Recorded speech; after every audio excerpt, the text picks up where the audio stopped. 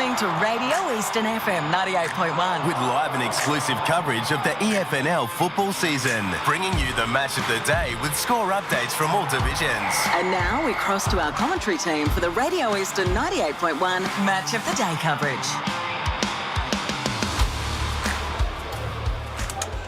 Good afternoon, ladies and gentlemen. 2025 brought a final series for the ages in the Eastern Football Netball League, and we're 12 months on, and another enthralling final series starts again, and it starts this afternoon here at Wally Chew Reserve in Ferntree Gully at the hills of the Dandenongs, and it's a big Division 3 qualifying final clash between the Basin and Upper Ferntree Gully. And what a mouth-watering game we have in store for you this afternoon. My name is Wayne Brasher. I'm your host of pre-match today, and joining me are two of the most esteemed gentlemen on our EFNL media team, and it's a very warm welcome to Brett Davidson and Matt Spiderlee. Good afternoon, gentlemen. Good afternoon to you, Brush, Davo, and everyone watching and listening. Great to be here out at Ferntree Gully. Haven't been out here for a very long time, but what a delightful setup we have. A great vantage, magnificent. Great vantage point. The ground's looking in splendid condition. There hasn't been senior finals out here for a very long time. I think we have to go back to the early 90s, and even I know there was a grand final played out here in 1987 between the Rams and East Ringwood. A famous one was Les Ferguson called. On that afternoon, but it's great to be here, and I reckon we're in for a ripping day of Div 3 footy between two quality teams. Davo? Yes. Welcome to you. Thank you so much, and gee whiz, I've been called a lot of things. I don't think esteemed has ever been one of them, but thank you so much for that, Brash. Steamrolled maybe, but yeah. So I am certainly looking forward to this game, and as Spider said, we've got a great view, great ground. How many times have you coached here? I've probably 6 or 7 times. I've probably coached against Ferntree Gully in various formations. It's always been good to come out here. It's a nice ground to coach on. The new rooms are fantastic, and the balcony that we're on is really set up for what we're able to do today. And you know, we talk about these finals, and these two sides have certainly come into these finals in form, looking good and playing good football. So it's going to be a ripping game in great conditions. And also, you know, this is the first of a double header this weekend, because tomorrow the team are back out here covering the big elimination final between Knox and Sylvan. So it's wall-to-wall EFNL finals football starting from today, and with this game, and there's a lot to look forward to with the coaches Chris Fletcher and Joel Perry joining us throughout this pre-match. So we'll get some insight on how they're going to line their games up, their teams up this afternoon. So once they come on, we'll start dissecting the game.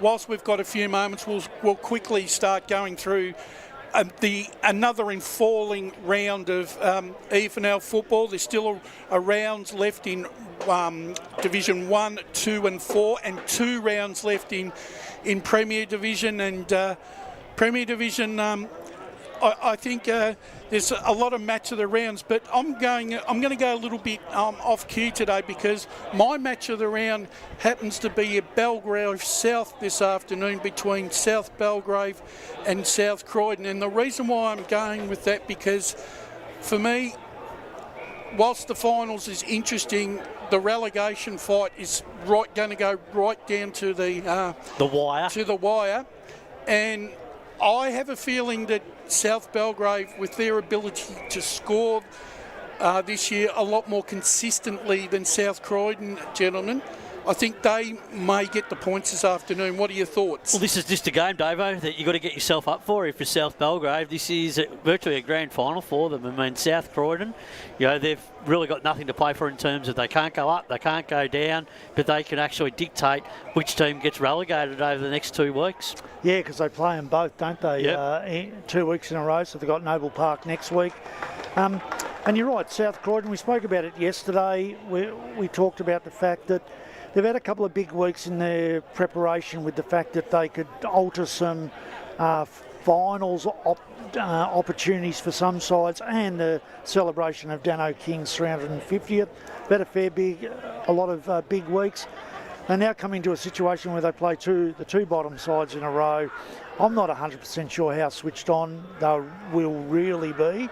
And this is, as Brash said, South Belgrave's big chance, because the following week I think they've got Blackburn, and that's going to be a pretty tough ask if they've got to try and win that game to remain relevant. So it is a huge game, and Brash, as you said, I think one of the key things is the fact you've got a side that can score, which has been South Belgrave. They've not had any problems with that all year. They've been able to score reasonably well, 60 or 70 points most games. They just haven't been able to defend, and they've especially not been able to defend big quarters. And that's been a problem for South Croydon as well. Like, they haven't been able to defend as well as what they would have liked. And losing Sheridan has really taken away any impetus they've had in the score. To score, they've had to throw Jones forward, who's been very good, but then that's taking away a good defender as well. So they, I wouldn't be surprised if South Belgrave win. I've gone for South Croydon purely because I think it's at. Is it at South Croydon? It's South Belgrave. So I've gone South Belgrave. So I'm still going with South Croydon. I think they've got a little bit too much class, but it really is a big one for South Belgrave today. I just think they're going to. I just got a bit of a feeling about this South Belgrave team. They're going to get up for this game. I just think a couple of their big name players, Smith, it's got the game for them to really step it up and put that final result on. But going to be an interesting afternoon out up there. The other relegation game, which is of prominence, is for Noble Park. This is for me. They have to win this game today. For me, this is a non-negotiable. I know it's against Borwin, and they always seem to find something against Borwin. Doesn't matter where they are on the ladder. But for mine, Spider, I think it's still a bridge too far for Noble Park to pinch a victory down at Borwin this afternoon. Yeah, look, I mean, these two teams, every time they play, you always know that it's going to be an important game and a big game, and for Noble Park, they've just got to get themselves up, similar to South Belgrave. They've got to go with so much intent. This is like a grand final for them for the next 2 weeks. There's no coming back after the next 2 weeks. It's all or nothing, and they're playing against a Borwin team and a club that they've had so much rivalry with, since coming into the league and before that as well. So they'll understand what's required today, but I just feel as well that Borwin will get the job done by only about 3 or 4 goals. I think Noble are really in this game if they start well, but that's been a bit of their problem in some games. They haven't started well, and then it's just been in little patches throughout games when they've got themselves back in, but they just haven't been able to do it across 4 quarters, Davo. So really important for them. But I think Borwin, there's some good ins, but there's a couple of outs too that are certainly going to, I suppose, even this contest up a little bit, I think. Yeah, look, and I think this is probably, I agree with you, Spider. I think this is a game where I think Borwin's probably going to have too much class, but who would have thought 3 years ago, if we were sitting in finals, that we would be talking about the fact that Noble Park and Borwin are playing a key game in relegation situation. Yeah, it's amazing. It's amazing, isn't it? So team going for 3 premierships in a row this year, and a club that's won premiership 4 years ago is looking at going down. It's can turn around quite quickly. They've had a lot of things happen, and Noble Park, obviously, they're going to have some change in coaching. With Kyle Martin coming in and potentially Adam Trelaw. And other players, but they don't really know what they're going to be doing, whether they're going to be in Premier or whether they're going to be a Divi 1 club. Yep. First of the coaches joining us for pre-match this afternoon on the big qualifying game between the Basin and Upper Ferntree Gully, and it's a very warm welcome to Joel Perry. Good afternoon, Joel. Thanks, Brash. Thanks for having me, boys. Joel, this is your second year of coaching, and I've noted with interest over the last 2 years, right, that you've just started to get the right blend with seniors, and you've added a lot of youth and run to that to help that experience this year. And so far, that combination has worked a treat for you. Yeah, it seemed to be going okay so far this year. Obviously, we see how we go today, but I think when I took over kind of quarter of the way through 2024, we were very young. We just needed to build our way and get the club back on its feet. And then we started to be able to recruit some players back, so getting ex-Basin players back, Lockie Kruger, Nick Hello, Mitch Serchikos from Bayswater. Their experience has been so essential for what we've been able to do so far this year, and we're going to rely on them again in the next 3 or 4 weeks, hopefully.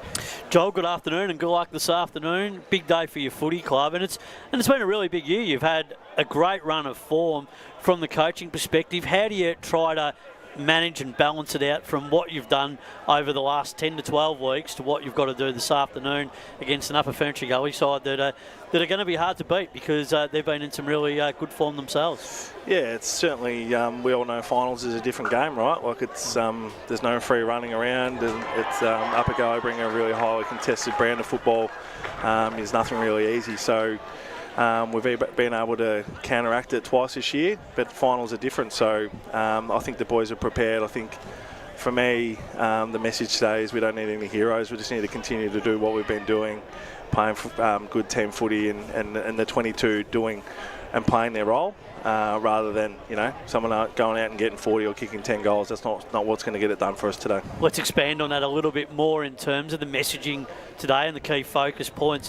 What are some of the things that you've talked about internally that you think that you've been doing really well, that you just need to continue to do well in terms of getting off to a good start? How important is that, getting off to a good start in a finals game and settling those nerves early? Yeah, clearly good momentum in the first quarter, first half is important. You don't want to be chasing your tail and going against what you've been doing all year as well. So I think interestingly, Upper Gully is playing a little bit different. That's what we've noticed kind of the last 7 or 8 weeks. They're trying to move the ball off the line a little bit more rather than going that long down the line to a contest. So something we've certainly picked up on, and we'll do our best to counteract that today. Your development as a coach, how have you found it? You're getting an opportunity on the big stage to coach some finals footy. Do you tap into some of that previous stuff when you were fortunate enough to play finals footy yourself and draw upon some of your past mentors for a little bit of advice going into these type of games? I haven't really spoke to any of the boys that used to coach me. I think Christian Bardsley and I, has coached a lot of footy in Eastland Footy League, so we talk all the time. Mainly our strategy is based on what we both believe in, so he's very experienced. We chat to each other a lot, and I think, as I said before, it's about just sticking to what you know. We don't need anyone going out there and doing any hero stuff. We just need everyone playing their role, and we think we've got the squad and the talent to get the job done if we do that today.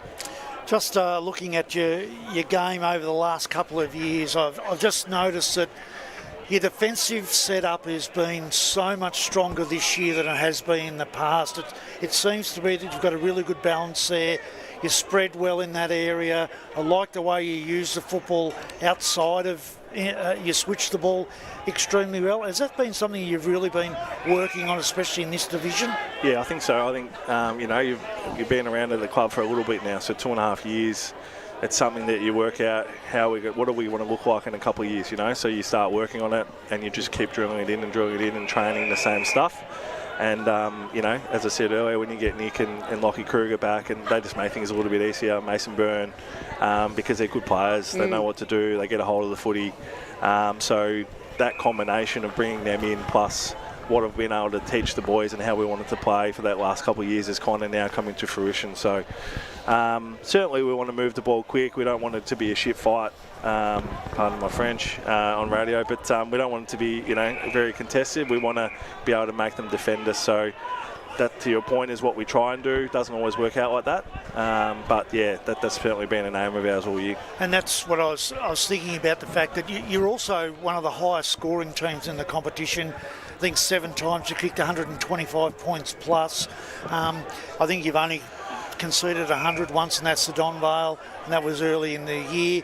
So there's both balances are really working well with that transition from defence to quick ball play to get it into a dangerous forward line. Yes. So today you look at a side that has also been kept teams to very, very low scores all the way through, and even though you've beaten them twice, it's still been a very low scoring game. Yep. You both walk into today both with your key forwards out, so you've both got your top scorers out. What is it that you need to do today to get over that defensive mindset of Upper Gully. Yeah, certainly what they do, they like to bring more players around the stoppage, right, where we want to open it up a bit and let our prime movers in there get the ball out. They like to bring more players in, which makes it more contested. So that's the hardest thing with them, is getting past that. If you can get past that, okay, then we think we can score pretty well. But what they like to do is repeat stoppage until they win it. So yeah, that's going to be the telling factor of the game today, certainly winning that line. And just, can you just tell us a little bit? I had a look at a vision of him. I hadn't seen much of him, but young Aiden Butler as your ruckman. I watched 20 minutes of a quarter with him. I thought he's got a lovely left hand. Then I realised he's also got a right hand.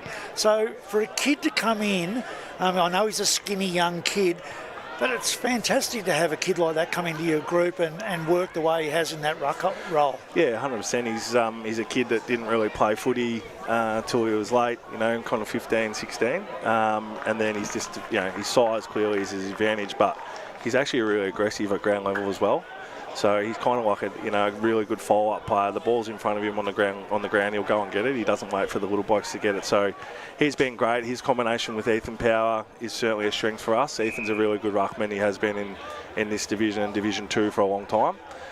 So them working together, it just gives us the opportunity that if you're playing against, Billy McCormack might play different than Buster Todd today, so you can kind of mix it up and you might have one in there more than the other. But it just gives you some flexibility, and then they can both mark the footy in the air and the forward line as well. So it's a really good strength for us. And that's what I was going to say, doubling on with that, is the fact that if you can keep Ethan Powell forward, he's so smart. He's been around a long time now in this competition. His ability to be able to bring the ball to ground too has been really good for you this year, hasn't it? It has, yes. He doesn't get outmarked. He's very, very competitive, Ethan. His old man was a very good footballer. He comes from good pedigree. He wouldn't tell you that, though, good stuff, doesn't he? Saw Brash knows him pretty well, but he does.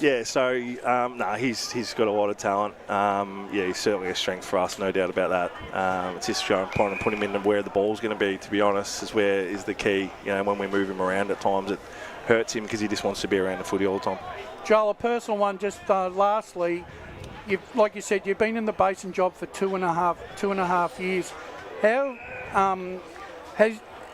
do you rate your own performance? I know you can't judge it by wins and losses on the scoreboard, but how do you, as a coach, do you get a sense after each game that you've outcoached your opposition number, and is that the best way of judging how you think you're going?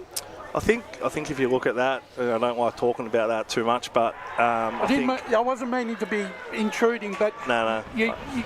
You understand where I'm coming from, because you want to get better. Yep. Yeah, I think when I did take over that 2.5 years ago, it was about having a look at what had happened and trying to right that. And so myself and the other coaches and the footy ops have come together, and we just had a plan and we just stuck at it, and we knew it wasn't going to be quick, and it's probably happened a little bit quicker than we expected, to be honest. But one thing that we had then with the culture was good. The playing group, they're all mates, they love each other, they love playing together, but they probably haven't been coached properly. So that was part. If we can hold the cultural part together and get the coaching part and the buy-in from that sense, then we think we can do something pretty good here. And we generally think, whether it's this year or not, we think we're a Division 2 club, to be honest. Yep. We've got to be able to prove that in the next 3 or 4 weeks. That's the challenge. So, but in terms of myself, I'm just happy to be at a really good club. The support from the committee, the president is fantastic. They just let us do what we need to do. They don't interfere. That's good. They trust us. Obviously the results have been going okay, but as I said, we've got to prove it in the next 4 weeks. And it's also the respect, isn't it, too, Joel? I mean, getting some respect back at the club. You have had a few years there where the club wasn't going as well on the field, and that dwindles in support, but then the supporters jump on once good things are happening. They do. They're very, very passionate when you're winning, particularly when you're playing at Batterham. Yeah, exactly. When we saw the finals venue, we see that's not far from the Basin down here, so we expect to be, there'll be a fair few of them here today, I would have thought, and hopefully in the coming weeks. I think it's a good place to be around. We think we can do some damage. It's just whether the boys can get the job done when we really need them to in the next 3 or 4 weeks. I think also one of the things that's been really good for you is the fact that you've got your reserves are sitting on top of the ladder. And while this doesn't sound a lot, I think it's massive. Your under-19s are up and running again. Yep. And I think we all know that there was that big transfer across to Baronia with all those players that went across. And when you have a gap at that level, it really hurts the football club. But you've managed to get a group of boys together, and you've got an under-16 team coming up that looks all right as well. So that must really... You must be feeling really good, because it means that you don't have to go out and get 4 or 5 players every year, because you're going to have at least a couple come through to replenish. 100%. You can't just keep recruiting. Hence why we've gone and got ex-Basin players. You know, they know what the place is like. They know what the ground's like. You know, it can get a little bit muddy in winter. And they're one-pointers too, which helps. Well, too, unfortunately, Nick wasn't, because he went over to WA. But we tried to get him to be, but it didn't really matter because our points are still low anyway. But it's certainly good. I mean, having no 9Ns last year wasn't great. It just proves that you need to have good people in these roles at your club, because if you give it to the wrong people, that's what can happen. They've got to have the club at heart, not themselves, and that's the thing. And I'm not having a crack at anyone there. It just commonly happens that you get the wrong person and you lose groups of players. So it's best intentions, the term we use, isn't it? Exactly right. Yeah, and I think having a good environment where they can come and play and be supported and but still chase their footy and try and improve. That's what you want to try and get in local footy. And we seem to be going okay with it. Yeah. Well, Joel, thank you very much for joining us on pre-match, and I'm very happy to hear that young Mason Byrne has fitted into the side very, very nicely. So from the team this afternoon, good luck, and hopefully at 5 o'clock you're moving into a second semi-final against Donvale next weekend. Beautiful. Thanks for having me, boys. Appreciate it. There you, David, coach of the base, and Joel Perry joining us this afternoon. And, always good to speak to him. He's a wonderful, wonderful man. Premiership player. He's coached everywhere. He has. He's coached in the Outer East, I think, up at Powelltown or something. I think he was he Mombog? Yeah, he's out that way. He's been a journeyman. He's a premiership player. He was a good footballer. He's a very good footballer. No doubt about that. And it's a good thing when you get a player that's been at a culturally extremely strong club. Because what they do is that they know what the culture needs to be, and they bring it and adapt it to the club. And he was. What I like about him, he's brutally honest. He was brutally honest, and he laid it fairly clear that this is, what they've been able to do is something that was nearly forced upon them because of the past, and they've managed to turn it around. And it actually smelt like, Davo, that what they were lacking was a footy manager. That's what it sounded like to me. Yeah, and look, and they had it. They had it really tough there for a couple of years. Yeah, they did. I know we at Heathmont, when I was there, they used to be really hard to play against. They were a really difficult side, but they just couldn't get over the line, and they kept losing players to other clubs, and then they unfortunately tried to recruit the wrong sort of players to the club, thinking that for a quick fix, and it didn't work, and then they lost the 19s, and it's snowball effect. It did have a snowball effect, but to their credit, they've really turned it around. And when you look at their side, they're a very, very young team in a lot of ways. I think there's only, I think it's Michael Thompson. Yeah, Michael Thompson with 175 games is their most experienced player. Yeah. And that's not a lot. No. Because when they look at 175 games on the internet, that includes their junior games. Yeah, yep. So, they've got a heap of players that are in that 35 to 70 bracket of games, which is the perfect time you want them to be able to mould them into a group that's going to go further. And that's the thing that I think is really important for the Basin. Yeah, and it might not happen this year. It might happen it might be next year. But at least they're in the mix and they know that they can get there. And if they do go up, the beauty of it is that they're going to go up with a young group. Yeah, and then trying to stay up. And then stay up. It's so much harder if you're going up with an older group. Just makes it way too hard to then keep them because they, especially if they had some success or none at all, it becomes really difficult. Yep. Well, the coaches come thick and fast, gentlemen, and it's a very warm welcome to the Upper Ferntree Gully coach, Chris Fletcher. Good afternoon, Chris. Congratulations on Upper Ferntree Gully making the finals for season 2026. You've had a very, very solid season with not too many lulls throughout. The side has performed at a consistent level heading into the finals. How have you seen the home and away season leading into a game like today? Yeah, g'day guys. Thanks for having me. We've had a pretty consistent year. We've had ups and downs. We've had those ups and downs in games as well as throughout the season. But we feel like we've got ourselves in a pretty good position now, and hopefully, there's no excuses. We go out there today and put our best foot forward. Good luck this afternoon, Chris. Thank you. All the best for the contest. Take us inside the inner sanctum. First of all, how important has it been to have everyone playing today, the seconds, and then the seniors? So it's that one club environment today. Yeah, it's we've had a really successful home and away season as a club. The women have done fantastically well. They finished second this season. Played today as well. The 19s finished on top of the ladder, which was fantastic for those boys. They put in a lot of hard work, which is really exciting. The reserves obviously playing right now against Knox and got a bit of work to do by the looks of things, but they'll fight it out, I'm sure, and then hopefully today we can put on a good display and put our best foot forward and get the result. So what are the key messages and focus points for you guys today? You want to get off to a good start, but what are some of the key areas you think of some of the good things that the Basin have been doing over the last 10 to 12 weeks when they've been very good? You've been watching them closely. What are some of those things that you're really going to have to drill down on this afternoon? I think with any sort of finals game, finals footy, there's a real big focus area around pressure and contested ball. The Basin are a very, very good contested side. They're very good on the inside. We know that they've got a lot of good players. A solid forward line led by Connor, who's a very important player to them.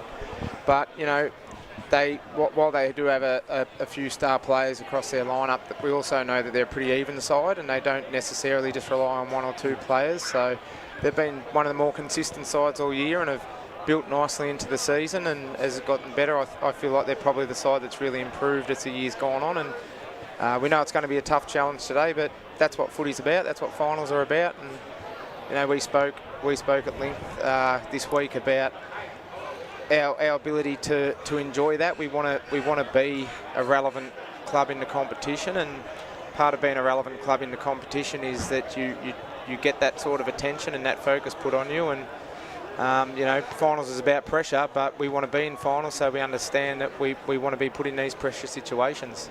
Ethan Harris had a terrific year to date, and Travis Strange as well. We know when we watch the vision, or we see the best players week after week. There's some of the names that are very commonly there. But it can't solely just rely upon them today. It has to be a spread of effort right across the board as well. Yeah, that's right. Look, they're very important players to us. Obviously, I think everybody knows the ability that both those boys have, but we feel like we've got weapons across all lines, and we need to have probably 22 contributors every week we go out and play, and that's what it's about. Making sure that everybody has their role, they know their role, and they can execute. And we're really looking forward today to giving those guys another opportunity in a pressure game, in a finals game, and giving them more experience to see what's under the bonnet. One last one from me before I give it to Davo. The Nuku boys have been in some really good form as well. They've been really important since coming across to the footy club. Who's that, sorry? Both Jordan the Nuku boys. Yep. No, they're great fellas to have around the place as well. They buy into everything. They're really good club people to have around the place. Jordan's had a really good year down back for us. He's been a solid contributor every week. He's very versatile. He's durable. He's a solid contributor every week, and we know what we're going to get out of him.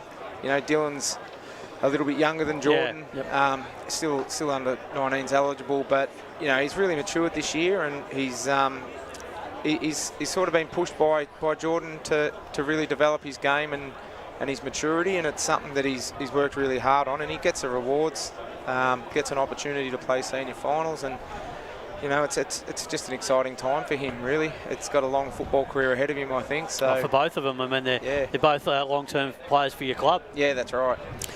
Chris, last time we saw you was against Sylvan, and one of the things we spoke about was the fact that particularly myself, how impressed I was with your structure, your setup, and your ability to transfer the football defensively up the ground. I thought it was you were excellent in the way you did it on that day.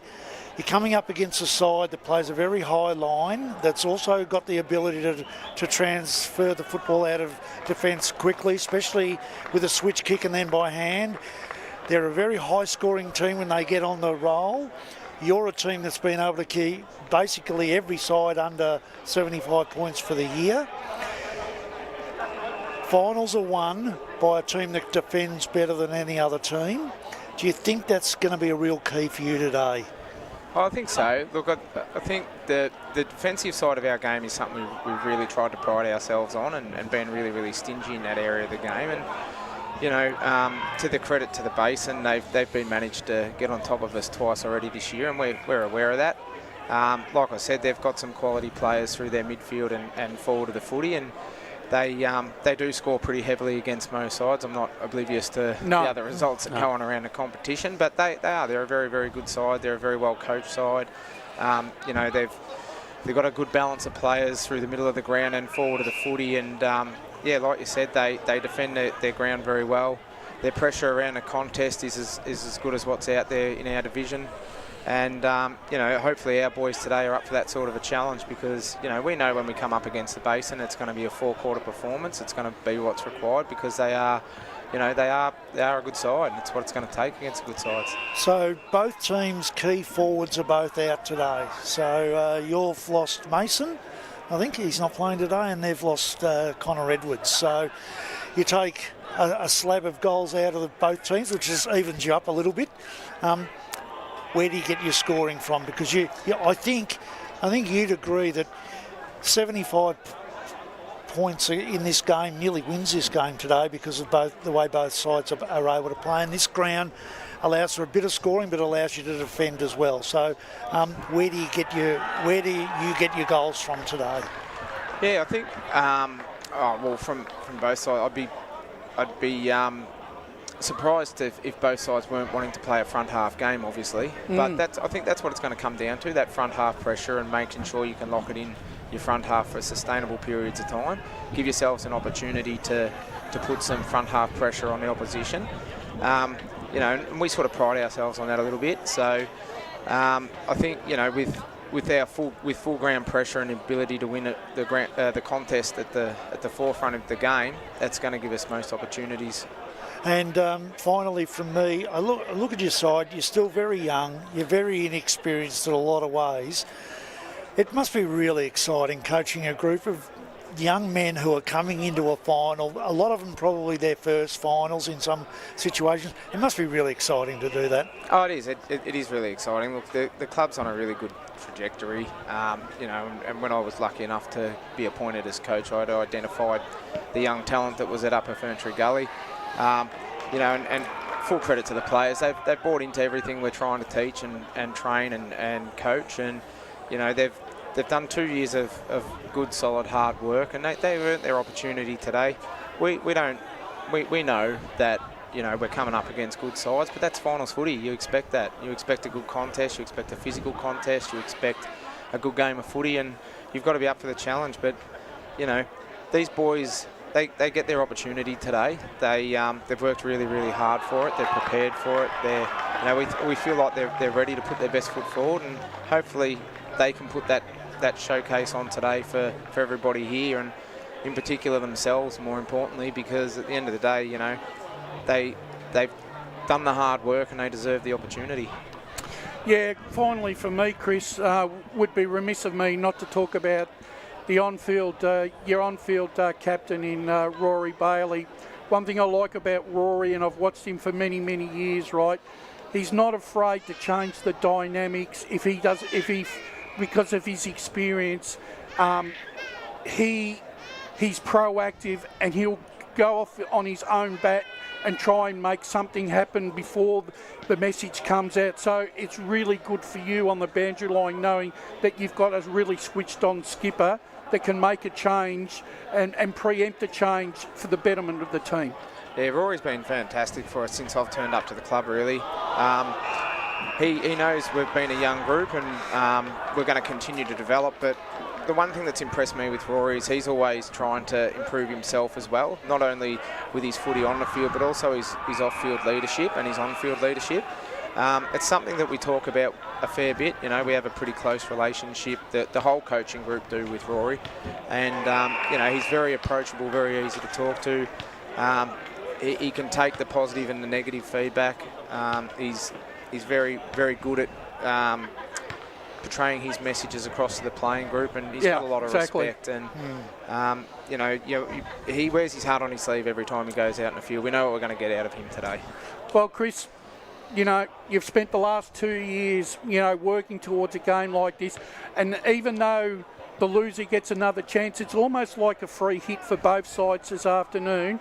One will have to come, if they want to go further, will have to come through the longer way. But I really think that the game could open up because both sides will want to play for keeps. Yeah. And I think the game could be a very, very entertaining contest. But hopefully by 5 p.m. this afternoon, Upper Gully might have won this game and move into a second semi-final against Donvale next weekend. Yeah, hope so. Thank you very much for giving up your time. No problems. Enjoy the day, boys. Yeah, there you have it, ladies and gentlemen. Chris Fletcher from the Upper Ferntree Gully Football Club. Good with his time. They looked after us when we went down to Upper Ferntree Gully during the season. They put on one of the best spreads after game. I heard about that. I heard there was some ripping food there. They've been doing the kilos. Mate, they've been doing it for 20 years, and and the quality never drops. No, it's a high standard. Well, it is. Well, we're going to take our first break, and when we come back, we'll finish off going through all the rest of the games in the Eastern Football Netball League. But once we come back, that will happen. We're coming to you live from Wally Chew Oval in Ferntree Gully. It's the qualifying final in Division 3 this afternoon between the Basin and Upper Ferntree Gully, coming to you live on Radio Eastern 98.1 and streaming all around the world on Facebook and YouTube. Today at Eastland, Lucy's trying on jeans for a momentous occasion. Coffee with the ex. She needs jeans she can move in because she's definitely moved on. Jeans that get a second look, but don't give any second chances. Jeans that say, why yes, I have spent the last 8 months in a post-breakup juice cleansing, kickboxing, personal training frenzy. And it looks as though she's just found the perfect pair. Yeah, that's great. Bravo, Lucy. For all of life's little moments, there's Eastland. Eastland. Live real. Sprained your ankle bursting through the banner? For bumps, breaks or bleeds, be seen sooner, close to home, at Knox Private 24/7 Emergency Department. You'll generally experience shorter wait times. Knox Private 24/7 Emergency, 262 Mountain Highway, Wanturna. Do you feel good about your bank? Because there is a bank you can feel good about. They share their profits to fund big community projects, small community clubs and vital emergency services. They've given $250 million to help Australian communities thrive. They have all the products and tech you expect from a big bank, with service you don't. It's Bendigo Bank. Feel good about who you bank with. Try Bendigo. Search bendigobank.com.au or search Bendigo Bank near me. The one thing that puts a smile on my face is my kids. The sun shining through the clouds, even in winter, absolutely puts the biggest smile on my face. Seeing delicious food on the table, ready for me when I get home. One thing that always puts a smile on my face is seeing my family. The thing that puts a smile on my face every time is really good music. Just the simple pleasures in life. Be remembered for the greatest moments in your life. Find out more at tobinbrothers.com.au. Tobin Brothers Funerals, celebrating lives. There are only 3 things that should be flushed down your toilet. Pee, poo and paper. Some wet wipes and antibacterial wipes say that you can flush them, but you can't. They clog up the toilet and pipes, causing expensive blockages. Save yourself a truckload of trouble. Put your wet wipes in the bin. To learn more, head to the Yarra Valley Water website. yvw.com.au/wet-wipes. Hi, Dylan Dow from the Baroni Football Netball Club here. When I need to grab a quick coffee or a bite to eat, I'm popping into Eastland. Eastland's more than a shopping centre. They support a range of community organisations and have been a major partner of the EFNL since 2018. Cheers, Eastland. Listening to Radio Eastern FM 98.1 with live and exclusive coverage of the EFNL football season, bringing you the match of the day with score updates from all divisions. And now we cross to our commentary team for the Radio Eastern 98.1 match of the day coverage.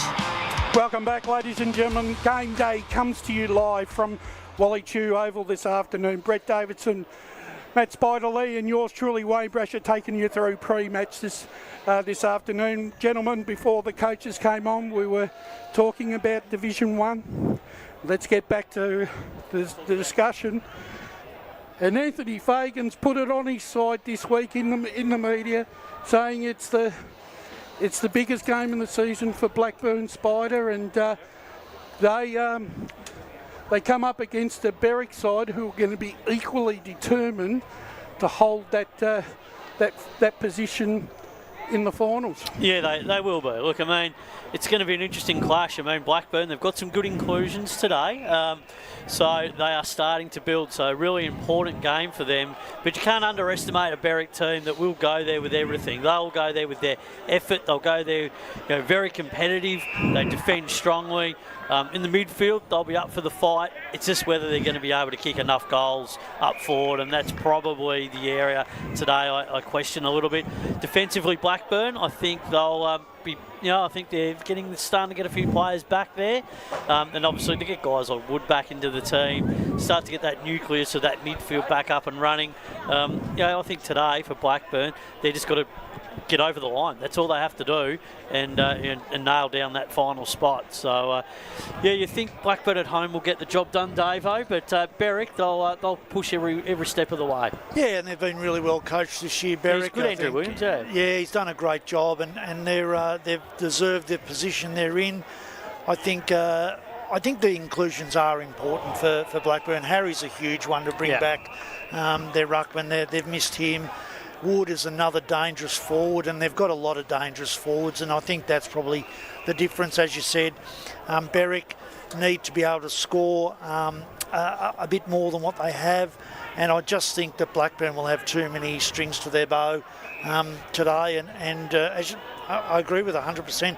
They just have to win. That's the key. Yep. And if they do, they're in a prime position, and I think they will today. But I've been really impressed with Berwick, and I think whatever happens today, they take away from this year a really good sounding board and springboard for next year. Yeah, next year they're a side that they'll add a little bit more to that, and then they could potentially play finals and push big time next year. Yep.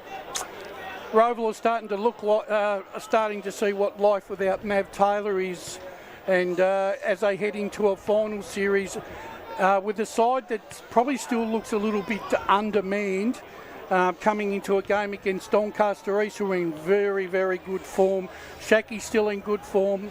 They've got a couple out themselves, Doncaster East, so I think it brings them back to the pack just a little bit. Roval at home are always really potentially a hard side to beat.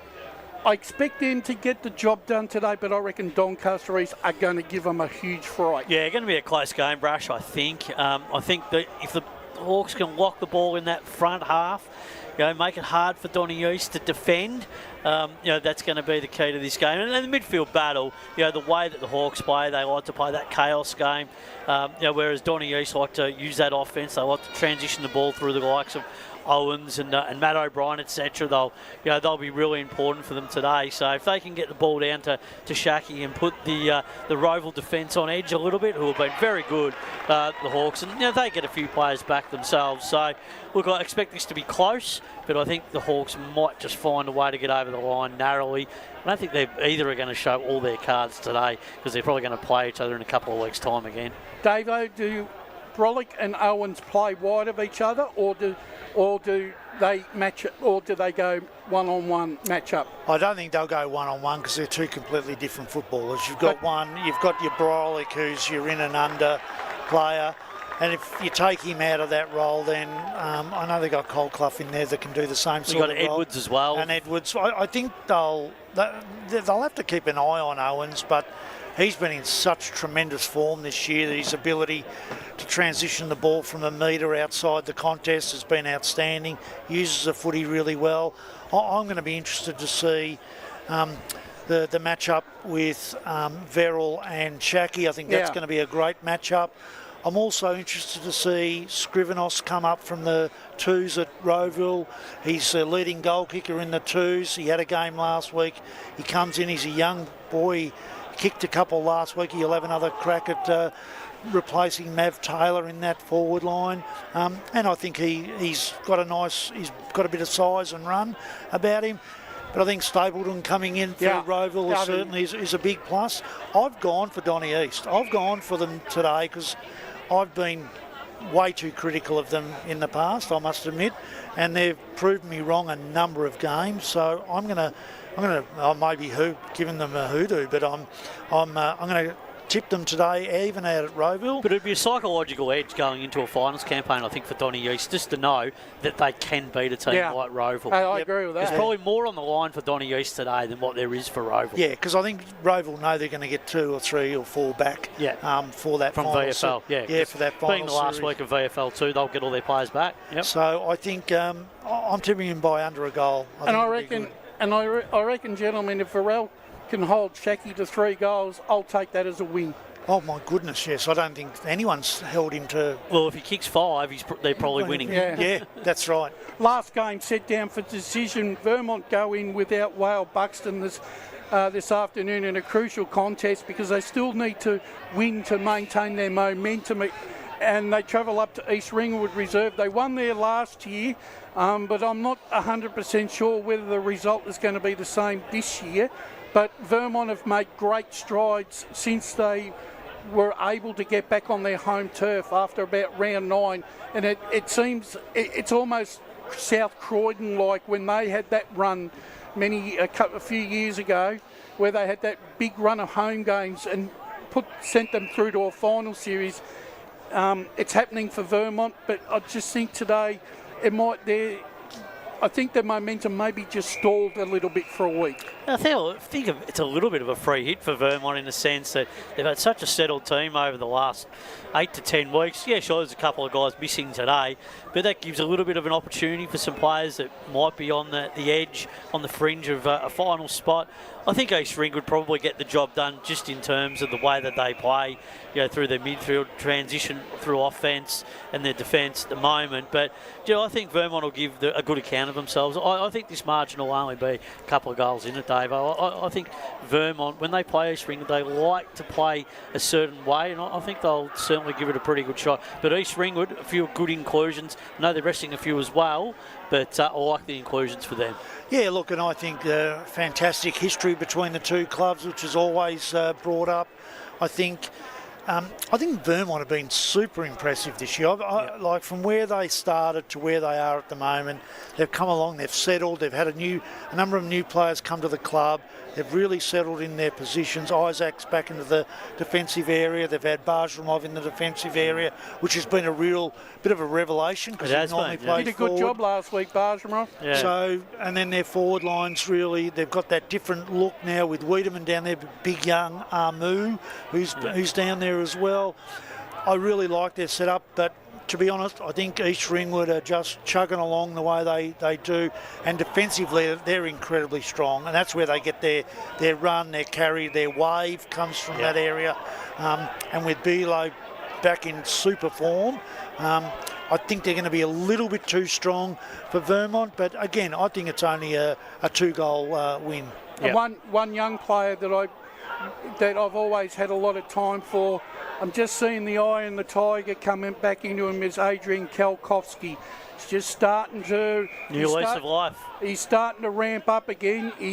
He's getting better and better. I'm expecting a couple of big games from him, I think he's ready to fire again. And if he starts firing up, that's going to give him an extra string to the bow in the forward 50. Yeah, particularly come finals time on bigger grounds. Yeah, they need him to do that. And unfortunate for him, he's had a bad run of luck with injury over the last 2 years, so we haven't seen the very best of him. But he's back in now, and I reckon he's ready to fire. Yeah, he had that purple patch there a couple of years ago where he had about 5 or 6 games in a row heading into finals where he was a real key. Yeah. And yeah, you're right, he's had a lot of injuries, and if they can get him in, he adds something a bit different as well into the forward line. So, yeah, look, don't get me wrong, I love their young guys. You know, they've got some great kids that are coming through their side. They've been given a chance. Burke actually went down back and played a bit last week. So that's he's out this week, but he's been really impressive, the young kid. He's going to be a superstar. Yeah, he's going to be a star. And they've got a bloke in their middle that goes okay too, doesn't he? Yeah, Spencer. Yeah. Son of grandfather of Cleggy. Yep. So, you know, you've got him and...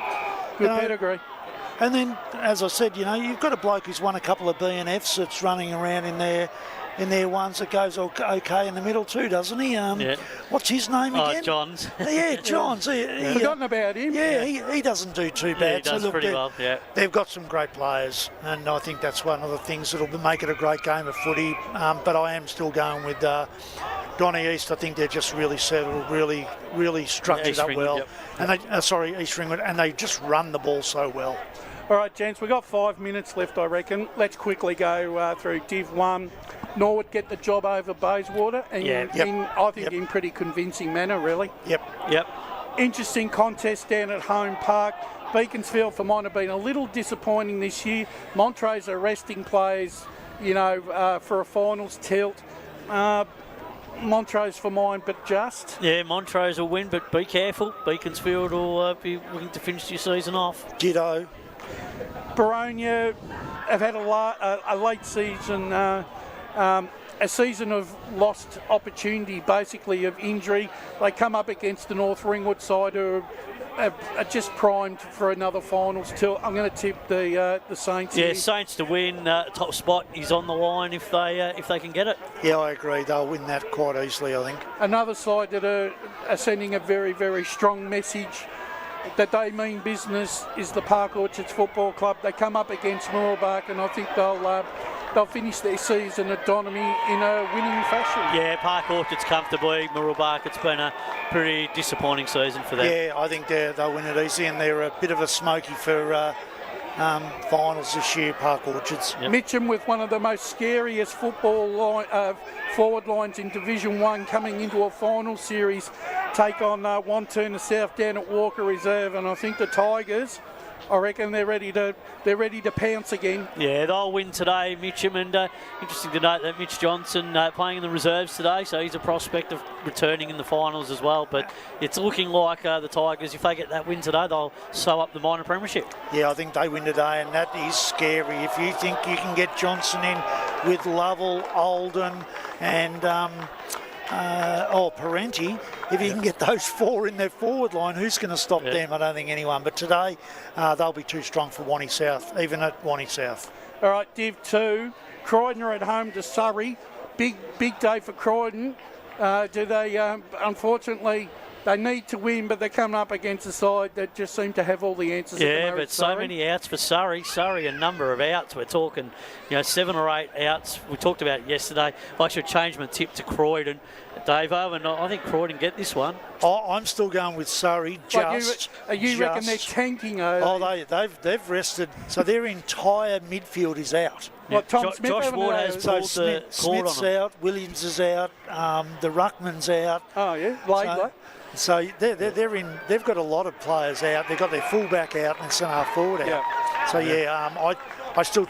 I'm still tipping them just. Well, gentlemen, unfortunately, we're not going to get through the rest of the games because pre-match has to come to an end, and it's been a very entertaining pre-match, it must be said. So thank you to you, Brett Davidson and Matt Spider-Lee. Thanks. Talk to you at half-time. And when we come back, the call team will assemble for the big qualifying division clash between the Basin and Up and Gully. It's coming to you live on Radio Eastern 98.1 and streaming all around the world on Facebook and YouTube. As Sarah opened her best friend Jackie's wedding invitation, she was overcome with a wave of emotion. While her two young boys wrestled on the floor, tears of happiness rolled down Sarah's cheeks as she saw the words she'd been longing to see. Please note, this wedding will be a child-free event. Well, Sarah, looks like we're off to Eastland for a new frock and some heels. Let's book in that babysitter. For all of life's little moments, there's Eastland. Eastland. Live real. At Yarra Valley Water, we know reducing your shower time, or show time, to 4 minutes can save you an average of $200 a year on water and energy bills. Shower shorter. Save water. Authorised by the Victorian Government, 1 Treasury Place, Melbourne. Sprained your ankle, bursting through the banner? Broke a finger, high-fiving the ruckman? Or did you run into the goal post again? For bumps, breaks or bleeds, be seen sooner, close to home at Knox Private 24/7 Emergency Department. The preferred provider of emergency care to the Eastern Football Netball League, you'll generally experience shorter wait times. You don't need private health, but there is an out-of-pocket fee. Be seen sooner, close to home at Knox Private 24/7 Emergency Department, 262 Mountain Highway, Wantirna. Do you feel good about your bank? Because there is a bank you can feel good about. They share their profits to fund big community projects, small community clubs and vital emergency services. They've given $250 million to help Australian communities thrive. They have all the products and tech you expect from a big bank, with service you don't. It's Bendigo Bank. Feel good about who you bank with. Try Bendigo. Search bendigobank.com.au or search Bendigo Bank near me. The superpower I'd love for a day is to fly. If I could have a superpower for a day, it would be to time travel so I could go back and see how life was when my parents were young and stuff like that. Be mind reading. It's always good to know what other people are thinking. At Tobin Brothers Funerals, their superpower is always providing compassionate care to families at their absolute time of need. Get to know the team at tobinbrothers.com.au. Tobin Brothers Funerals, celebrating lives. Hi, I'm Ben Desson from Montrose Football Netball Club, and when I need a new kit for a night out, I head over to Eastland. But Eastland is more than a shopping centre. They support a range of community organisations and have been major partners of the Eastern Football Netball League since 2018. Thanks, Eastland. You are listening to Radio Eastern FM 98.1. With live and exclusive coverage of the EFNL football season. Bringing you the match of the day with score updates from all divisions. And now we cross to our commentary team for the Radio Eastern 98.1 Match of the Day coverage. Welcome to the Eastland match of the round. Division 3 finals has officially arrived and we are here at Wally 2 Reserve for the Division 3 qualifying final between the Basin and Upper Ferntree Gully. A big afternoon ahead as one side will move into a second semi-final where they will face Donvale, who will await this result today. A big afternoon ahead. I'm Ryan Long, media manager with the EFNL, joined by a full crew today. Of course, Blake Tennant alongside me for this game. Great to have you here today. It's a fantastic day. First final for us out here at Wally 2.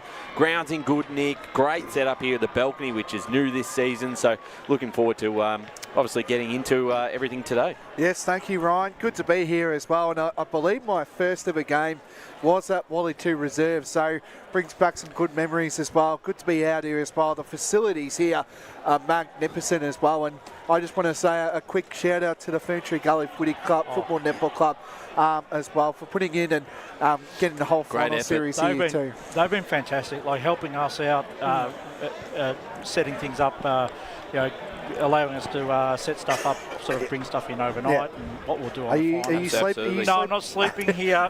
Certainly not tonight, even though we're back here tomorrow. Yes. But we'll see what happens on the grand final. No, absolutely. It's, they've done a fantastic job, and I'm sure they'll be able to continue that throughout the final series. Wayne Brasher also joining us, who was hosting pre-game. Great to have you here for the big game between the Bears and the Kings. Our really good look at two real contenders for the flag this year. Oh, yeah, and I've been actually quite bullish on both these sides because I think they've got a genuine chance against Donvale this year. And I think whoever wins today is going to give Donvale a real run for their money next weekend to go into a grand final, Ryan. Oh, absolutely. It's a big opportunity. The winner, of course, will play them next week. The loser will play the winner of tomorrow's game, the elimination final between Knox and Sylvan. For the first time today, Emily Mackay, great to have you back on board for a big final out here at Wally 2 Reserve. Yeah, thanks for having me, Ryan. Really stoked, really keen to watch the game. We saw Upper Gully earlier this year, and I was really impressed with the way they moved the ball. And yeah, apparently Basin's the same, so it'll be I'm going to say a very high-scoring contest, which will be very, very fun to watch. Absolutely. That game was against Sylvan earlier in the year, where they dominated the first half, and both sides have been super impressive this year. Paul Uconi is also joining us, who's in the Stats Centre, but I have a feeling you'll be keeping us updated on all the scores around the grounds, particularly those with finals implications today, with Division 2 games sorting out the relegation race as well as the top 5 race, and Division 4, if Kilsyth can pull off an upset, potentially they might get a late charge. So great to have you on board, Paul. Well, you know, when it all starts getting real, when it gets to this time of the year, it's a wonderful day for it out here. And, you know, it's going to be a very, very interesting day to see how everything all pans out. Yeah, absolutely. Of course, we'll keep a look out at some of those results. We might get the live ladders out there. And one person who usually is in charge of live ladders and great with Mass is Josh Ward, who's down on the boundary line with Jared Beanland. Josh, what's it like out there? Conditions look all right? Really good with Mats. That's a lie.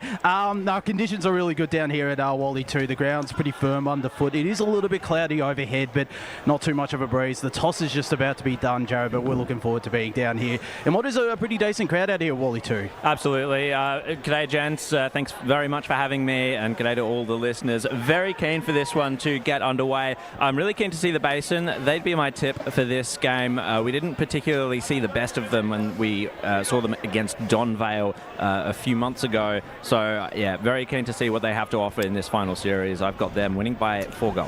Absolutely. They had a very different lineup. We'll get you to let us know the outcome of the coin toss with the 2 captains out there in the middle, Josh. The Basin have won the toss, much to the delight of their support out here. They're kicking to the left of your broadcast, or the Burwood Highway end, and Upper Ferntree Gully are kicking to the right, or to the Brennock Park Drive end of the ground. Oh, very good. Great to get stuck into this one. Upper Ferntree Gully today, if you're watching on the live stream at home, they are wearing a Clash jumper, so obviously different numbers than their usual gear. Yeah, and this we're in the Burrows jumper as well, so looking forward to getting stuck into this one. Your tip today, Blake? I've been really bullish on these side. I think I've been on them since May, I would say, this year, and I think the Basin get home today. I think I don't like saying the word comfortably because it's a final and you want it to be close. So I think the Basin get home by 5 to 7 goals today. Brash, your thoughts on today? Well, I think both sides are going to play attacking football because they've got nothing to lose. One will have to come through a little bit harder than the other, depending on the result. So I'm expecting that both sides are not going to leave anything on the park this afternoon. But I've been pretty bullish on the Basin, like Blake, for most of the year. But I'm going to pick the margin by about 18 points, Ryan. Emily, your thoughts on this one? You saw Upper Ferntree Gully live earlier in the year. You're leaning towards the Kings and getting this done, or has the Bears impressed you as well? No, I was very, very impressed by Upper Gully. I'm going to say close game, probably 2 goals. And Paul, your tip? Yeah, I'm going to go the Basin in a close one by about 3 goals. Very good. So looking forward to getting stuck into this one down on the boundary. Josh? Or Jared, sorry? Oh, caught me a bit off guard for a second there. The Basin I'm tipping by about 10 points. Yeah, but I had the Basin by 4 goals. There we go. So looking forward to getting into this one. We're almost set to go. Thanks for joining us on Radio Eastland 98.1 FM, streaming live this afternoon, as well as our Facebook and YouTube streams. A spot in the second semi is up for grabs as the wind starts to pick up right before the first bounce. Of course it does. Important first quarter here for both sides. They'll be anxious to get started. Met in the elimination final last year and it was decided by a single point. If it's anything like that last contest, so I think we're in for a big afternoon ahead. Here's the first bounce. Blake Tennant, take us underway. Here we go, finals footy. It's back, EFNL. Great to be down here at Wally 2 Reserve. 2v3 coming into the game, and already hot footy is contested here.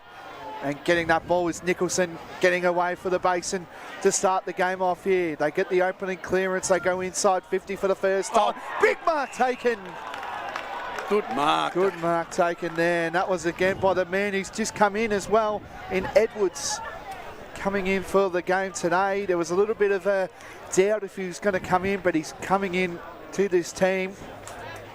And he looks like he's going to have a big impact early on. Brushing him. Yeah, well, Edwards, solid footballer, proven goal kicker, proven finalist. So Edwards now can get the first score of the day. He's on an angle. Definitely have the kick in this game here. Can kick the Basin's burst of the day. Umpire's moving and it's going to go through to the left, through for a behind. So Basin opening up the scoring here, one behind to Upper Gully yet to score. We'll go boundary. I heard a click up. Yeah, so just on the Basin forward matchups, Edwards has got Nuku for company and Darcy Meyer has got the job on Ethan Power. Thank you, Josh. And we're just about to get another tackle. The physicality of the Basin has definitely started early and it's on again. I'm sure we'll see a few of these. These two sides, yeah, they live right around each other. Basin and Upper Ferntree Gully as well. Upper Gully, easy road here, a couple minutes down the road. And they played here last week too. If you just joined us, they played Ferntree Gully. Basin get a clearance kick off the boot here. Getting this ball here was Nuku in Jordan. Around this ball is Rory Bailey, the champ. And that one might be holding the ball. It won't be. The Basin faithful are very up and about here, early stages here, Ryan. Great crowd in today here at Wally 2 Reserve. Fantastic support for both sides. Two big supporting bases, of course, up Ferntree Gully, just in the reserves final before, up against Knox. As the ball's back into play, the tap down was won that time from Harrop. Nick Hallow first to the football. Did he cop one high? He did. He will get a free kick here. Has come back to the Bears this year and has been absolutely fantastic. As he loads up and almost hits up a target. Spoiled just at time by Nuku, who's involved in this one again. Head over the football. Ball comes back out. Rory Bailey off the left boot finds a target. Short option as they keep this alive to Upper Ferntree Gully. Under a lot of pressure early in this contest. Clearing kick hits up a target in Ethan Harris. Here on the half-back line for Upper Ferntree Gully. Went off his mark, so he'll be called to play on here. Down the line he goes. Can they get a mark out of this one? Sport from behind gives them an opportunity at ground level. It was Edwards that had it first. Now Swindle uses the corridor. Bounced unfavourably for them. It was picked up that time from Charles, who got it back off to Harris, and now they move this down. Mark taken by Graham. Matthew Graham for Upper Ferntree Gully has the short option. They keep this tucked in on the boundary line. Busted Todd. Had another good season here for the Kings. His kick inside 50, bounced off the chest of his intended target. McDonald was in the right spot, got the handball off to a teammate who sends him inside 50 once again. Going for that one, Jay Robertson takes the mark on the chest. And probably will be in range from here. There'll be a tough angle. Basin's pressure has been really elite. This is not the Upper Gully side that we saw, you know, probably 2 months ago, which was very fast hand pass. They've had to kick a lot long down the line, and that's just due to the pressure that the Basin are putting on right now. It has been good early, but this would be a big kick for Robertson against the flow of play in the first 4 minutes for the first of the day. He's kicked towards goal. It's not going to get there, and it's marked in the back pocket by Nick Haller, who's off and racing. Takes a bounce and will clear this out of the defensive half for the Basin. Underneath this one, that was Darcy Meyer. Ball handballed there from Raymond. Now Meyer inside 50. Bears have got all the numbers back there, and they'll mop this one up pretty comfortably. The mark taken that time by Sizewell gets the kick. A little bit of a bounce off there. Finds his target there. Couldn't mark. Basin trying to do back to Sizewell again. Won their best and fairest last year, did Sizewell. Goes to the outer wing. Plenty of Basin jumpers wearing the heritage jumper today. Their 80th year jumpers, good to see. This one's just going to roll out. Plenty of white jumpers around this bowl. Harrop gets the hand pass. Under pressure, Kruger with that strong tackle. Power gets it up by there. This one's going to roll through. Edwards had a good mark early stages. He's got plenty of wide jumpers in upper gully. Harrop gets the kick, and he's going to kick it, and that might be out of bounce on the full. It is. And it's going to be a Basin free kick. And they play on. No, the umpire's going to take him back here. So Nicholson will have this ball. Say he's about 80 metres or 90 metres to goal for the Basin here on an angle. He's a bit far out, so he's going to get it in square. He's looking for Power. Power gets the tap here. Tackled really well done there by Power. And he gets wrapped up immediately here. Upper gully with a booming kick again, and that might be out of bounds, and the forward is. So, bit of scrappiness or early stages for upper gully. But it was touch. Yep. So touched it is. So it'll be a boundary throw in. Good, highly contested game here. Two good sides here. Upper gully, the best defensive side all year. And they kick it out. They do with Raymond can try get this ball. He does. He scoops it up, finds his teammate there in Rory Bailey. He does a kick, finds his teammate. On the outer wing on the broadcast side. Good chain here. Good work here by Harris. Takes this mark, plays on immediately. They're out here. They take a couple marks there with Charles. Charles goes deep inside the 50. Good mark taken. Looks like it's going to go Braden Wilson. Braden Wilson goes deep inside the forward 50 of Upper Gully. And really well done here by the Basin. They get this well done here. Good mark. That's taken by Liam West. Liam West goes inside. And the pressure has been really good here by Upper Gully early stages. Halo with the don't argue if you don't mind. Kicks it out. Good mark taken. Slowing things down on the Basin here. Delaney. And that's not a great kick, and it's intercepted there. That was by Jay Robertson.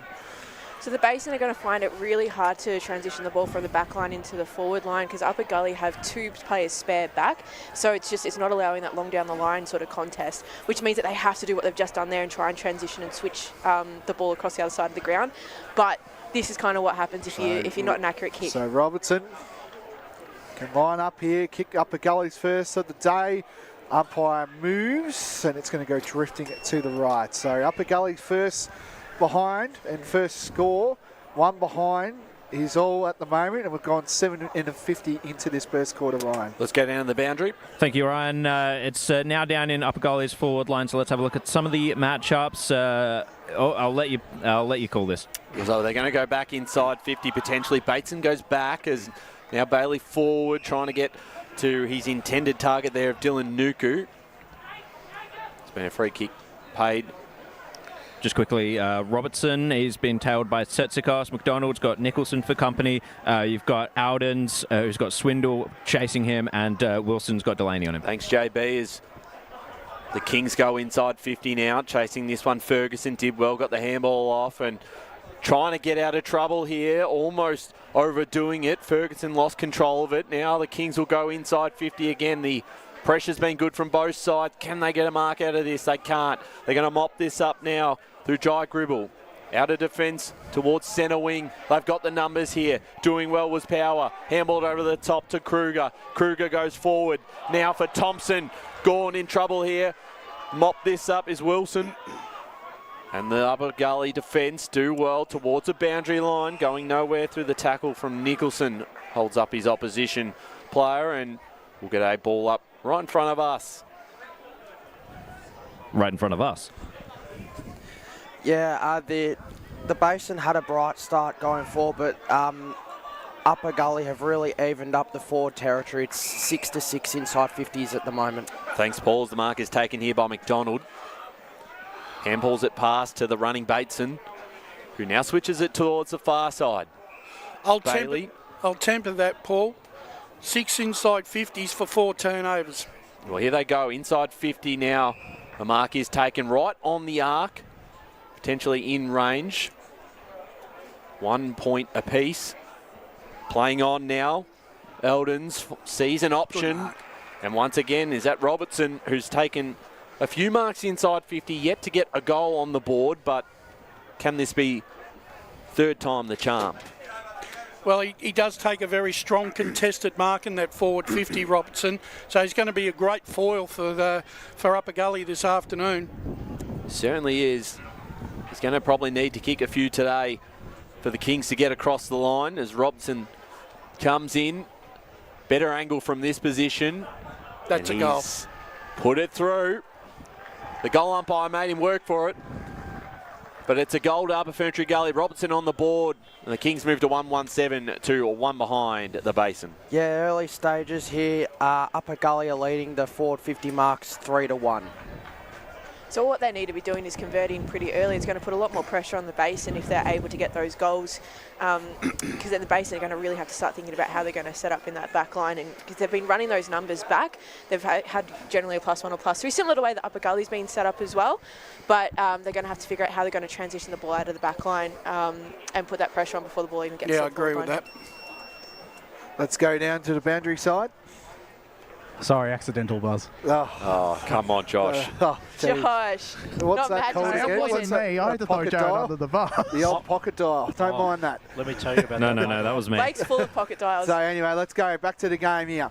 Gets a clearance kick there. That was by Surdakos. This one sending out a wing. Ferguson around this ball. Same as West. Plenty of Upper Gully jumpers, 2 against 2 here. And that might be a ball up. It will. Oh no, high tackle. High tackle gone to Upper Gully. Getting this play will be Rory Bailey. What a star he's been for Upper Gully. Been through it all. Down here. And he goes for a short kick. Finds Buster Todd. But gives it back to Bailey. Bailey goes inside. Big fly. Basin got a few numbers around this one. Surdakos around this ball here. And this ball's going to race out. It's going to be a boundary throw-in just on the pocket here. I'd say about maybe 35 metres out from Upper Ferntree Gully's goal here. Love the setup here that the boys in Upper Gully have got here. Got the ute in the back there. Good to see. Power in the ruck now. Power gets the hit out. He's going to get this one. Here's the big fella in Power. He's got a Upper Gully jumper around this one. Bateson around this one. Snapper around the corner for that, and that's an intercept mark taken, and they're going to go for the switch kick. Do they? Smith has this ball, goes to his teammate, to Gribble. Gribble goes for the short chipping kick. Good mark taken. That was by Upton. So Upton now plays on just on the broadcast wing. Finds his teammate in Thompson. Kicked the 5 goals last week.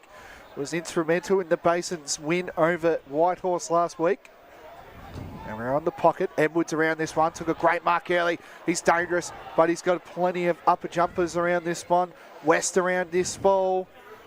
And where's this going? Could be done. Yeah. And that was a really great transition from the Basin. Just a really short, sharp kicks. And then having to go long down the line once Upper Gully got their numbers back. But it's the best way they could have moved the ball. So, out of the ruck. Did he get rid of it? Maybe not. Might get another stoppage here in the pocket. But in saying that, the Basin have been finding really good space moving into their forward 50, but they just have not been able to hit a target or capitalise on it. Well, it's a bit hard when it's a 1v5. Yeah, I get that, but I'm just saying that they've had opportunities also. Yeah. So a bit of push and shove still here. Plenty of feeling in this one early. As we'll get a boundary throw in inside forward 50 for the Bears. The tap down closer towards goal here for the Bears across the line, minor score. Brash, it's just because Upper Gully are playing more of a zone in that one kick distance away, which means they're able to get that first kick. Yeah, but then, because they've zoned off, it makes it hard for that forward 50 entry, and that's why they're not able to get that clear, or Basin aren't able to get that clear entry in. So Bailey, short kick out. Got a score update, Paul? Yeah, just some score updates in Div 2. Croydon 3-2-20 to Surrey Park 2 straight 12. Scoresby 2-2-14 to Lilydale 1 straight 6. And Templestowe 2-1-13 to Ringwood 1 behind. Oh, big fly. Couldn't quite bring it down that time. Could the Bears forward. Sizeword, I think that flew for that one. Thank you, Paul. We'll keep updated on that after quarter time and what's happening as the Bears go inside 50. Can they get a mark out of this one? They couldn't. It was intercepted that time by Jordan Nuku, who's had a bit of it today, looking to switch it to Darcy Meyer. Couldn't hit him on the chest, but had enough time to pick it up. He's kicked, though, under a bit of pressure. That's out of bounds on the full. Bateson can't take the mark. And it'll be Kruger to send it back forward again for the Bears. And he kicks it into the man on the mark. And we'll get a boundary throw in. Bateson, that was, who was able to affect that one. Yeah, Bateson looking pretty good here. If you just joined us, 1-1-7 plays 2 behinds, Upper Gully leading. 15.5 gone in this first quarter. Finals footy is back in the Eastern Football Netball League. Great to see. And as well being back here at Wally 2 Reserve, Ferntree Gully.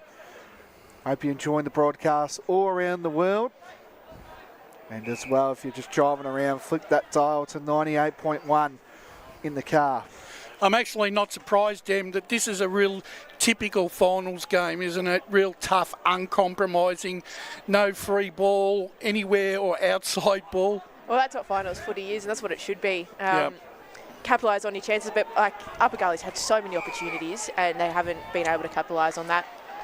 So free kick going to go to Upper Ferntree Gully here. And having that save is Meyer.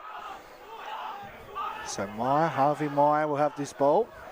He's just going to switch the kick here. Goes to the champion, Bailey. And Bailey will have this one. He plays on immediately. And this one might be 25. It will be. It's a testament to the Basin's defence. Like, they're really rolling those numbers back really quickly. And if Upper Gully aren't able to get that movement straight away, they're going to have to switch it like they've just done again. So on the outer wing, Bailey plays on immediately. Good mark taken. That was by Graham. So Matt Graham just on the outer wing now. Can go inside the forward 50 end for Upper Ferntree Gully. Getting this one up is McDonald. Byron McDonald goes to the pocket end. And he's got a player there. That player was intended to Bailey McDonald. And wrapped up here, and it's going to be holding the ball. And these are those elements of Upper Gully that I liked, was that quick movement. I mean, obviously there's a turnover here, but that's what gets them scoring or giving more scoring opportunities. Great mark taken there. That was by Liam West. He's having a good say in this game, early stages. 7.5 minutes into this first quarter. Finals footy. Goes and kicks short. This one might just roll out and does. It's going to be a boundary throw in. So almost played 18 minutes into this first quarter, just the 1 goal kicked. The Kings currently leading 1-1-7 to the Bears 2 behinds. So we're about 60 metres out from the Bears goals. Ball back into play. The tap down was won that time by Butler. They're going to look to go forward this time through Brown. His kick inside 50's turned over once more, and out of defence here, Upper Ferntree Gully go down the corridor. They take the mark. They'll look to use a teammate here in Zach Charles. Charles inside 50. It's a 1-on-2. Bateson's got a lot of work to do here. Got a hand to it, but the Bears are able to potentially escape. Great pressure there from Graham. Wrapped up his opposition and will cause a stoppage inside 50 here for Upper Ferntree Gully. Can they get another goal before the quarter time break just to give them a little bit of a lead and some confidence going forward? They haven't beat the Basin this year. Off the left boot was Jack Harrop towards the top of the square. A mark should have been taken but was dropped to the Bears. Going in for that one was Butler towards the pocket. And you can see the pressure. That was probably a mark he would have taken. No, I might have to stop the play here. Yeah, guys, there's a player down for Upper Ferntree Gully. I can't quite see who it is at the moment, but yeah, he's not getting up We'll yet. keep an eye on that one. That is inside their forward 50 and hasn't got up just yet. So currently where we're situated, we're 19 minutes into this first quarter. It's 1-1-7 Upper Ferntree Gully. The Basin 2 behinds as that player on his hands and knees have got back up to his feet, which is a good sign. Yeah, as long as he's vertical, that's a good sign. He doesn't look like he's fully vertical though. No, he looks like he's going to stay out. It's Braden Wilson. So, do I dare say maybe he was just winded? Well, he might be. He's still out there at the moment as play resumes. Tap down was won that time by Butler, but it went out of bounds. So he's still a little bit sore after that, is Braden Wilson, so we'll keep a close eye on that one. Thanks, Josh, as once again, another boundary throw-in. We're inside forward 50 here for the Kings. Good opportunity to get their second on the board. The tap down was won by Butler. Handball out of defence, was looking to get this to Gribble. Did okay. The boundary line might be a good result for the Bears at this stage, just to get out of their back half. Have to start looking at options of switching the ball into the middle of the ground, because this long down the line game that they're trying to play is just not really working out for them. So Butler and Harrop in the ruck here. Who's going to get their first hit here for this one? Harrop just taps it to himself almost, looking for Bateson. Bateson getting in this ball, and it's going to be another ball up just on the arc at the 50 arc down here. Well, the Basin of Upper Gully have recognised that Michael Thompson is the key player that they've got to keep out of the game this afternoon, and they're doing everything they can to frustrate him at the moment. Yes, it is, and might be a yellow card here. There will be, and it's gone to Bateson. Oh. It's going to go to Mackay Bateson. So he's getting the yellow card here. And not someone you want off the field, Josh. And Braden Wilson's also coming off at the same time. His right arm or right shoulder looks a little bit sore, so we'll keep an eye on it. So Upper Gully are going to have 2 on the bench. So that's, can the Basin capitalise on this moment now? They've got 2 on the bench. Harlow will have this save, so we're just going to wait a little bit now for timing. Can't say he's in a hurry to get off either. Well, I don't think he thought he was going to get carded brush, unfortunately. Oh, well, that's just the way the cards crumbled, Blake. Do you reckon he was going to wait the 15 minutes getting off? So Halo goes to the centre of Wally 2 reserve here. Upton with the spoil. Getting this ball here is Edwards. Edwards gets this one tackled immediately, and it's going to be a ball up here. They can't keep their feet in the forward 50, the base, and every time the ball comes to them, they're really struggling to hold their feet. It's probably a symbol of the pressure that they're being put under as well. I'd agree with that. Gets the hand pass, bit of a don't argue there. Might be a high tackle, it will be, so a high fend. Oh, no. It's gone back to the Basin here. Looks like Lavender will have this one here for the Bears. Sertikos goes into the pocket. Heard of a little bit of a whistle. Is that a free kick or is it out of bounds? Well, I heard 2 whistles. So I don't know what's going on here. Boundary throw-in, it looks like. Yeah, but we did hear 2, didn't we? Here we go. I didn't. You're right, Blake. I heard 2 whistles as well. Yeah. Conflab underway. Maybe it might be one of those phantom umpires with one that have a whistle over the boundary line. Yeah, here we go. So Basin will get the free kick here. Opportunity here for them. So that man Thompson kicked the 5 goals for the Bears. So Thompson can come in on the pocket here. He's on it's a pretty, not a good look here, just on an angle here. And Michael Thompson, that is made an absolute meal out of that one. And that's going to go out of bounds on the full here. No scores to either side here. And we've gone 23 minutes in, and it's 1-1-7 to the Basin, 2 behinds, Brian. After such drama, what great disappointment it was there for the Basin. Paul, do we have the stats on how many set shots the Basin have had this quarter? Because they've had a lot of balls rushed into the forward 50. I don't think I've really seen them taking many set shots. Yeah, it's a good point, and they've only got the 2 points to show from it as they go down the line to Upper Ferntree Gully. Underneath that one, could it bring it down, was Butler. Now at ground level, it was Robertson who's got his handball cut off. Ferguson to Thompson, back to Swindle. Now Gribble. He goes back to Ferguson. Looks inbound, finds a target. There's Kruger. Long way out from home. What can he do? Can he hit up a target inside 50? Goes to the Edwards directions. Got hands to it. Couldn't bring it down. Ball hits a deck. Almost copping one high there. Hello got the handball away. It was stolen that time by Busted Todd, who sends it out of defence and finds his target in Jack Harrop.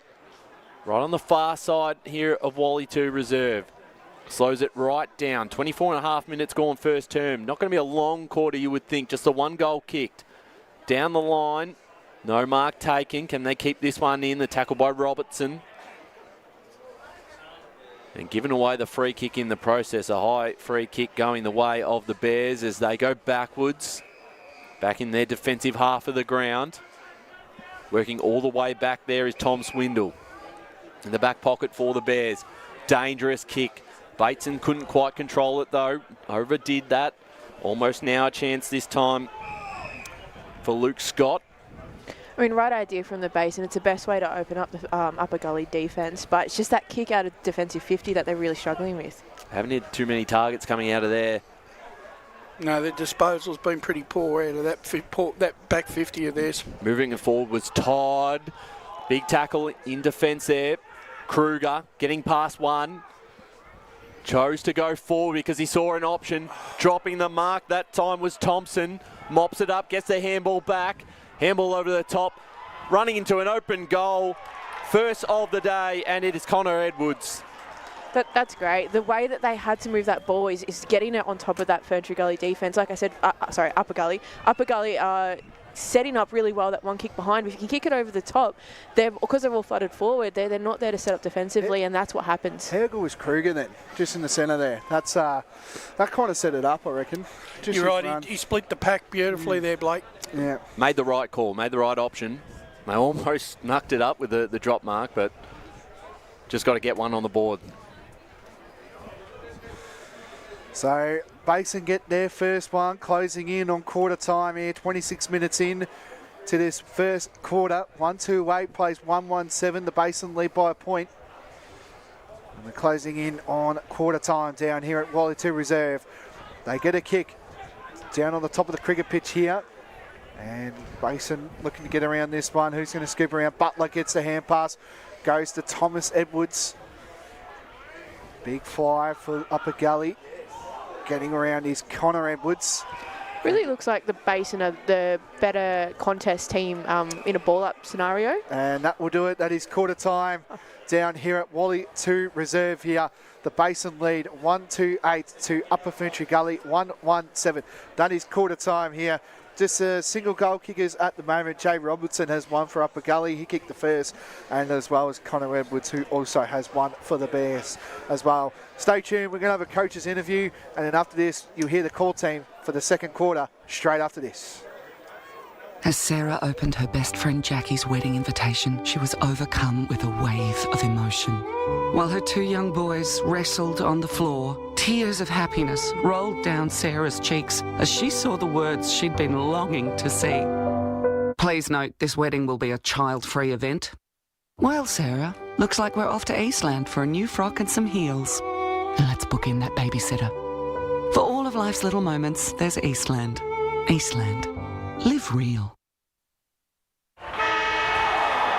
Sprained your ankle, bursting through the banner? Broke a finger, high-fiving the ruckman? Or did you run into the goal post again? For bumps, breaks or bleeds, be seen sooner, close to home at Knox Private 24/7 Emergency Department. The preferred provider of emergency care to the Eastern Football Netball League, you'll generally experience shorter wait times. You don't need private health, but there is an out-of-pocket fee. Be seen sooner, close to home at Knox Private 24/7 Emergency Department, 262 Mountain Highway, Wanturna. Do you feel good about your bank? Because there is a bank you can feel good about. They share their profits to fund big community projects, small community clubs, and vital emergency services. They've given $250 million to help Australian communities thrive. They have all the products and tech you expect from a big bank, with service you don't. It's Bendigo Bank. Feel good about who you bank with. Try Bendigo. Search bendigobank.com.au or search Bendigo Bank near me. The one thing that puts a smile on my face is my kids. The sun shining through the clouds, even in winter, absolutely puts the biggest smile on my face. Seeing delicious food on the table ready for me when I get home. One thing that always puts a smile on my face is seeing my family. The thing that puts a smile on my face every time is really good music. Just the simple pleasures in life. Be remembered for the greatest moments in your life. Find out more at tobinbrothers.com.au. Tobin Brothers Funerals, celebrating lives. At Yarra Valley Water, we know reducing your shower time, or show time, to 4 minutes can save you an average of $200 a year on water and energy bills. Shower shorter. Save water. Authorised by the Victorian Government, 1 Treasury Place, Melbourne. Sprained your ankle, bursting through the banner? For bumps, breaks or bleeds, be seen sooner, close to home at Knox Private 24/7 Emergency Department. You'll generally experience shorter wait times. Knox Private 24/7 Emergency, 262 Mountain Highway, Wanturna. listening to Radio Eastern FM 98.1. With live and exclusive coverage of the EFNL football season, bringing you the match of the day with score updates from all divisions. And now we cross to our commentary team for the Radio Eastern 98.1 Match of the Day coverage. Welcome back to Wally 2 Reserve. It's finals time in the Eastern Football Netball League, and we're down here at Wally 2 Reserve here. Currently at the moment, the Basin lead by 1 point. 128 plays 117 as well. My name is Blake Turin, joined by Ryan Long, Wayne Brasher, Emily Mackay. We've got Paula Coney in the scores centre, so we're going to hear it straight away off the bat here. Paul, what's the big scores around the grounds? You've got Div 2 ready, or? Yes, so yeah, here we go. In Div 2, Surrey Park lead 4-1-25 over Croydon, 3-3-21. Scoresby 4-2-26 over Donvale, 2-1-13. And Tempe 2-2-14 to Ringwood, 1-1-7. And in Div 4, Fair Park 5-1-31 to Doncaster, 3-1-19, and Warrandyte 6-1-37 to Kilsyth, 2-2-14. So you would say that's the top four just about settled, unless things really start to turn around late. While we've still got some time, maybe what's happening in Premier Division? Obviously a big game at Blackburn versus Berwick today. Hopefully we've got an update from Blackburn. So it's quarter time there. Blackburn 6-5-41 to Berwick 2-2-14. Geez, so strong start by Blackburn. And what's Rowville Doncaster East, Paul? Rowville 7-4-46 to Doncaster 1-1-7. Geez, so that's a strong start by the Hawkies there. So keep us updated, Paul. I know you do a terrific job as well as the stats as well. So doing a terrific job for that as well. I might get Wayne Brush. No. He's having his coffee. That's all right, Blake. Would you like a bit of a summation on the first quarter? So how do you feel? I felt like the Basin in that first 5 minutes, they were on top, and then after that, I felt like it was up a gully. I feel like they're in the I would say P1 at the moment. I would say. Yeah, look, they looked a bit more dangerous in going into their forward 50. The only thing that brought them undone, Blake, was I think they turned the ball over at least 5 times in their forward 50 entries. The Basin, on the other hand, when they got the ball in their forward 50, they couldn't keep their feet. Yeah. Their ball just kept going underneath, around, and I think the Basin have worked out. Let's go. Boundary side. Thank you very much, gentlemen. I've got Chris Fletcher, senior coach of Upper Ferntree Gully. Mate, it was contested and congested. How did you see that first quarter? Yeah, as we said in the pre-game, we knew it was going to be high pressure. Finals always are. It's going to be a tough contest. Both sides having a good hard go at it. So hopefully it keeps going for another couple of quarters, and we can sort of edge our way on top. Yeah, 100%. Any changes for this quarter, or anything new, or just keep going as it is? No, just keep going, mate. Just keep working on what we want to work on. We've touched on a couple of areas we think we need to improve, and hopefully we can lock that away this quarter and start to get on top.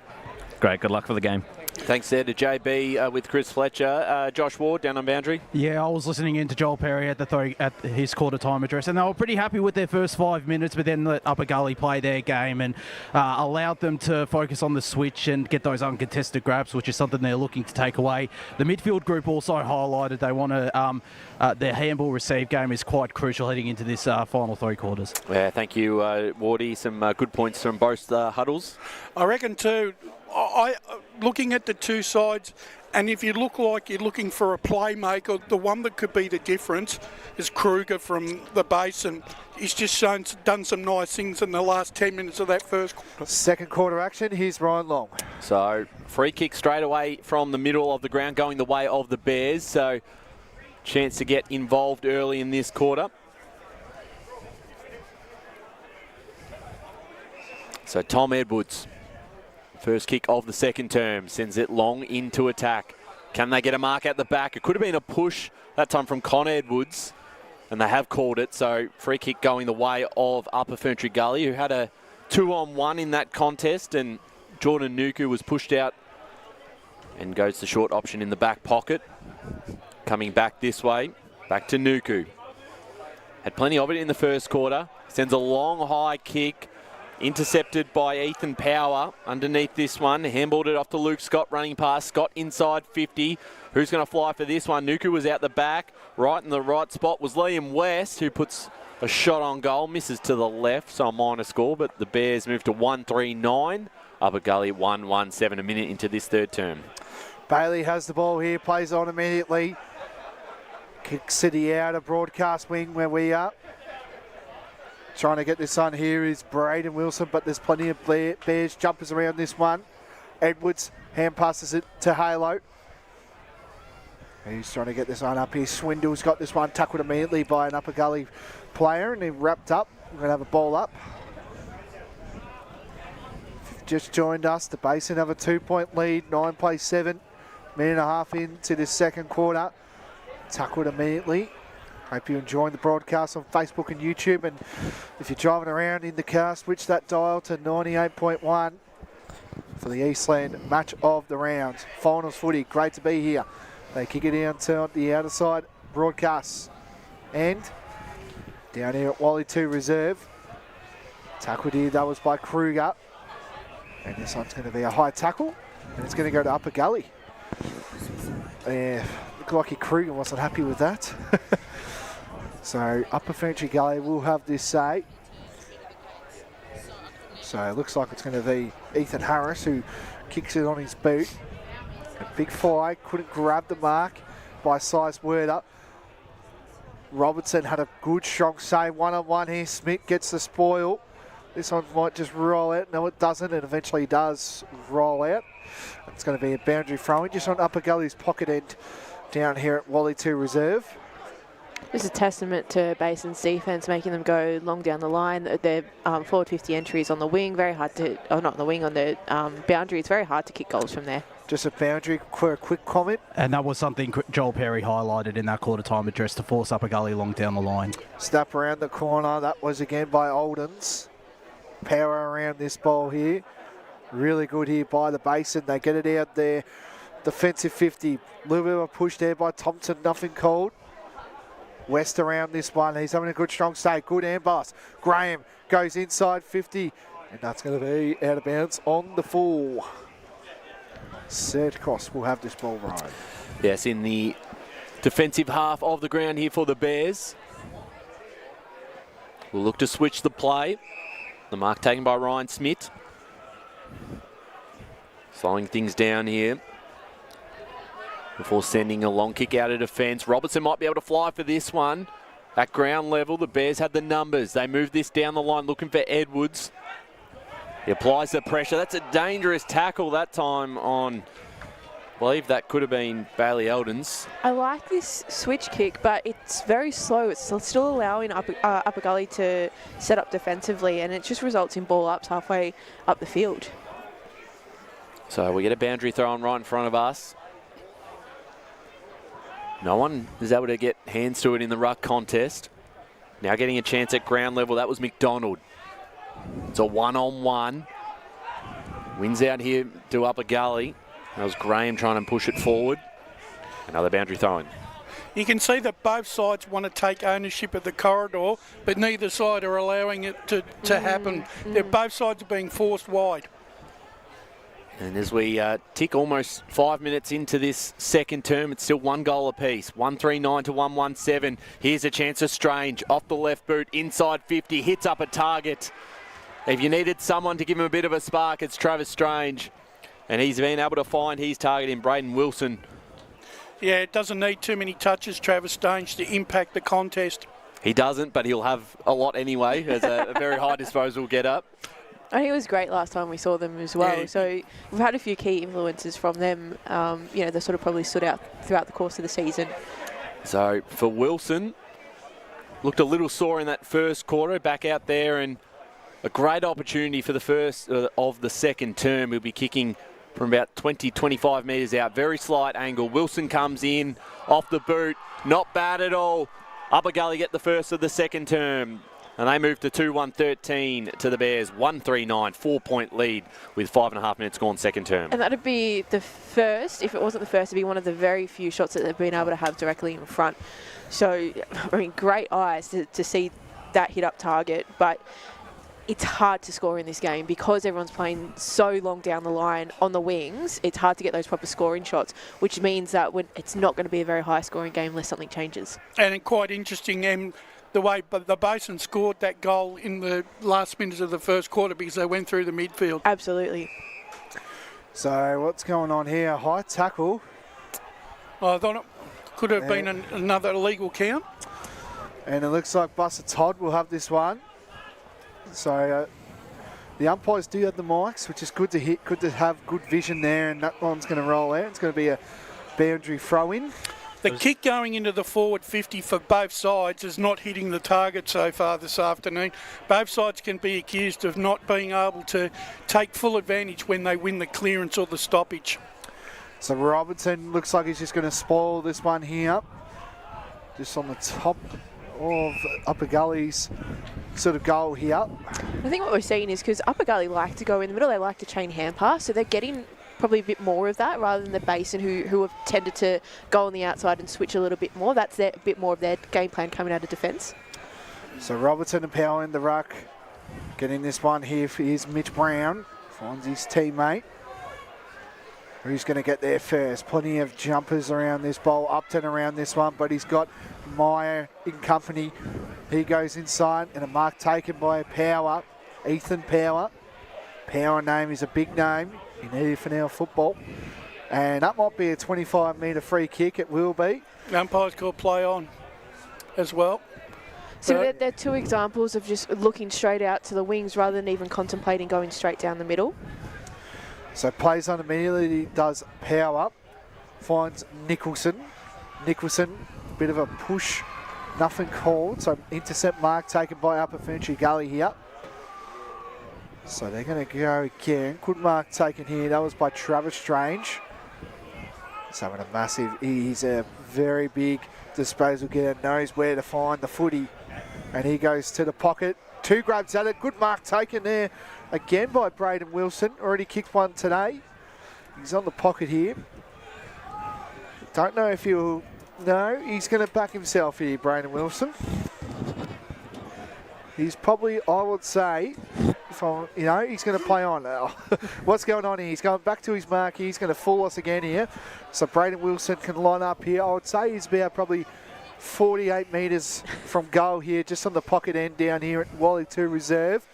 And that is an absolute shank, and he's missed that one. So 2-3-15, Upper Ferntree Gully, the Basin 1-3-9. We played 8 minutes and 45 seconds into the second quarter, Ryan. Yeah, 2-2-14, 1-3-9, 5 points in it as the Bears will take the kick in. Long out of defence. Can they get a mark out of this? Out the back. Upper Gully have got all the numbers. Bateson handballs it to no one, just in a bit of space in the end. Thought someone was there. Getting through traffic there, West. They move this back out to the teammate who goes forward to Power. Power, quick little handball that time to Edwards. Edwards gets it off to Kruger. Kruger inside 50, leading for this one. The mark is taken inside 50, that time by Michael Thompson. Well, they did really well there, the Basin, to work it out of a shoebox end and managed to, with 5 handballs and a long direct kick, have managed to set themselves up for another shot at goal here. Well, and that's kind of what's needed in this game is those short hand passes to get it out of contest and then to go into the middle. Like, that's what we're saying is the middle of the ground is where the space is at, and you're able... He's missed to the right, so missed opportunity there. Their forward 50 entries from the middle are just so much better rather than trying to be kicking it from where the wing is. A rare inside 50 for the Basin there. The Upper Gully lead that count early on this quarter, 6-2. And now the scoreboard ticks to 1-4-10 for the Bears, 2-2-14 Upper Ferntree Gully. So Bailey will have the kick-in duties. Low scoring contest, and if you're just joining into this game, Upper Ferntree Gully are the best defensive team in this competition in 3rd Division. So a couple low scores that Upper Gully have set, so we could be in for that today. So thought I'll mention that stat for the listeners. He gets the kick, spoiled there, that was by Smith. McDonald now kicks it on. Good look at this on the broadcast and where we are. Sizewell will have this say. The Basin do well with Sertikos, gets this hand pass. Sizewell going for the bump. Bateson around this one, finds the other Bateson. Bateson goes to Oldens, 1-on-1 in the goal square. Couldn't get this one here. We're in the pocket now. Who's going to try and get this one up for Upper Gully? That's going to be tackled straight away. It's going to be a ball up. I'll probably say we're probably 7 metres away from Upper Gully's goal here. 11 minutes into this second quarter. Great gut running then. 10 plays 14. Upper Gully lead and a holding. And it's going to go to the basin in Butler. Butler's going to go for the hand pass as the ruckman always does. Big fly taken and a good mark taken by Upper Ferntree Gully here, and that's Buster Todd. A few interesting names for Todds. There's one couple playing in the reserves here. He goes deep inside the forward 50 of Upper Ferntree Gully here. Snap around the corner with a check side. Boonana! And Upper Ferntree Gully get a good goal there. And that could get the spark going there. And I think that man in Matt Graham has that goal there with the check side. Tobin Brothers goal of the day. I can officially say it. That is in the running. I've known my last one. Well, we don't have the award today. It's a home and away season award, but we'll keep dropping the sponsor name. Very good. Yeah, so that's a great check side at Boonana. So thought I'll get that one out for the finals. There we go. 10 points the margin, and Upper Ferntree Gully just starting to get a little bit on top. 12 minutes gone in this second quarter. 3-2 plays 1-4. Thanks for joining us on Radio Eastern 98.1 FM and our Facebook and YouTube streams as we're back in the middle again. Kruger, who's been good. He'll get the clearance forward for the Bears. Sport from behind, that time by Bailey. Did a fantastic job on his opposition. Brown chasing this. He's got Graham to compete with as well as the ball crosses the line. As I was sort of saying at the end of the first quarter, I think that the Basin are really good with that ground ball the contest in the middle, throw up in the middle. And they're winning lots of those clearances, so if they can capitalise on that, they'll get those scoring opportunities pretty quickly. Absolutely. Kruger's been a key part of that for the Bears. Not just today, but across the entire season. Picked up cleanly that time by Nick Hallow. Ferguson, back to Edwards. Edwards now inside 50. No mark taken. Quick little handball that time from Raymond as they look to get it out of their defence. Just into space towards us on the broadcast side. Who's going to get there first? The Bears have got more numbers to the ball, and it was smothered that time. Smith's kick was affected. Going the don't argue that time was Edwards. Back to Smith now forward, needing a mark. No mark taken. At the front position was Upton. Might have copped one there as Butler's little dribbler kick is cut off by Bailey. Bailey hits up a target in Jack Harrop. Can they get something going once again? Upper Ferntree Gully, 10-point lead. They've kicked the only 2 goals of this quarter. Down the line, the intended target that time was Dylan Nuku, but can't beat Kyle Delaney. He takes the intercept mark. He looked like he was going to spoil that, and it somehow landed in his lap. Worked out all right for him in the end as he goes to Sertikos. And he'll now switch it towards the far side. Just taking the mark in play is Damon Nicholson. He goes now down the line. They've worked this across the field.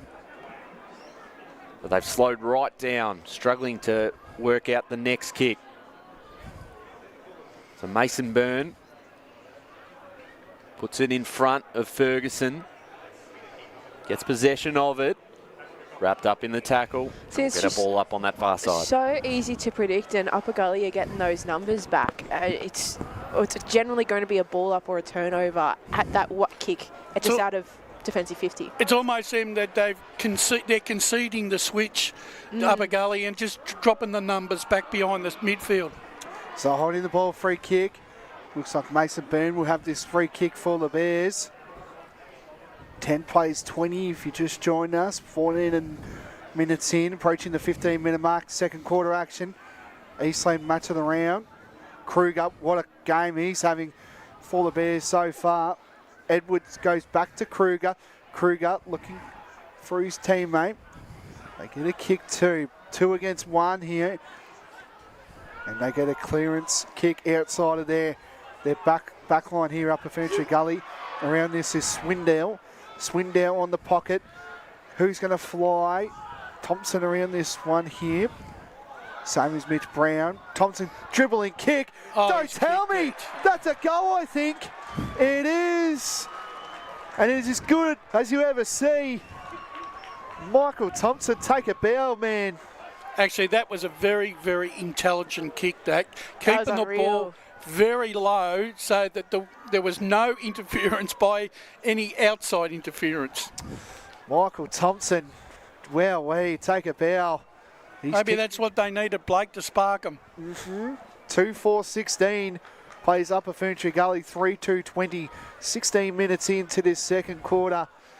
And he kicked a 5 last week. He's got 6 in 2 games so far, Michael Thompson, so he knows where the big sticks are coming across from Muralbark. So he's been able to have a big say, Ryan. Yeah, absolutely. They needed that one too. Their first of the second term. Harrop got rid of his handball in time to Bateson, who's back out there after the yellow card. His kick is cut off this time by Swindle. Handballs it to his teammate in Gribble and receives it back again. Forward they go. Can they get something out of this one? It's turned over and the mark is taken by Zach Charles for Upper Ferntree Gully. Looks to use his teammate there in Eldons. Couldn't take the mark and now have the numbers do the Bears. Nick Hallow finds his target in the middle ground. Here's Kruger and he's caught that time. Didn't get rid of it. Now a chance for Upper Ferntree Gully. They'll handball forward. Can they get him on the transition? Bateson over the top. Wilson inside 50. They've worked this well towards the top, and there's Glenn Robertson. Gee, that's a fair What a grab. That is a fair mark. That was unreal. That was an awesome mark. Last 2 minutes have been so good. And Wilson, to his credit, situated it in the absolute perfect position for Robertson to get the leap. And what a grab that is. And Jay Robertson. This would be a great response too. It would be, wouldn't it? That was fantastic. Gee, that was a really good. That was a really good tackle there in the midfield on Kruger. Did you see how far he bounced off the ground after he landed? It was another foot off the ground. So Robertson lines up and he puts it through. And the kick gives Upper Ferntree Gully back a 10-point lead, 4-2-26 to 2-4-16. They're the sort of things that inspire greatness in men. And that could be the real catalyst for Upper Ferntree Gully to really take a bit of a stranglehold on this game before half time. As I was saying, the Basin are really good at centre clearances, so they've just got to get through this, but their transition out from the back line's really good. It's like sort of using that middle of the ground like we were talking about just before. That's where those really good forward 50 entries are coming from. Yes, so 10-point lead to Upper Ferntree Gully, 26-16, 18-minute mark, second quarter. The Eastland match of the round, finals footy. All in for the finals. I like that little slogan, Ryan, as well. So, getting this on here is Gibbons. Gibbons goes towards the pocket, big fly. Getting around this ball here is Gribble. And this one's going to roll out. It's going to be a boundary throw in. So, 18 minutes in. There's a boundary throw in. 10-point lead to Upper Ferntree Gully. 2 rucks going at it in Power and Harrop. Power gets the hit out. Good chain of hand passes here for Upper Ferntree Gully, but Kruger has another say, and that's going to roll out. It's going to be a boundary throw-in. So 10 points is the margin.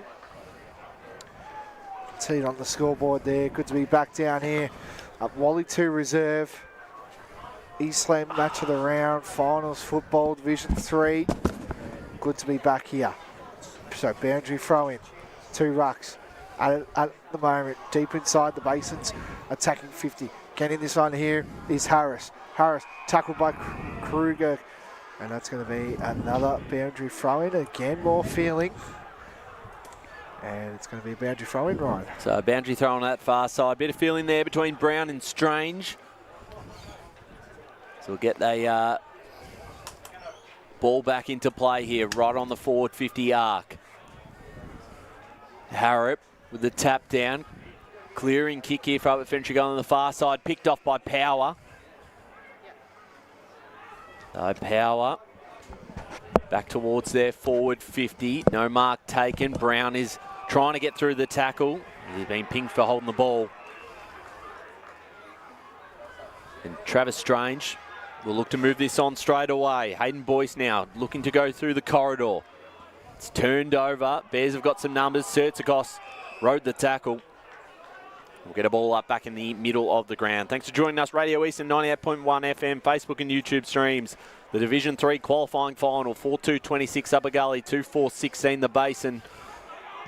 As the Kings move this towards us on the broadcast side, the bounce goes sideways, giving Wilson nothing to work with. Actually, I reckon it's going to be a really important 5 minutes, I reckon, or so, leading into half-time. Upper Ferntree Gully, if they get another goal, can take a really big psychological advantage going into the second half here. They can. We'll get a score around the ground with Paul. In Div 2, Surrey Park 6-3-39 to Croydon 4-8-32. Lilydale 9-2-56 to Scoresby 6-4-40.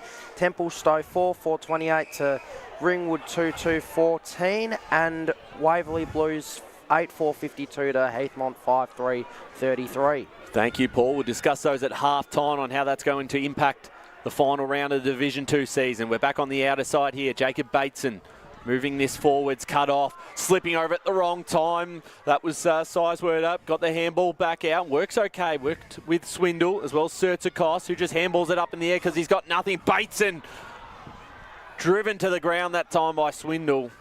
We'll get a ball up far side. Are going to have a pretty rough time getting the ball into their forward line. Basin have rolled 2 back extra, so it's going to be very hard to get those forward 50 entries that they've been good at in this quarter. So again, there, clearance there, that was by Gibbons. West got a little bit high, will be high.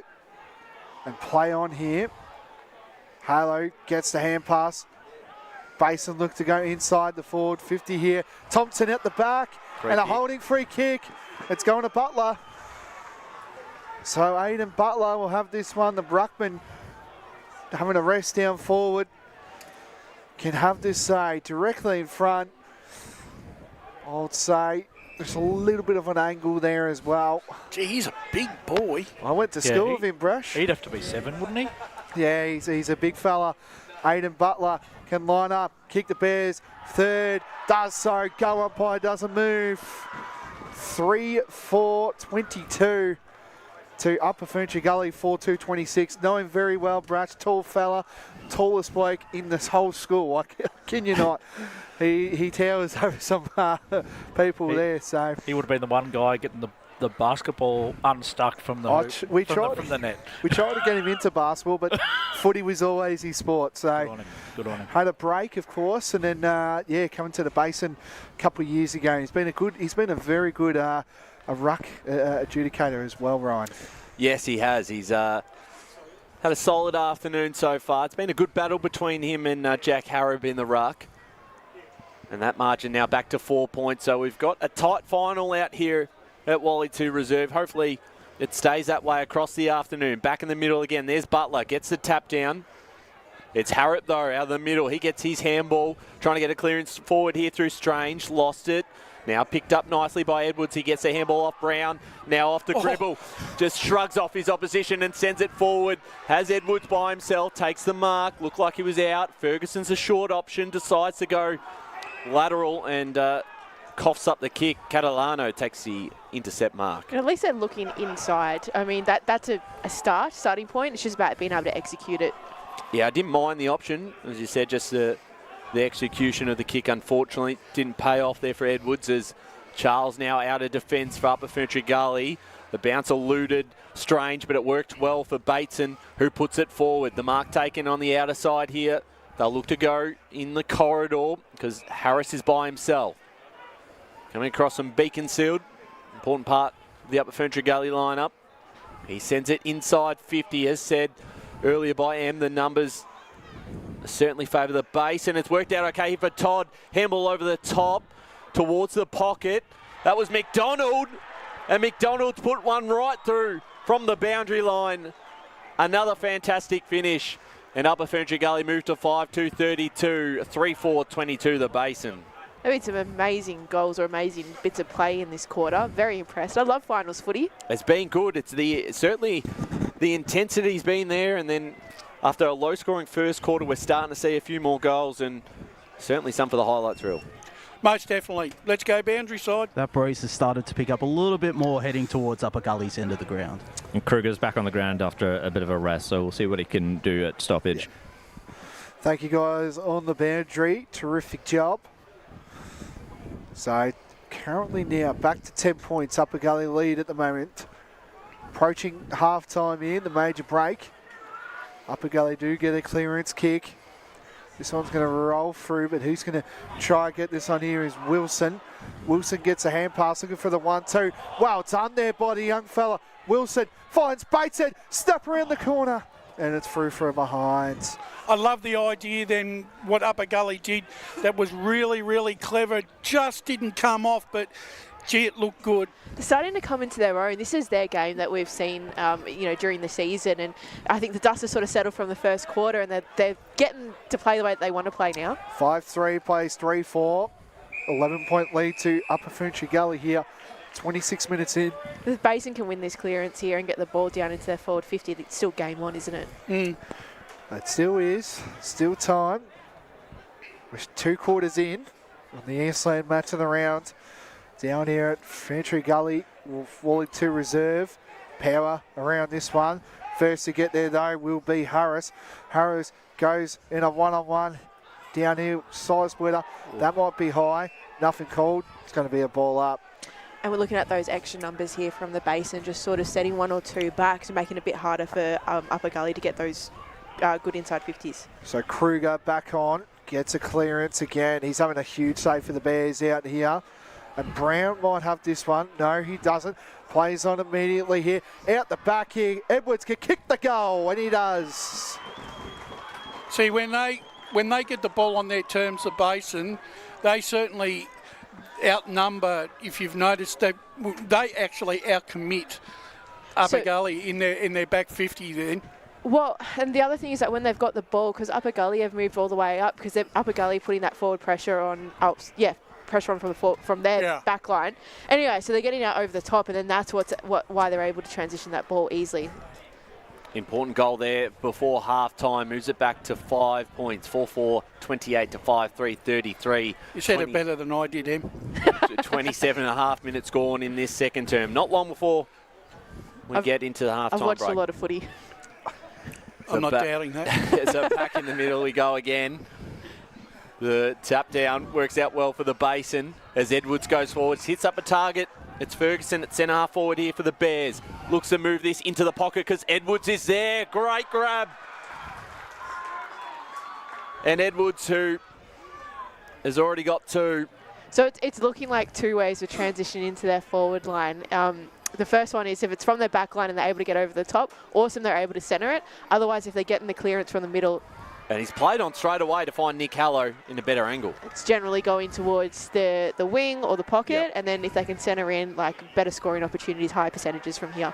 Which they've done so here. Nick Hallow, we're right behind this one, so we'll be able to tell as soon as it's off the boot if the Bears are going to go in front just before halftime. There's your siren, so to put the Bears in front at the halftime break, Nick Hallow has missed to the right.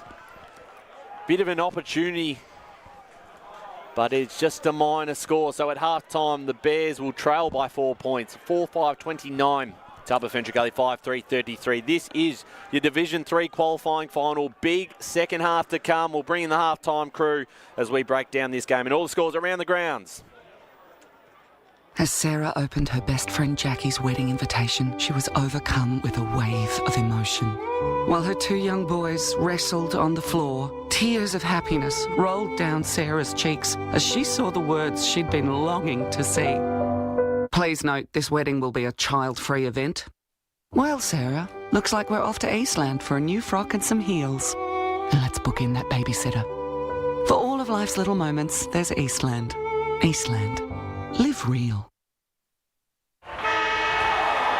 Sprained your ankle, bursting through the banner? Broke a finger, high-fiving the ruckman? Or did you run into the goal post again? For bumps, breaks or bleeds, be seen sooner, close to home at Knox Private 24/7 Emergency Department. The preferred provider of emergency care to the Eastern Football Netball League, you'll generally experience shorter wait times. You don't need private health, but there is an out-of-pocket fee. Be seen sooner, close to home at Knox Private 24/7 Emergency Department, 262 Mountain Highway, Wantirna.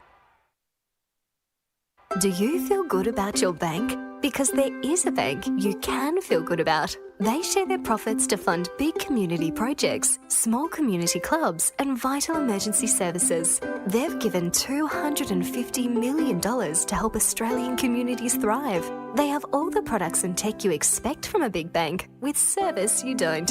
It's Bendigo Bank. Feel good about who you bank with. Try Bendigo.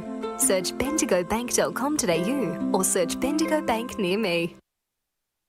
The superpower I'd love for a day is to fly. If I could have a superpower for a day, it would be to time travel so I could go back and see how life was when my parents were young and stuff like that. Be mind reading. It's always good to know what other people are thinking. At Tobin Brothers Funerals, their superpower is always providing compassionate care to families at their absolute time of need. Get to know the team at tobinbrothers.com.au. Tobin Brothers Funerals, celebrating lives. Do you want to study at the #1 sports science school worldwide? Study sport at Deakin and benefit from the most advanced sports facilities available, from running tracks to biomechanics labs, and decked out gyms to a climate chamber. Deakin have what you need to graduate ahead of the pack. Discover endless opportunities in sports science by visiting deakin.edu.au/sport. Deakin, proud sponsors of the EFNL. You are listening to Radio Eastern FM 98.1. With live and exclusive coverage of the EFNL football season, bringing you the match of the day with score updates from all divisions. And now we cross to our commentary team for the Radio Eastern 98.1 Match of the Day coverage. Welcome back to Wally 2 Reserve for today's edition of the Eastland Match of the Round. Division 3 qualifying final between the Basin and Upper Ferntree Gully. And we've got a ball game on our hands out here. It is the Kings 5-3-33 leading the Basin 4-5-29, who had an opportunity to lead at half-time, but Nick Hallow missed right after the half-time siren to see Upper Gully still lead this contest. Josh Ward here alongside Jared Beanland, Brett Davidson and Matt Spider-Lee. Davo Spider, I'm going to go to you first. What do you make of that first half? Proper final footy, I reckon it was. Yeah, good pressure footy from both sides, particularly in that first term. Like it was really hot in the kitchen early. Liked what the Basin did. Really liked what Upper Gully did. They brought the heat early. Laid some really strong tackles. And the contest and clearance work, Davo, particularly from the Basin, has been impressive during this game. And it's been a bit of a contrast in ball transition. You know, Upper Gully have had to do a lot of their ball movement from their back half, whereas the Basin have been able to run and spread through the corridor and give their forwards some opportunities through their 50. Yeah, I think that's where the difference has been. It's been the fact that you've had a situation where the Basin, the Basin have gone through the middle a little bit more. Upper Gully, especially that first quarter, they transitioned the ball across the ground, switched it well, but they went down the line a little bit too much for my liking, but it was the defensive end to kick to. That second quarter, they took a few more risks. Yeah, and Harris was really good, and really important, setting up a couple of those score involvements. Yeah, and I think the game changed a little bit when Power went into the ruck. Yeah. I thought that really changed things up for the Basin. They started to get a little bit more ball. They were able to get some movement through the middle. I thought that... who have I thought? Well, Butler went down. Butler snuck forward for a while too there for the Bears. Yeah, I really liked Edwards. I thought he was good through the middle. Yep. Hallow's done some good things. And for Upper Gully, Strange, of course, has been great. Yeah, it's been good, yeah. But I really like Jacob Bateson, and I reckon I counted 4 times where he either tackled or smothered or did something. Impact on contest. That created something else, and that's what you want a small forward to do, and he's been very, very good. Absolutely. And Jared, we've been down on ground level, and it has been a very intense contest as well, as it must be said. 100%. I've been really impressed by the pressure of both teams. I think Upper Ferntree Gully's pressure is perhaps, I've liked it a little bit more. They've not given enough oxygen to players such as Gibbons. Kruger's been onto the cosh a little bit. Some of those ball movers and inside mids as well for the Basin just haven't quite been able to get on top at times. But then, as you said, Brett, when Power got into the ruck, it did change the complexion a little bit. And so I liked that. Very fascinated with the way that the Basin's moving the ball as well, sort of taking a little bit of advantage of Upper Ferntree Gully pushing higher up the ground. It's troubled them a little bit. Well, it's the risk and reward, Jared, isn't it? I mean, if you want to play up that high, you've got to give something back risk the other way, don't you? That's 100%. the thing, yeah. And I think that's where the Basin is sort of making up for a little bit of their lack of height is being able to play that sort of transition style, get it over the top that Em's been talking about, and Brash as well. Yeah, absolutely. But before we look ahead to the second half, of course, there are some important scores around the grounds, and we're going to highlight Division 2 because that's a massive weekend with both the relegation race and the finals race still open. The first game we'll touch on, Surrey Park 9-4-58 lead Croydon 4-8-32 at Croydon Oval. And of course, it was highlighted yesterday the amount of players Surrey Park had out of this side heading into this weekend, and Croydon having to win to book their finals ticket. They now will be a game outside, or finish a game outside the top 5, because the Lilydale lead over Scoresby 9-3-57 to the Magpies 6-5-41. The Magpies at this stage will be getting relegated because Templestowe lead over Ringwood 4-4-28 to the Redbacks 2-2-14, and Heathmont trail Waverley Blues as well 8-5-53. The Jets 5-3-33, and in a massive surprise out at East Burwood Reserve, the Rams 13-1-79 lead Mulgrave 4-4-28. So a 51-point margin out there at East Burwood. Of course, Mulgrave don't have Connor Tilliard playing for them today, and a couple of others out of the lineup as well. But you're probably taking a few off at half time. Yeah, if you're, Matt Richards as well. But I mean 13-1. That's pretty remarkable. That is remarkable. I mean, there's a bit of breeze today too, so for that score to occur, that's just absolutely phenomenal. And it just probably goes to show what Eastbourne have done during the year. When they have their good moments, they are capable of mixing it with some of the better teams in the competition. So at this stage, Lilydale are playing finals, and Scoresby will be relegated back down into Division 3 for season 2027. But that could change. I mean, this second half, You never know. Things can happen. I mean, that margin, Scoresby-Lilydale game. Let's touch on some of the other Premier Division scores as well. Blackburn lead by 30 points, 77-47. Roval 74 lead Doncaster East 38. Bourne 67 lead Noble Park 13. South Belgrave at halftime 10-18-78 lead South Croydon 5-11-41 at Belgrave South. So that's a massive opportunity for South Belgrave to lock up their spot in Premier Division. Is that 10-18? That's 10-18 they've kicked. That's an incredible 28 shots at goal. Yeah, that's an and we talked about that defence, didn't we, about South Croydon. And then the final score, Vermont 10-3-63 lead East Ringwood 4-4-28 out at East Ringwood Reserve. Yeah. So that's a big score as well. And that's a big story as well. I mean, Vermont, who knows, they still could reach the top 3. They could. That's a bad day for Bulls and Bulldogs alike, though. It's going to be very interesting, that round 18 clash between South Croydon and Noble Park. It will be. Division 1, Bayswater trail Norwood 32-54. Montrose now lead against Beaconsfield 26-22. Baronia and North Ringwood are locked at 44 apiece. Park Orchards 45, trail Moorbark 59 out of Dominee Reserve. And Mitcham 47 lead Wanturna South 34 in that game out at Walker Reserve. So at the moment, who's finishing on top? We've got Mitcham on top. So it is Mitcham on top. They'll win no matter what. They've signed up the minor premiership. We'll wait and see. You never know what could happen. Josh, tell me your feelings about Moorbark. Just rock up one day. Not on air.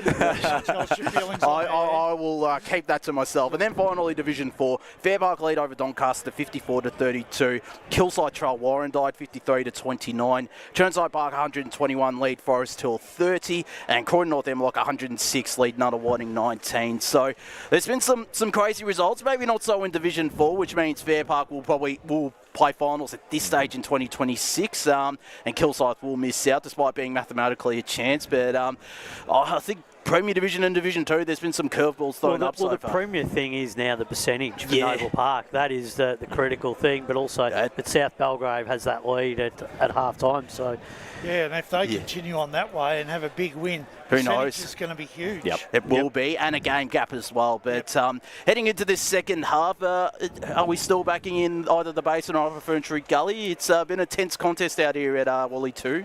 I'll stick with Upper Gully, but I think the Bears are in real good shape in this going into half-time. Yeah, I'm sticking with Upper Gully as well, but I think the Bears, when they go forward, they look really dangerous.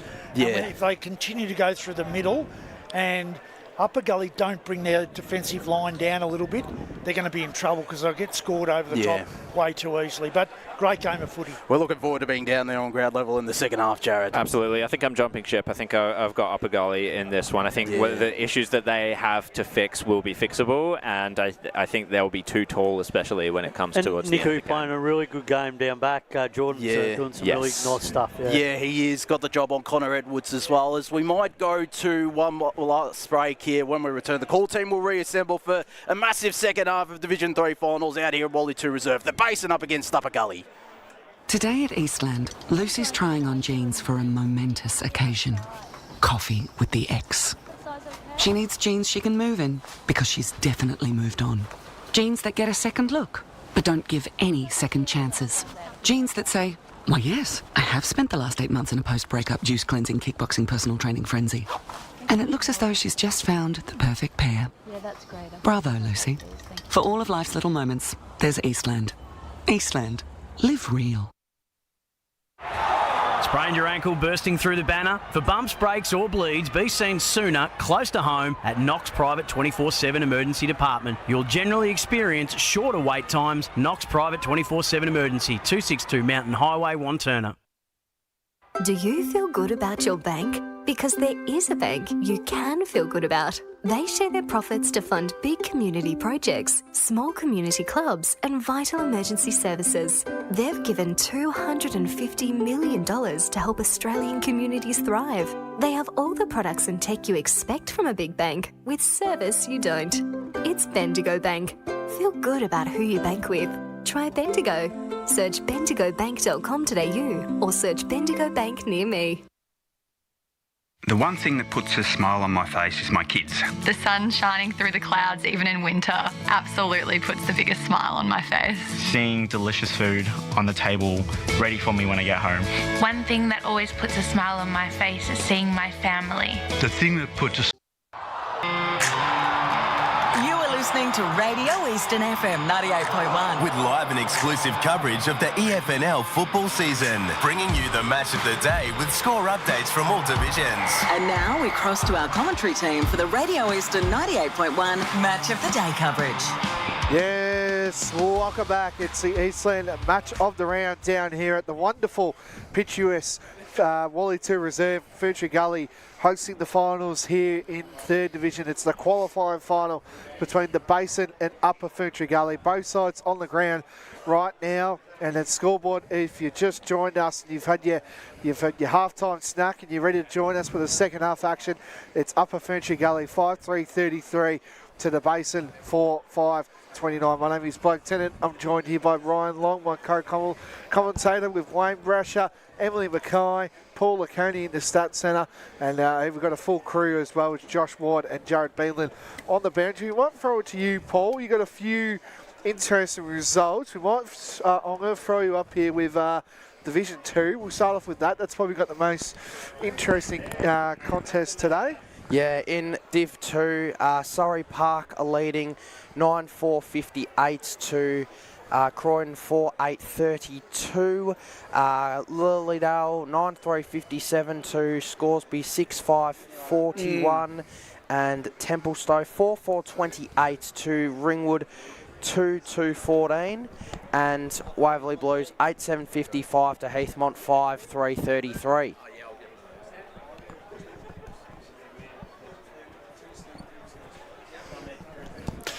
Yeah, there's some low-scoring games in that there, Paul, and that interesting game is that Templestowe game. Such a low-scoring affair. Yeah.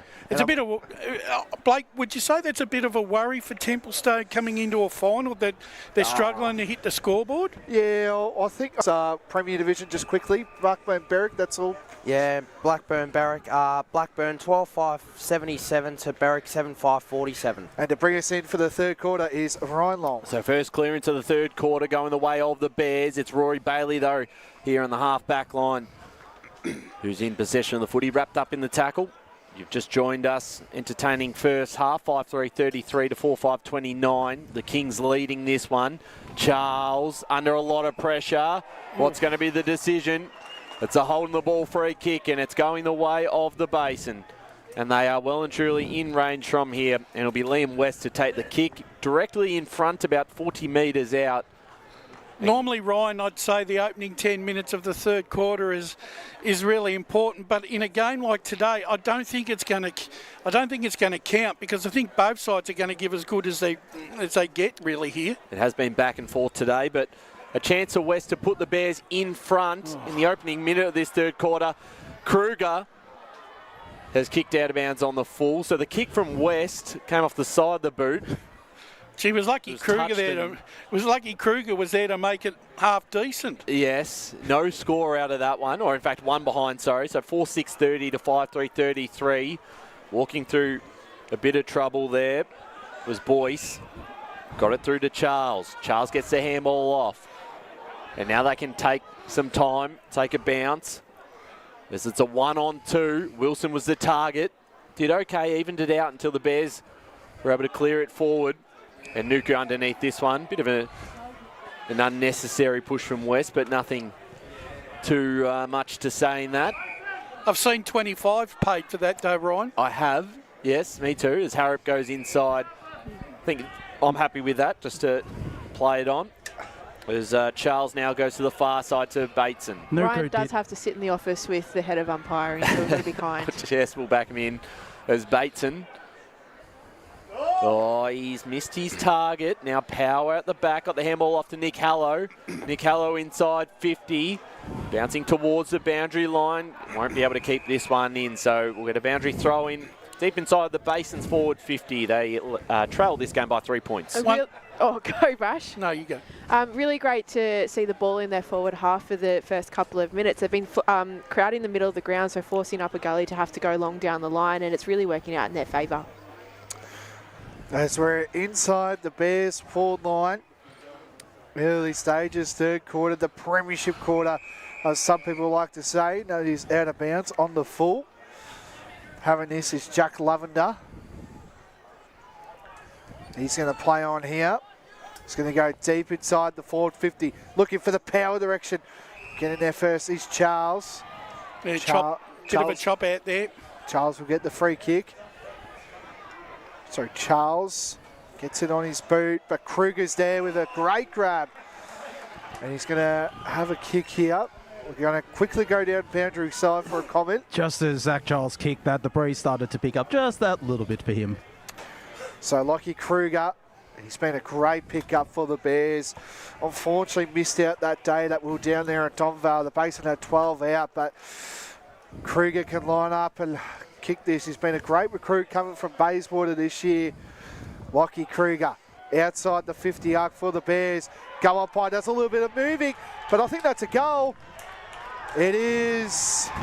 The Basin get their fifth. 5-6-36 to Upper Ferntree Gully. 5-3-33. Lockie Kruger, he's to me the number one rated player right now on ground. Yes, that was you're right there, Blake. Kruger, he could be the difference in this second half. I will say this though, that was probably really touch and go, and I'm going to give the umpire a bit of a rap there, because he was perfectly positioned to make that call. It could have been touched. It looked like it was touched, but the goal umpire was right on the line and he saw it. So a goal to Kruger, and the Bears are now in front by 3 points, 5-6 to 5-3. We're back in the middle again. Surely it's been the first time they've taken the lead since maybe 5 or 10 minute mark of the first quarter. Yeah, it's been a while. Upper Ferntree Gully getting themselves out to an early lead, particularly in that second quarter, controlled most of it. Big tackle in the middle of the ground. We're going to get another stoppage. So almost 5 minutes into this third quarter. In fact, it's a free kick here going the way of the Basin. Going to Jack Lamada, who passes off the Sertikos, who just gets it off in time. Had Wilson chasing him. Will receive it again that time from the big man in Butler. Trying to break through a tackle was Swindle. Cop one eye and gets himself a free kick. Now sends this forward here for the Bears. Almost a grab, couldn't quite bring it down. Harrop involved once more. Bailey was there. Big tackle by Charles. And we'll get a ball up just outside forward 50 here for the Basin, doing all the attacking in this third term so far. Upper Gully have struggled to move the ball, but you can really tell that their pressure hasn't let up from this first half. No, it certainly hasn't. The tap from Power towards Kruger, who's jumped into the back by his opposition and gets himself a free kick. They're going with a real heavy tag here, upper gully on Kruger in the second half. And Kruger gets past his opposition, puts it on the right boot and kicks it out of bounds on the full. He's had a bit of everything today, Kruger. Had that fantastic goal just before. This one well and truly to the left. You can see the crowd getting involved. The upper gully faithful right behind that one there as the champ, Bailey, plays on here. Good look at this on the broadcast wing. Couldn't fly. That's going to be out of bounds on the full. It will be. Oh, yeah, it was. Yep. So Sertikos will have this one. One throw, Jay Ward. Yeah, contested possession from our boundary riders. Moving on. He doesn't need that. Mitch Brown has this say. He's going to bomb it inside the forward 50. Thompson around this one. Will get there eventually. Gets a hand pass. Good work here. Harrop. Good again on the broadcast wing when we fly taken. Ball not out, and eventually it will be, and it's going to be a boundary throw in. 36 plays 33, the Basin lead. Really hugging that boundary side upper gully at the moment. Yeah, the upper gully is struggling to get it past halfway at the moment. It's 6 inside 50s to zip in favour of the Basin at the moment. Kruger spins around, gets it out. I don't reckon it's gone past halfway for upper gully. No, moment. You're right. They haven't had an inside 50 yet, Dan. 7 minutes in. Great to be back down here at Wally 2 Reserve. Second v third qualifying final. Get it out here to upper gully with a hand pass there. That was by Meyer. Finds Charles. Charles gets a hand pass to Bateson. Back to Charles. Back to Bateson. It's almost like a handball. 1-2, give it to me sort of thing here. Bateson can get around this ball. He's got pressure immediately here. Upper gully do really well, but an intercept mark taken. That was by Edwards, Thomas. Basin seem to be setting up really well behind the ball across all areas of the ground. So even if upper gully are going into the middle, they're still getting covered really easily. So Edwards, 1-on-1 Edwards. Couldn't get that kick there by Thompson. And the big man, he knows how to take a good grab, does Edwards. Coming into the team. The spare men back for the Basin, I've identified them throughout the day. It's usually Delaney and Sisweta sharing that duty. So we're going to +2 at times, Jared? Yeah, yes, at times. So as play resumes, that might be a goal. It is a snap around the corner. And the Bears have kicked 2 this quarter. I think it was Ethan Power who kicked that. That is a cracking goal. Straight out of the ruck, if you don't mind. We're going to have a look at a good replay of this one. Just grabs it out of the ruck. Check side banana. And that is the Tobin Brothers Golden Day contender. I know we don't have the award due to finals at the moment. And currently it's 6-6-42 to Upper Furniture Gully, 5-3-33. 9 minutes in the third quarter. Yeah, very good. You were speaking to both his father and grandfather in the rooms before. Yes, they know the Powers quite well. I'm sure Brush knows them as well. So here they go again. Kruger with the tackle. And they've gained already some territory there. They've won the ruck battle once again. The one thing the Basin have done in this opening 10 minutes of the third quarter, they're not conceding the switch like they did in the first half. They're attacking their opponent and pushing them further back. So back to Hallow. Hembles it off, and now a long kick inside 50 from Smith.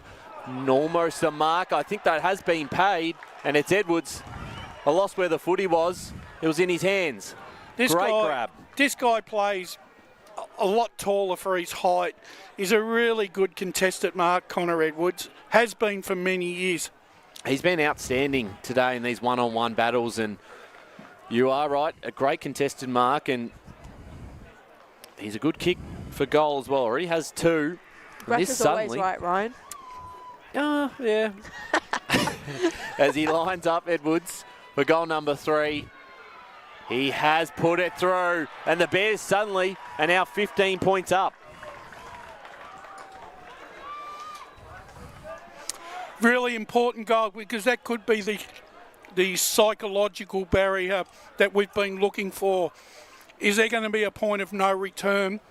Because now Upper Gully have got a bit of work to do here. They've got to score 3 times to hit the front again, and they haven't been able to get the ball outside of their outside the centre or even have an inside 50 so far in this third quarter, and we're 10 minutes in. They've made the swap, Ethan Power into the ruck, and it's Butler deep forward. Shouldn't eat too many dim sims while I'm trying to commentate. That's to the blue ball. Thanks, Brad. Someone was going to say it. Thompson around this ball. They get a hand pass. Charles gets it out for Upper Gully. Halo scoots this one up at the moment. And Thompson around this.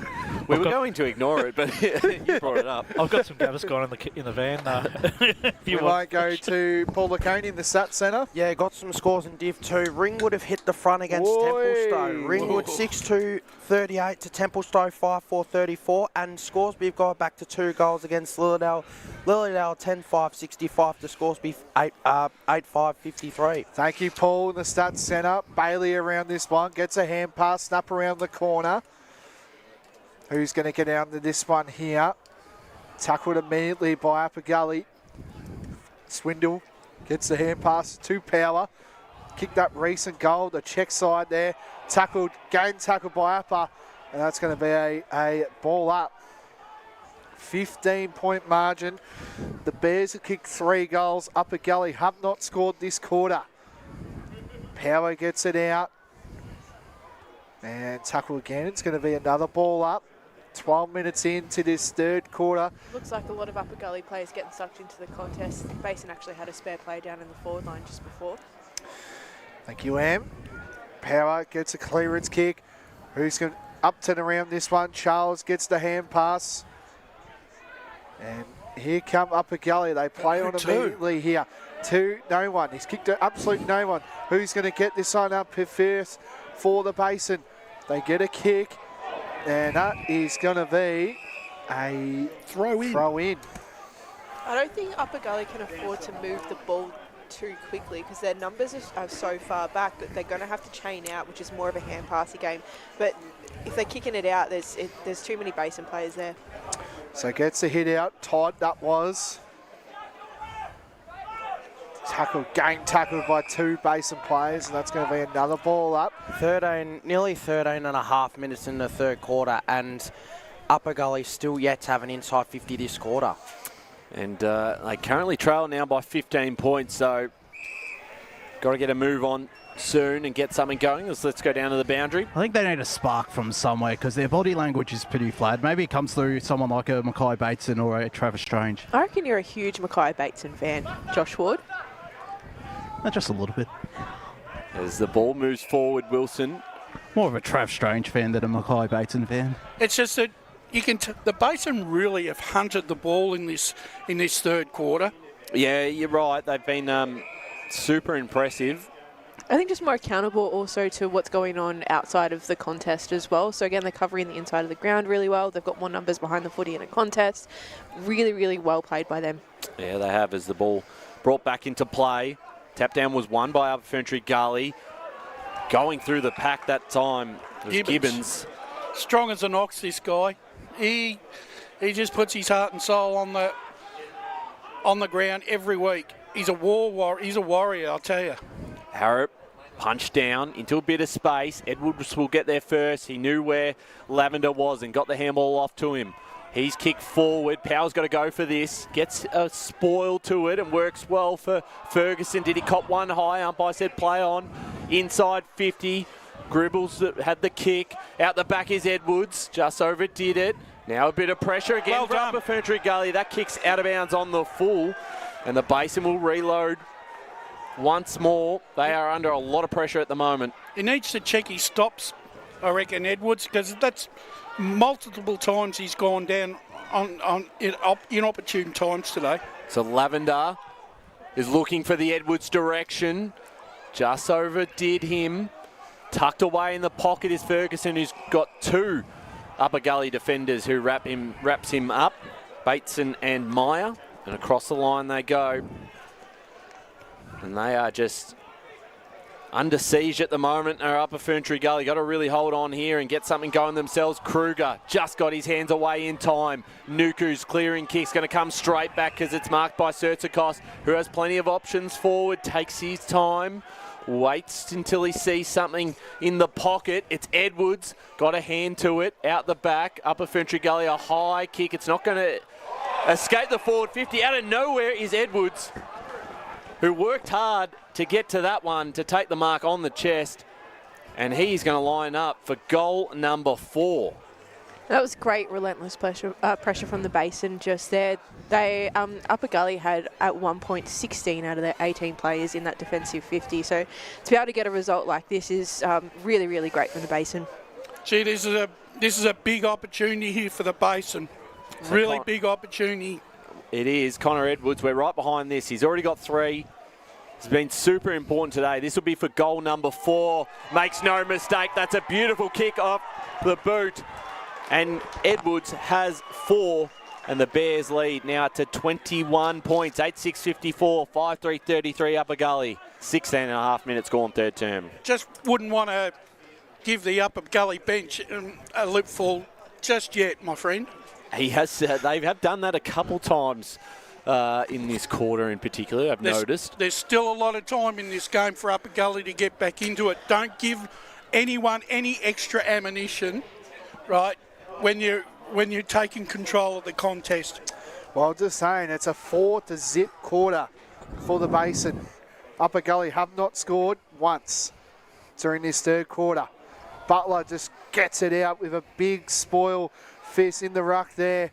Thompson gets this one up. Brown gets the kick deep inside now. Gets that one there. That was by Jordan Nuku. Snap around the corner by Raymond. Dangerous kick.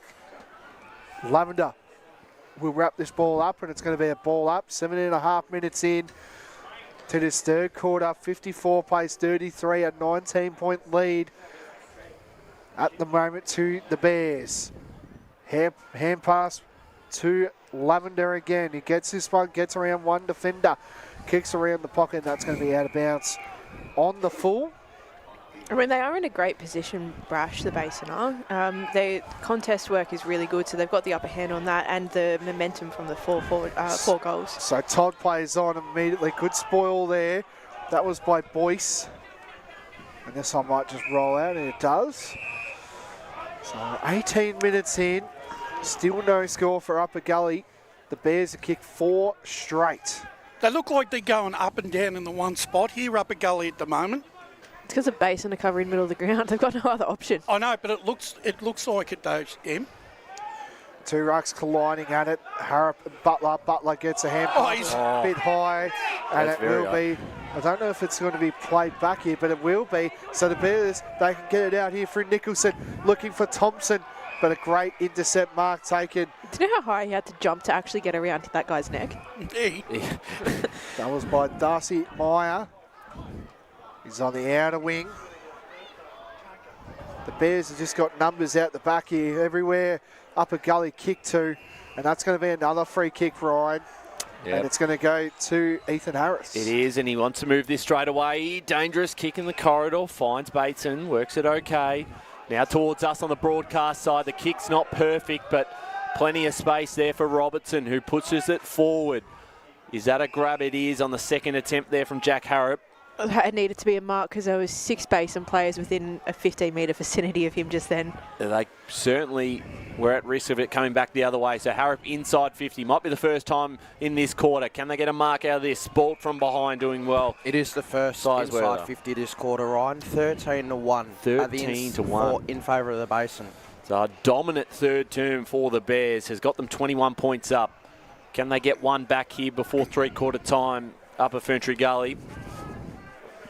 The kick was smothered. That was well done by Harris. We'll get a stoppage inside 50. Probably a bit of sigh of relief for Upper Gully at the moment, just getting the ball to their forward 50. They can set up the way that they want to and probably start playing the way that they want to as well. Yeah, certainly haven't had this quarter on their terms. Haven't had really a chance. They've been dominated through the middle of the ground. Harris, quick little handball, got it off to Meyer. Meyer towards goal. Sport across, staying alive, still in play here. Socket off the ground by Delaney. It's going to come back Off the right boot towards goal. This one to the minor score. To the left side of the big sticks, and that's Upper Gully's first score of the quarter, 5-4, 34 to 8-6-54. So Sizewell goes to the Thompson direction. Might get a free kick, does Michael Thompson, the former match stain. Plays on. This one might just roll through, and it's going to be a boundary throw-in. 20 minutes approaching with a full-on gone past time on here. 21 minutes in, third quarter. Eastland match of the round, qualifying finals. All in for the finals. And we're here as well. Hope you're enjoying the broadcasts as well all around the world. And if you're in your car, change that dial to 98.1 Radio Eastern to tune in for this third quarter and, of course, the fourth coming up shortly. 54 plays 33. 2 rucks going at it. Harrop gets the hit out. Goes to Brown. Brown with a snapping kick. Oh. Great mark taken by Ferguson. Mark of the day. That was just pure courage. So Ferguson. It was like the ball was past him and he's just lunged. That's the second one that he's had today that was been pretty impressive.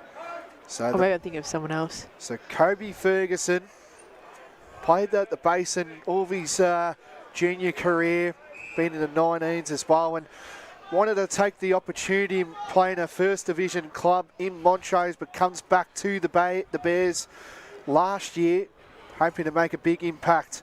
Does Kobe Ferguson here. Can line up and kick the Basin's knife of the day. Ferguson kicks the goal. And that's their 5th of this quarter here. 9-6-60 to Upper Ferntree Gully. 5-3-33, 22 minutes in, third quarter. They keep yelling at the Upper Gully bench. I know. Well, they don't.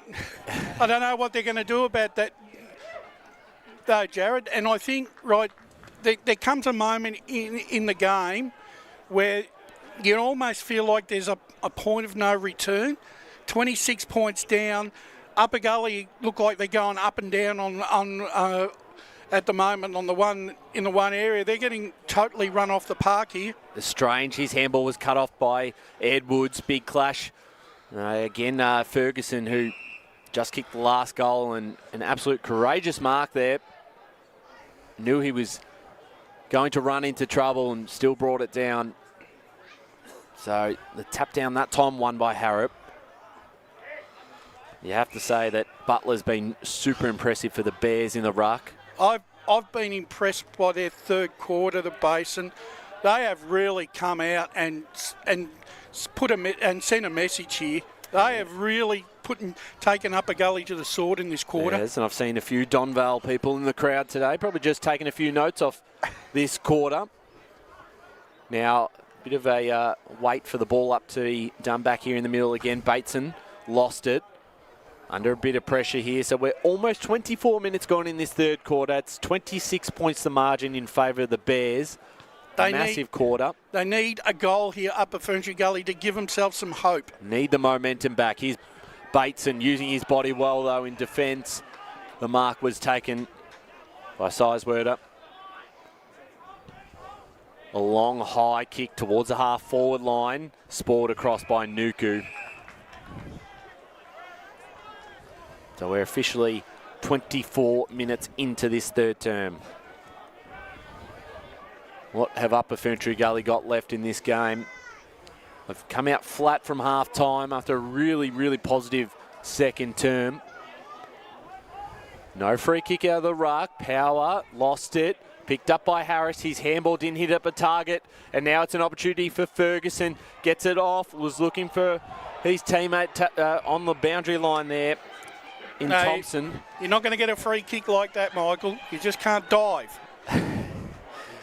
Upper Gully have an extra 2 in the back line here at the moment, probably hoping to stem the flow and not concede another goal in the last couple of minutes of this quarter. They can't afford to concede another goal, Em.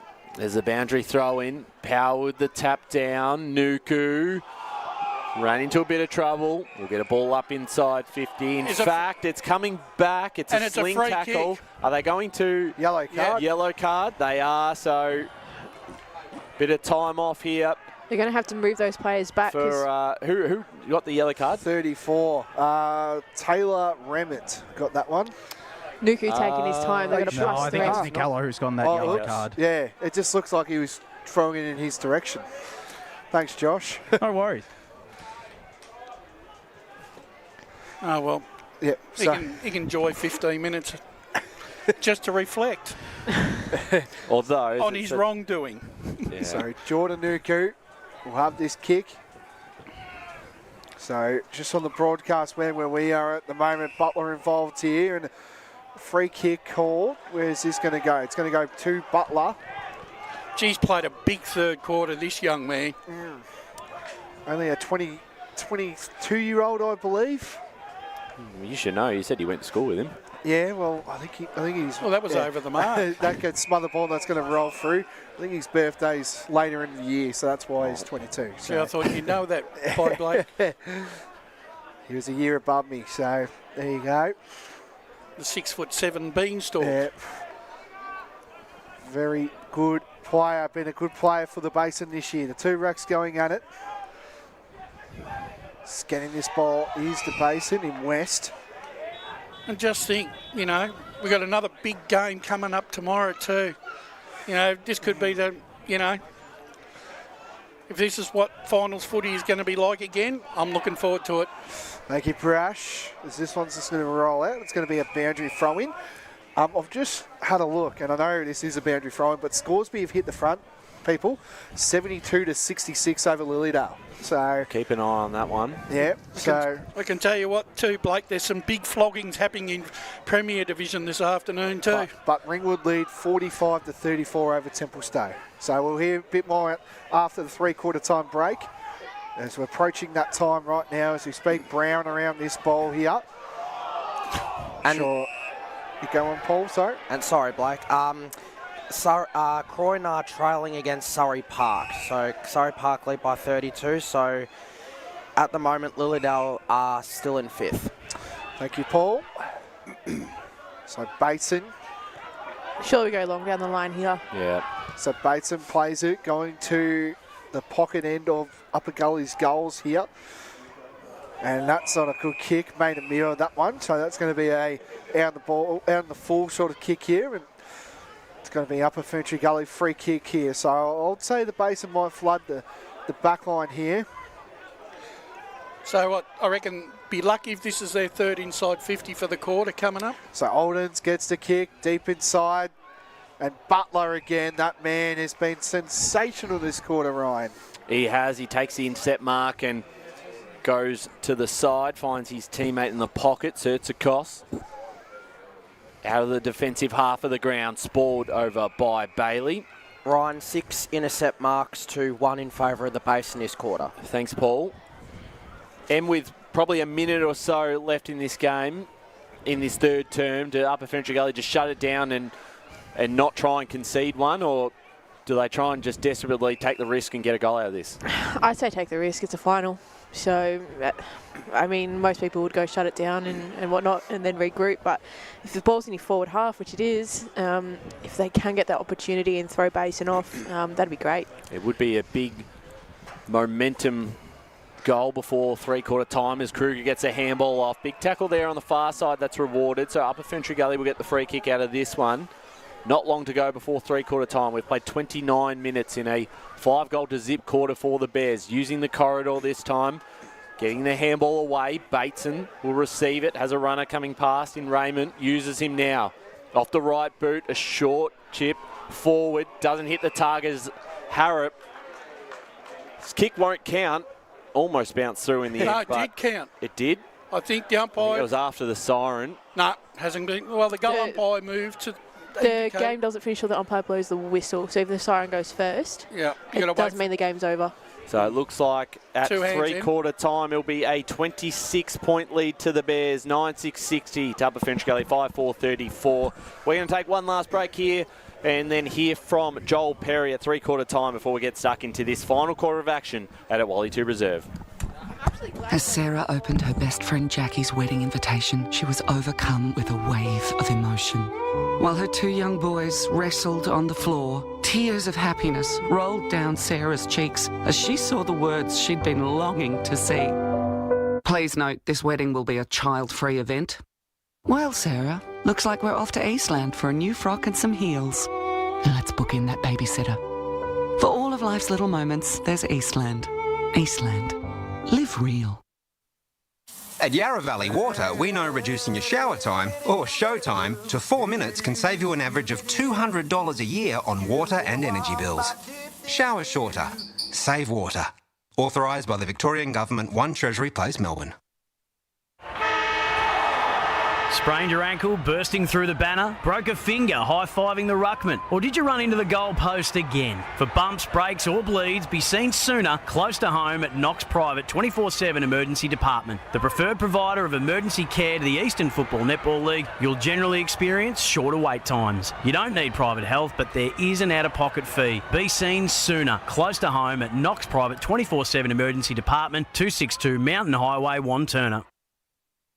Do you feel good about your bank? Because there is a bank you can feel good about. They share their profits to fund big community projects, small community clubs, and vital emergency services. They've given $250 million to help Australian communities thrive. They have all the products and tech you expect from a big bank, with service you don't. It's Bendigo Bank. Feel good about who you bank with. Try Bendigo. Search bendigobank.com.au or search Bendigo Bank near me. The superpower I'd love for a day is to fly. If I could have a superpower for a day, it would be to time travel so I could go back and see how life was when my parents were young and stuff like that. Be mind reading. It's always good to know what other people are thinking. At Tobin Brothers Funerals, their superpower is always providing compassionate care to families at their absolute time of need. Get to know the team at tobinbrothers.com.au. Tobin Brothers Funerals, celebrating lives. Hi, I'm Ben Desson from Montrose Football Netball Club, and when I need a new kit for a night out, I head over to Eastland. But Eastland is more than a shopping centre. They support a range of community organisations and have been major partners of the Eastern Football Netball League since 2018. Thanks, Eastland. You are listening to Radio Eastern FM 98.1. With live and exclusive coverage of the EFNL football season, bringing you the match of the day with score updates from all divisions. And now we cross to our commentary team for the Radio Eastern 98.1 Match of the Day coverage. Welcome back to Wally 2 Reserve down here at Ferntree Gully in the qualifying final between the Basin and Upper Ferntree Gully here. Currently at the moment, the Bears, it was all the Bears in that quarter. They kicked 5 goals to 1 behind. 9-6-60 to Upper Ferntree Gully, 5-4-34. My name's Blake Tennant, joined here by Ryan Long, Wayne Brasher, Emily Mackay, Paul Laconey, Jared Beanland and Josh Ward. But we're going to throw it off to Paul Laconey because the score is a score mayhem at the moment here. Scores everywhere. We've even got our GM around here trying to figure out what's going on. But Paul Laconey, fill us in with Division 2 because it is... A lot of drama in Division 2, Blake. Starting off with Surrey and Croydon. Surrey Park, 12-8-80 to Croydon, 6-11-47, which means Croydon are 6th at the moment. Scoresby lead over Lilydale, 3-quarter time, 11-6-72 Scoresby to Lilydale, 10-6-66. Ringwood lead over Templestowe. Ringwood 7-3-45 to Templestowe 5-5-35. And with both Scoresby and Ringwood winning, it means that it brings Heathmont into the conversation because Heathmont are trailing to Waverley Blues. Waverley Blues 12-8-80 to Heathmont 8-4-52. Well, is that a bridge too far for Heathmont? If the other two results, Heathmont might have to find something here. And we might go to Premier Division just quickly, Paul. So I think Blackburn are safe. Blackburn. Just wait a sec. We've got a boundary down there. We've got Joel Perry. Yes, we do, Joel Perry. You must have been really pleased with that third quarter, not giving them any opportunity inside their attacking half. Yeah, certainly was a much better quarter than the first half. I think we just played a little bit more of our brand of footy, So entries weren't great. but we put them under pressure, and then our smalls put them under pressure as well. Backs were able to lock the footy in there. So certainly what we're after. Obviously, we could have come out strong this quarter. And you highlighted your pressure in that third quarter in particular. Is that going to be the key heading into this final quarter? Oh, it always is, right? That's what finals are about. So, I think we get our entries right, get it nice and deep and lock the ball in there. I think we're going to put them under enough pressure to score. Awesome. Thanks, Joel. Good luck for the rest of the game. All right, thanks there to Josh Wood with Joel Perry. Just a live ladder in Division 2 at the moment.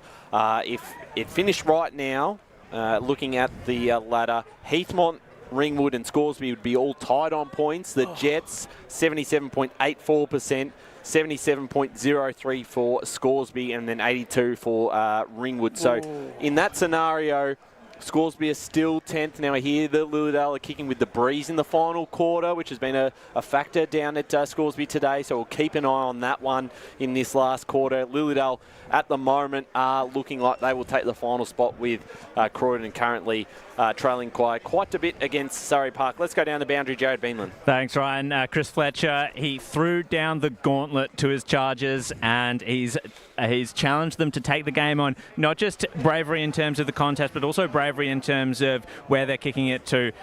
Take the harder option, take the game on, run and carry. With a couple of changes as well. Buster Todd, he'll go into the ruck. Mackay Bateson, he's going down to cause some chaos. Chris Fletcher's words in the forward line. There we go. Thank you very much, JB. So we'll wait and see if it all works out in this final quarter. It's currently the Basin 60-34 Upper Ferntree Gully. Spot in the second semi-final up for grabs for the winner of today's contest. The loser will play tomorrow's winner of Knox and Sylvan next week in the first semi, as we're back in the middle again. Tap down, ball going nowhere. Strange with the tackle on Edwards. And it's going to take a big effort for Upper Ferntree Gully, even in this quarter, to get back into the contest. Can they get the momentum, get the first one, and start to put a bit of pressure on the Bears? Whereas if it goes the other way, Ryan, it could, it's going to be it'd be even harder, I reckon. Yeah, you'd think the Bears are probably one goal away from breaking this one open. As we're back in the middle again, we'll get another ball up, and it was just such a dominant third term. They kicked 5 goals to zip, and their midfield was certainly on top. There's Power, he's tapped down. Brown got the handball away. Strange off the side of the boot, works out okay. Charles is played on, just gets past the opposition tackler. They move this one towards Wilson. Away on the boundary line, picked up cleanly. Nicely done that time by Raymond, who goes inside or just outside the forward 50. The mark is taken by Bateson. Bateson looks towards the pocket, just overdid the kick there for McDonald. And out of bounds it goes. Still, I'd rather rather than that going through for a point and giving possession back to the Basin, I'd rather take a stoppage here. Well, let's see if they can get a goal out of this stoppage. Ball back into play. Overdid the boundary throw in just a little bit in front of Harrop, and we'll get another ball up. I think the challenge here is that the Basin are a really good contest team, whereas Upper Gully are probably more of a transition team. Thank you, Em. Harrop, snap around the corner. So I was giving it a bit of time to actually commentate the game. But what that means is that the Upper Gully has to work really, really hard in the next couple of minutes to really win the contest here, and that's not their strength. So it'd be hard for them to get those opportunities on goal. As we're on the broadcast end, so we get a good look at this one. Final quarter action. What do Upper Gully have? Mark taken. That was by Luke Scott. Plays on here. Good switching kick here for the Bears. Gribble will have to say. They need to get a goal soon here, do Upper Gully. They only kicked the one behind in that third quarter. Kruger, he would definitely be up there in the best players today for the Bears. He's been excellent. Charles around this ball here, and he's tackled by Ferguson. One of the observations in the first half of the game was that when the Basin was switching across, they were doing it so slowly, and what's really helped them in last quarter and the first couple of minutes of this quarter is that quicker ball movement. It's making it really hard for Upper Gully to defend it. Kruger again around this ball, and this one's going to roll out. And they probably don't have the legs Upper Gully either at this stage, Em. Because it's been so contested? Yeah. A 26-point margin to the Bears. Division 3 qualifying final. The winner will take on the Magpies in Donvale. Todd gets the hit out in the back free kick. And it looks like it might go to Power. No, it won't. It's going to the other big fella, Lucas Gibbons. Okay, so Gibbons will have to say, Ryan. Yeah, he'll send it forward for the Bears. Their first inside 50 of the last term. Sport from behind by Nuku. Doesn't clear their back half just yet. Underneath this one, Edwards. Ball comes back out. Strange with the tackle. Upper Gully definitely hunting the ball a little bit harder at the start of this quarter. I just worry that they might get sucked in and give the width to Basin. We'll see if that plays out.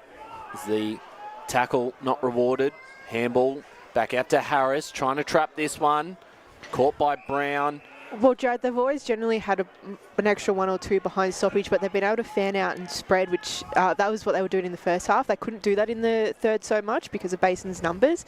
So that's why they're not able to transition that ball out as effectively as what they were able to. Kruger got the hands off to Byrne, bouncing forward, slap towards goal.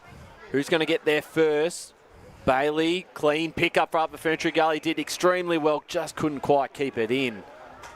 So right in front of the Bears faithful, the Basin have got an opportunity to just about put this game away if they can get a goal out of this forward 50 stoppage. Plenty of support for the Bear Cave. He'll be going off tonight if they can hold on and win this game. Of course, their reserves finished on top of the ladder, so they get the week off. So plenty of support. They'll be playing next week. And look and say they'll have back-to-back games. So back to this one. Tackled here. Getting this one up here is Ethan Harris. But the Basin looking to go through Sizewörter. But first to get there is Byrne, and he's tackled immediately. It's going to be a boundary throw-in. Go, Paul. Just got some scores regarding the top of the table in Division 1. North Ringwood lead against Boronia 11-6-72 to Boronia 10-6-66. And Wani South lead over Mitcham. Wani South 10-8-68 to Mitcham 9-7-61, which means at the moment North Ringwood are top. Geez, maybe Mitcham don't like finishing on top of the ladder. So we'll keep those scores. We'll hear it definitely in the post game. But we'll hear some more during the game as well.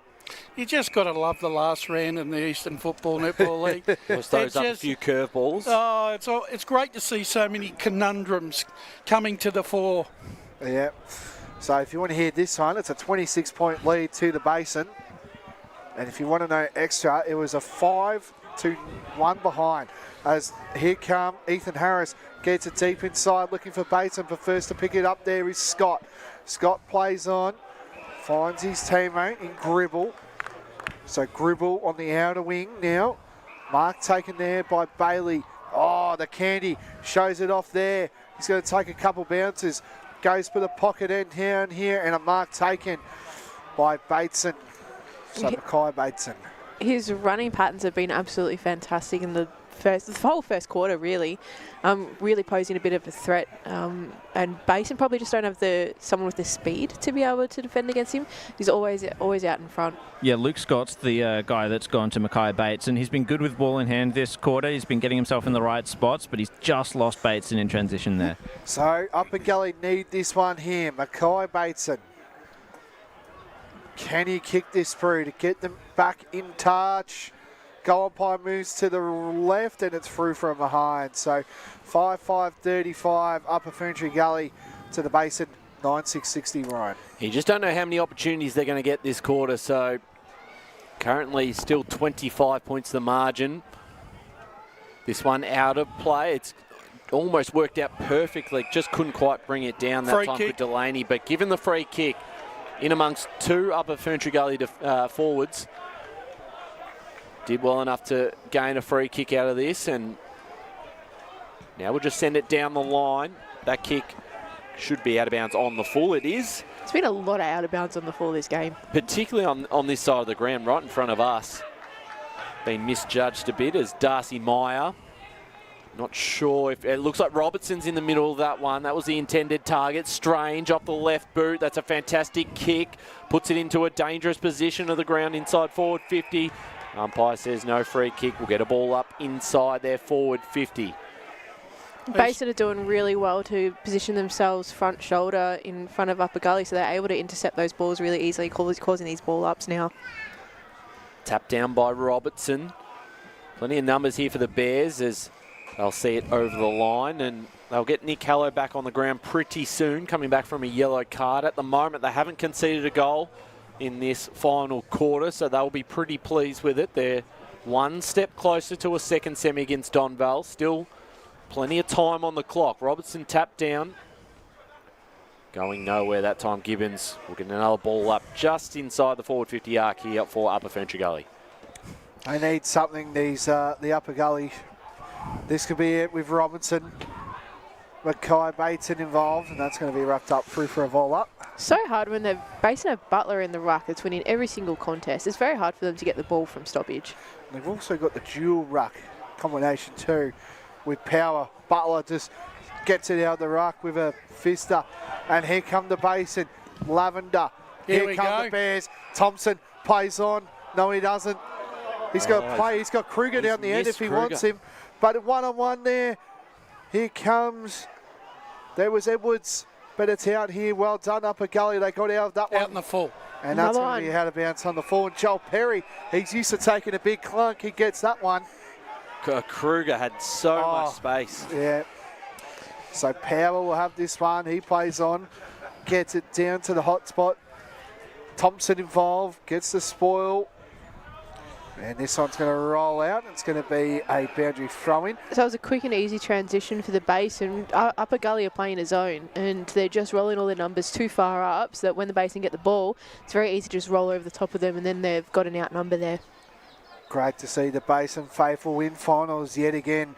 Always come out deep inside the forward 50 of the Basin here. They get the clearance kick first to get there, though. Is Smith got all the time in the world. Just play the boundary line now. That's all they got to do. Well, they can just take the time as well. They're up by 25 points. They get it to Power. Power. That name is a big name, and Power can turn the power off for Upper Gully if he can kick this goal. Just quickly, Blake, there's a big result here in Premier Division for Noble Park. They're down by 109 points. Wow, and could lose some valuable percentage here from this loss this afternoon. And that puts South Belgrave still in the bucket in the final box seat, I should say. Power can line up here. Tongue-tied as usual. He's probably directly in front, I would say, on the 50 arc here. Todd Power can line up. And it's not going to go through in an Did you call him Todd Power? Sorry. Isn't that He's his the dad? Power, sorry. I was talking to his old man today. Sorry about that one. Who was a footballer, wasn't he? He was for Vermont and the Basin, of course. Good to see the Powers in action. Saw his old man as well. And that one will go down for boundary for comment. Nick Hallow back onto the field. So pretty handy play to bring on in the 11.5-minute mark of this final quarter when you lead by 25 points. Make or break now for Upper Gully. If they can't get something in the next couple of minutes, it's going to be very, very hard. Spot on. Got to happen pretty soon. Bateson off to Charles. Charles hits up his target in Dylan Nuku. I think it's pressure on them to transition the ball quickly. They're good at doing that. They just haven't been. Yeah, haven't been able to obviously capitalise that today. They just can't hit a target now, Upper Gully. By Sertzikos, who goes back to Delaney. And any time just off the clock now is only going to help the Basin. They're in no rush. There's a short option found. And after trailing by 38 points, East Ringwood, they've got it back to 16 against Vermont. So that game's still live. We'll keep an eye on that one. We'll also get an update from Paul on some of those Division 2 scores in just a moment as we'll get a ball up on the far side. Of course, you got relegation and finals up for grabs. Anything interesting in Division 2, Paul? In the relegation battle, Ringwood are leading 8-5-53 to Templestowe 6-5-41, but Scoresby are trailing against Lilydale. It's Lilydale 13-6-84 to Scoresby 11-7-73. Thank you, Paul. So Scoresby at the moment going back to Division 3. This division right here with the qualifying final in control by the Bears. They lead 9-6-60 to 5-5-35 Upper Ferntree Gully. 25 points the margin.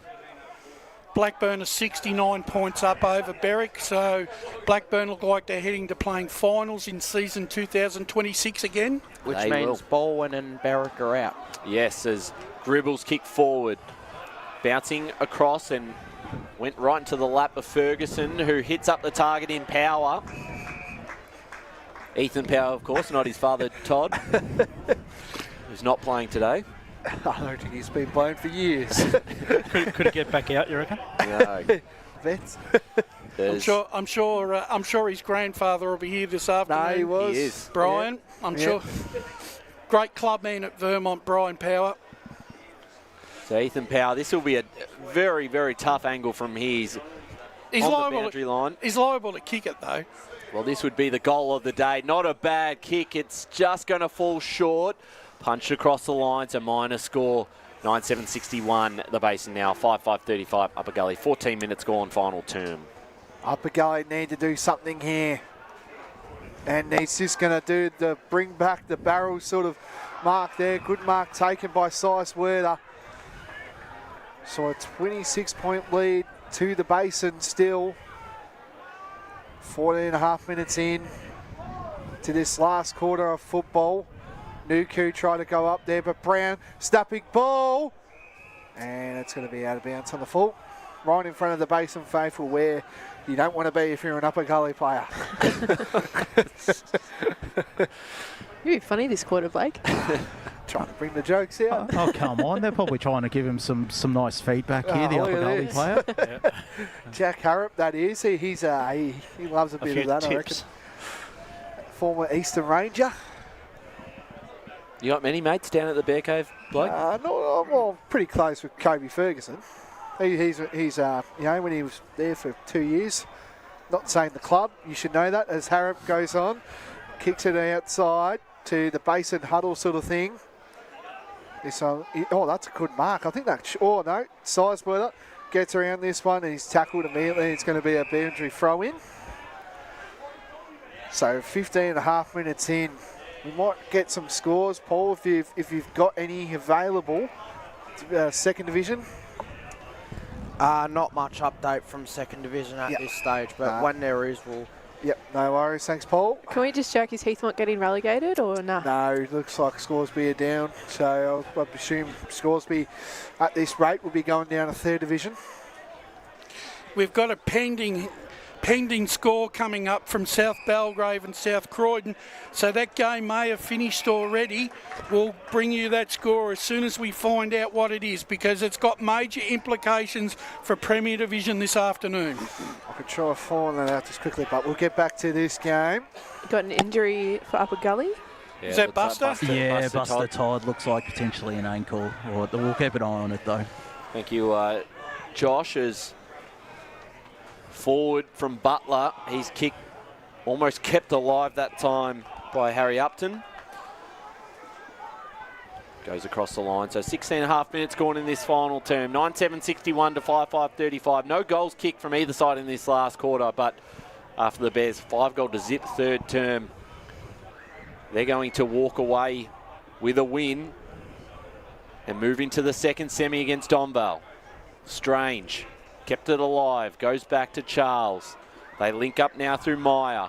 Almost they're going to turn this over, wrapped up in the tackle, holding the ball. Ferguson had some good moments today, and he can put the sealer for the Bears. It's probably the first time in this half where they've played the way that I see Upper Gully playing football, and for it to result in that, it's pretty heartbreaking. Second chance though, we're happy for that. They do get a second chance, of course. They'll meet tomorrow's winners, Ferguson, to put the icing on the cake. Kobe Ferguson, just a minor score. That is not icing on the cake. It was more like marzipan ice. Yeah. Oh, that's gross. The horrible stuff. Just a quick update from Div 2. Scoresby have got a goal back. It's back to 5 points. Oh, no. Lilydale 13-6-84 to Scoresby 12-7-79. But with Ringwood beating Templestowe, that's not going to be enough for him. So Sizebletter will get this one. Oh no, he drops in one that should have been taken, but unfortunately didn't. Just a quick update on the Waverley Blues Heathmont, Paul. Heathmont have got it back to 16 points. It's late it's 25 and a half gone though in the last quarter. It's Waverley Blues 13-8, 86 to Heathmont 11-4, 7 tied. So they look safe in the division. Yeah. Vermont have got it back out to 27 points in that game at East Ringwood this afternoon. So Vermont are going to be playing, secured their finals position here. But they could go for the double chance brash as well. They could. So a tackle laid by Kruger, and it's going to be another boundary throw in. Yeah, they've got Berwick at home next week. Blake, they're playing for that double chance. And Doncaster East play who? Brash? I think East Ringwood. East Ringwood. There you go. So we're back here. So on the boundary side, Bateson around this one gets tackled immediately. That was by Nick Halo. So it looks like the Bears will be playing Donvale next week. And if you look at the past history between the two sides, Basin got Donvale by 2 points last time they met at Batterham, and then a free kick going here. And it's going to go to the Basin in Butler. So, are we doing votes today, Ryan? Yeah, we can do votes after the game. Oh, well, here be my votes. I'll give you an early one there. The spoil there, that was by Nuku. Charles around this one. Nuku again. Good chain of hand passes by Upper Gully here. Kick there, that was by Matty Graham. Socket boot from Smith. And this might go well here. Upton launches from 50. Brown! Oh. Big mark taken there. And this could be the icing on the cake. He's directly in front here on the angle. Basin, they've controlled this game from the third quarter, the second half, I would say. And this could make it 6 goals to none if Brown can kick this in a row. The Bears, we going through Mitch Brown, the vice captain, can kick goal number 32 in his senior ranks here and put the icing on the cake here for the Basin. Mitch Brown lines up. The Bears have a battle with the Magpies next week as Mitch Brown gets that one through. 10-8-68 to Upper Ferntree Gully, 5-5-35. A date with the Magpies next week is confirmed now, and it's 6 in a row at the moment for the Bears.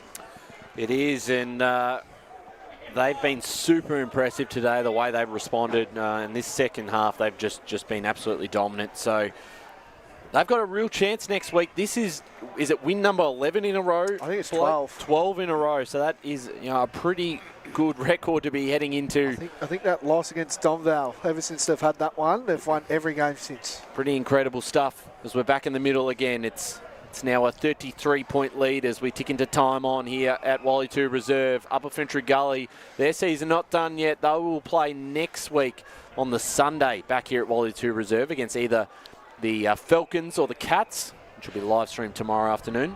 I think the Basin will probably feel justified because it was Upper Gully that put them out of the finals last year. They've exacted their revenge. They have. There's a big tackle there by Delaney.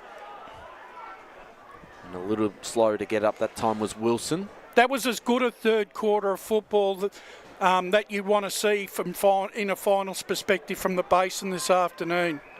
They really came out and hunted that ball in that third quarter, and basically they snuffed any chance out that Upper Ferntree Gully had. Their movement was so good in that third quarter. So Gibbons got it off to Kruger. His kick turned over. Upper Ferntree Gully going through the middle of the ground, looking to get a mark or something out of this. Out the back that time was Sizeword up. And with that, they've just been able to afford that extra player down back, which is really hurting Upper Gully every time they move the ball forward. It certainly has as Gribbles kick forward. No mark taken. Nuku did well. He's going to get run down though. Did he just get rid of it in time? He must have. The handball forward here to Charles. Charles now looking to take the game on through the middle of the ground. Robertson, who took a great mark in the second term, hasn't had much of a impact in the second half. Hasn't had too many opportunities. His kick was good to McDonald, who's run down in the tackle by Swindle. Just got it off in time as the Bears look to clear their lines. Back out and towards centre wing here. That was fantastic Broadcast body side. work. Absolutely, as the tackle's going to be paid against Upper Ferntree Gully, high free kick. There's actually no other way to stop someone that's 2 heads taller than you. He ducked right into that, by the way. And the coach would have loved that little 1%er there. Liam West. Almost a mark from behind by Butler. Brown. They got plenty of running. Comes back out. Here's Upton for a little extra. Just misses that. The half celebration. Would have gone to post. It was, you know where he's going towards. As we go to Paul Laconey. In Div 2, we've got a final score. Ringwood have got up over Templestowe. Ringwood 8-5-53 to Templestowe 6-6-42. And it's currently 4 points between Scoresby and Lilydale. Lilydale 14-6-90 to Scoresby 13-8-86. I'm worried. I'm worried about that Ringwood game. I'm in trouble. I'm not going to say why, but You can't say that and not say why. So he does this all the time. Oh. So have Ringwood performed the Houdini act of Division 2 this year? 2 weeks ago, they look like they're going to get relegated. Now they're going to stay up. Yep. So it's going to have massive intrigue. Post-game's going to be big, but I'm guessing Emmy put his foot in his mouth and said something to someone from Ringwood, and now he's going to cop it. Blake would never ever say anything to anyone that would annoy them whatsoever. I could never imagine it. Don't look at my story. That's all I'm saying. That's all I'm saying. Your right Instagram now. story? Yeah, don't No, look at let's it go. tonight. There's tonight. snits around this one here. As getting this ball here is Lavender, and a great hit. That's as much as you like. Straight on Michael Thompson there. And that's going to roll through. I think you should put your profile on public. That was literally an open invitation to look at his Instagram. Well, literally, I actually just went and looked, but then I realised his profile's on private too, so if you're not on it already... give him a follow. So it's just unplugged to the game here. And looks like Mitch Brown's going to have this one after a free kick. It's going to go back to Upper Gully. We'll go to boundary. Is that a pocket dial? Yeah, it is. Yeah, thought so. Of course it's Josh. This time that's it was two. me. That's 2 on That's you, it. Josh. Hand over the buzzer. One was Jared, one was over me. the buzzer. So there's a kick there. That was by Gribble. Jared would never pocket dial. The Bears are going to lap this up here with Upton. He tried to go for the half sally, and we all know where this one's going if he kicks this one through. He's going to take a bit of time, bit of a cramp by the looks of it. I'm no doctor, but... I love it how we hear that almost every week. Yeah. I'm no doctor. Like, I'm no mathematician. You actually don't have to tell us that. Lilydale have got up over Scoresby. Scoresby are relegated. There you go. Oh, Davo's excited. And Lilydale into the finals too. So Upton, we'll talk about that later, but Upton on the pocket can put the icing on the cake. No, that's the second poster he's hit. And that's through from behind. So that moves the score to 10-10-70 to the Upper Ferntree Gully 5-5-35. 26.5 minutes in Do you love the way, to the final quarter. Do you love the way Blake's taking control of the call team this afternoon? I like it. Good I have purposely not said anything, but he's doing very well to stop all of the distractions right now. He's done well as the siren sounds. And it's all over. The Basin are through to a second semi-final. They'll meet Donvale next week.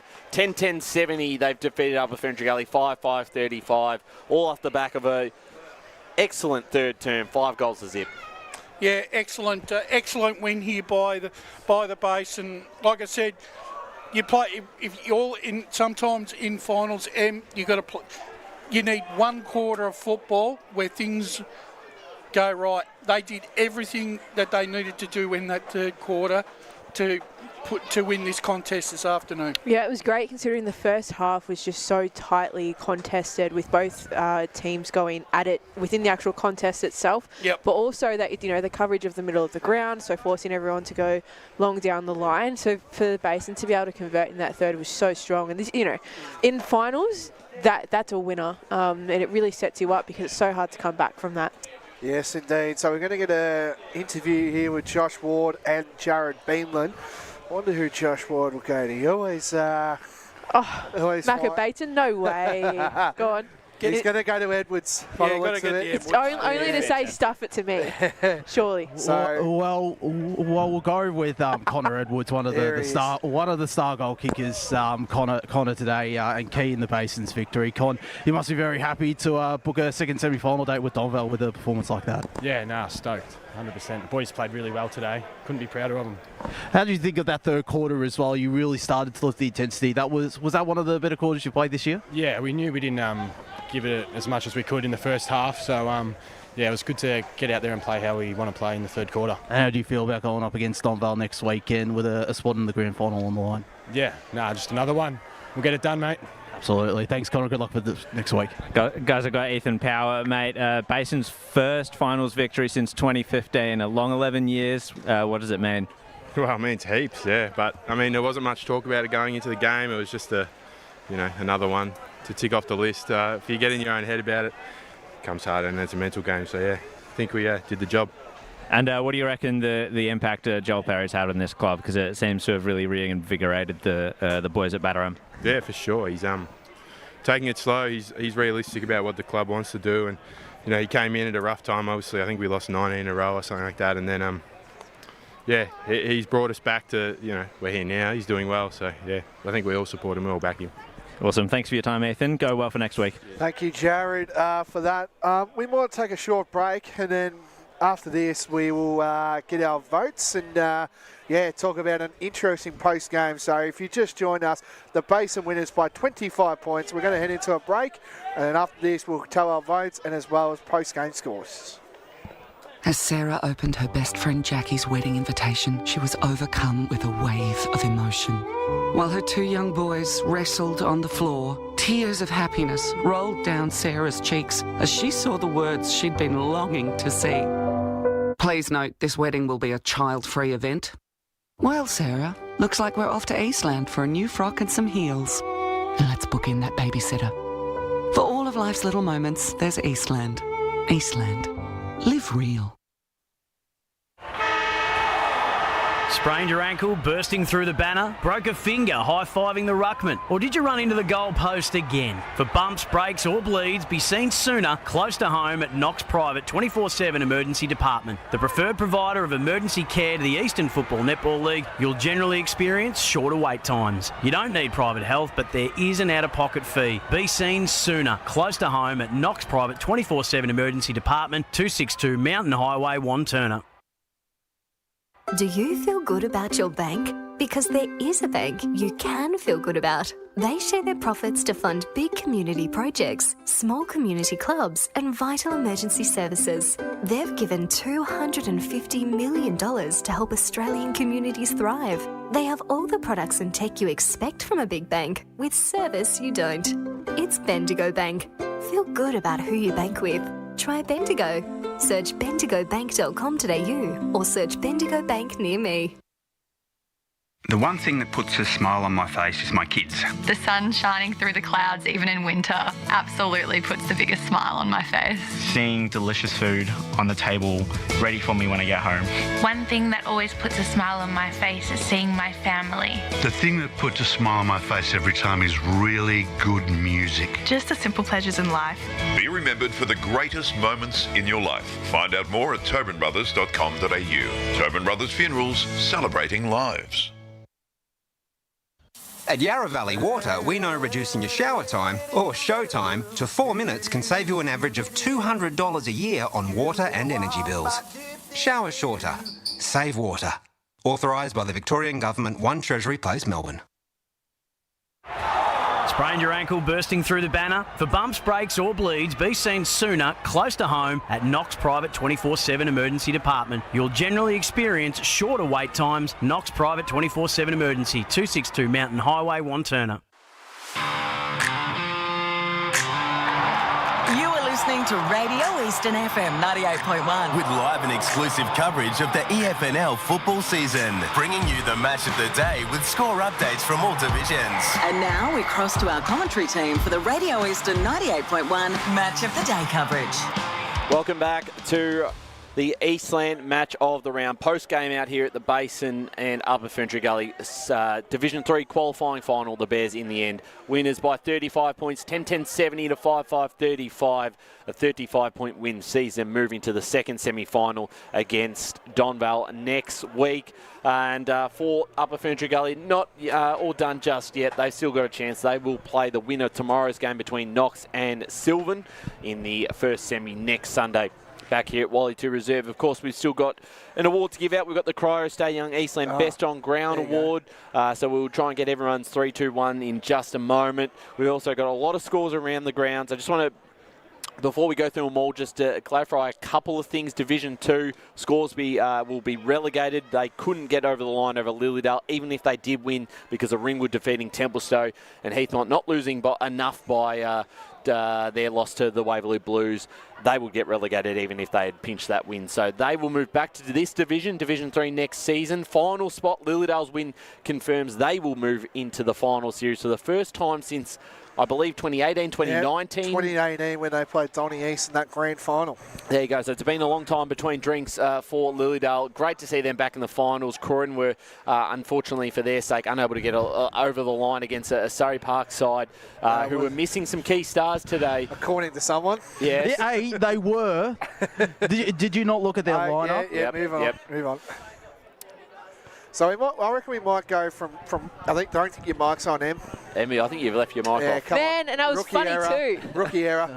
We might go through some scores first. Morty's be so happy that they didn't get caught. We're going to do our votes first, and then we'll jump into the scores, of course. Do the awards. Let's do the awards. No Tobin Brothers goal of the day today, even though there were quite a few good ones in that second term. Our Cryo Stay Young Eastland Best On Ground Award for today's winner. I will start with who's ready to go and who's got 3, 2, 1.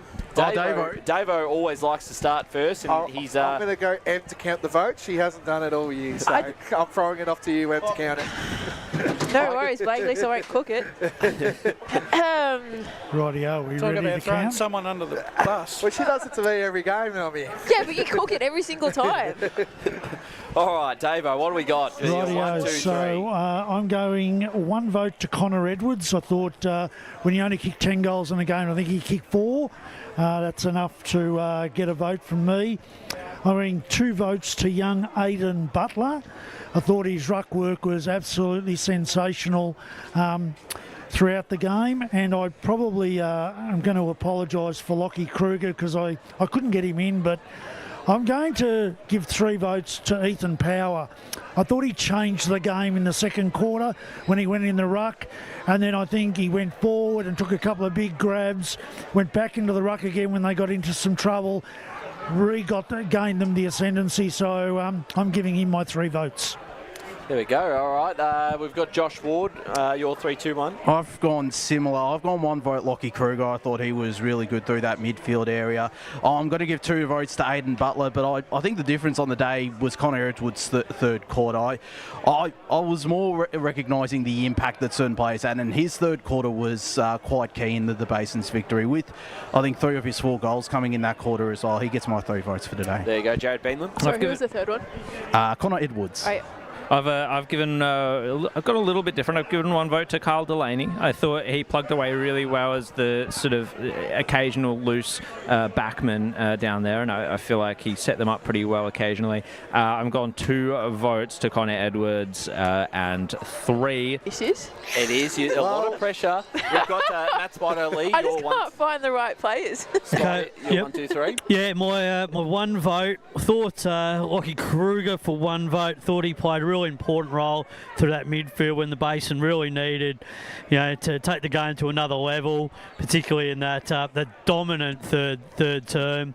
2 votes, similar to Davo. I thought Ethan Power was, really important in, turning the tide, particularly, late in that second term and especially in that third quarter as well. So I gave him 2 votes, but I think when you kick 4 goals in a final, it gives you, the impetus. And I thought Connor Edwards today was the best player on the ground. Thank you, Spider. Paul Uconi, your 1, 2, 3. Yeah, my 1 vote goes to Ethan Power. 2 to Aidan Butler, and 3 to Lockie to Con Edwards. Emily, your 1, 2, 3. So I got 1 for Butler. I really liked the way that Nuku played in the back line. I thought the ball was in and out quite consistently, and he played a big role in probably getting the ball out of the back line in the first half in particular. So I've given him 2. And then 3, I've got Edwards as well. Fantastic. Wayne, what have we got for your votes? Thank you, Ryan. I haven't heard that all year. I'm going 1 vote, Connor Edwards. Magnificent game, especially in that third quarter. He set him up and led by example. 2 to Butler. His third quarter was absolutely insane this afternoon. And 3 votes. He probably ran out of steam in the last quarter, but I thought Kruger was sensational through the midfield this afternoon. He gets my 3 votes. Yeah, he was fantastic. I've given him the 1 vote. I thought particularly early he set him up well. A lot of speed on him, and certainly gave him plenty of options through the middle of the ground. I'll give the 2... For similar reasons that's already been said to Aiden Butler. Thought was quite important in the ruck, particularly in that third quarter, getting on top and getting them first use of the ball. And then I've gone 3 for Connor Edwards as well. I think when you, for the same reasons that's been said so far, he's kicked the 4 goals in a low-scoring game. I thought he was fantastic up forward, presented well, a great mark of the football, and I just thought he was such an important player in today's game. Blake? Yes, well, I think Edwards will be walking away with the Cryo Stay Young voucher, but I'm going to give 1 vote to Connor Edwards. I thought he was really good all day and controlled this game, kicked the 4 goals, so I'm going to say that. My 2 votes, he's going to go to the man in the middle. We set him up all day, I felt like, and that's Lockie Kruger. And my 3 votes goes to my good friend in mine, and that man is Aiden Butler. He gets my 3. Yes, your high school friend. Yes, and primary school. Yep. Name it. Claim to fame.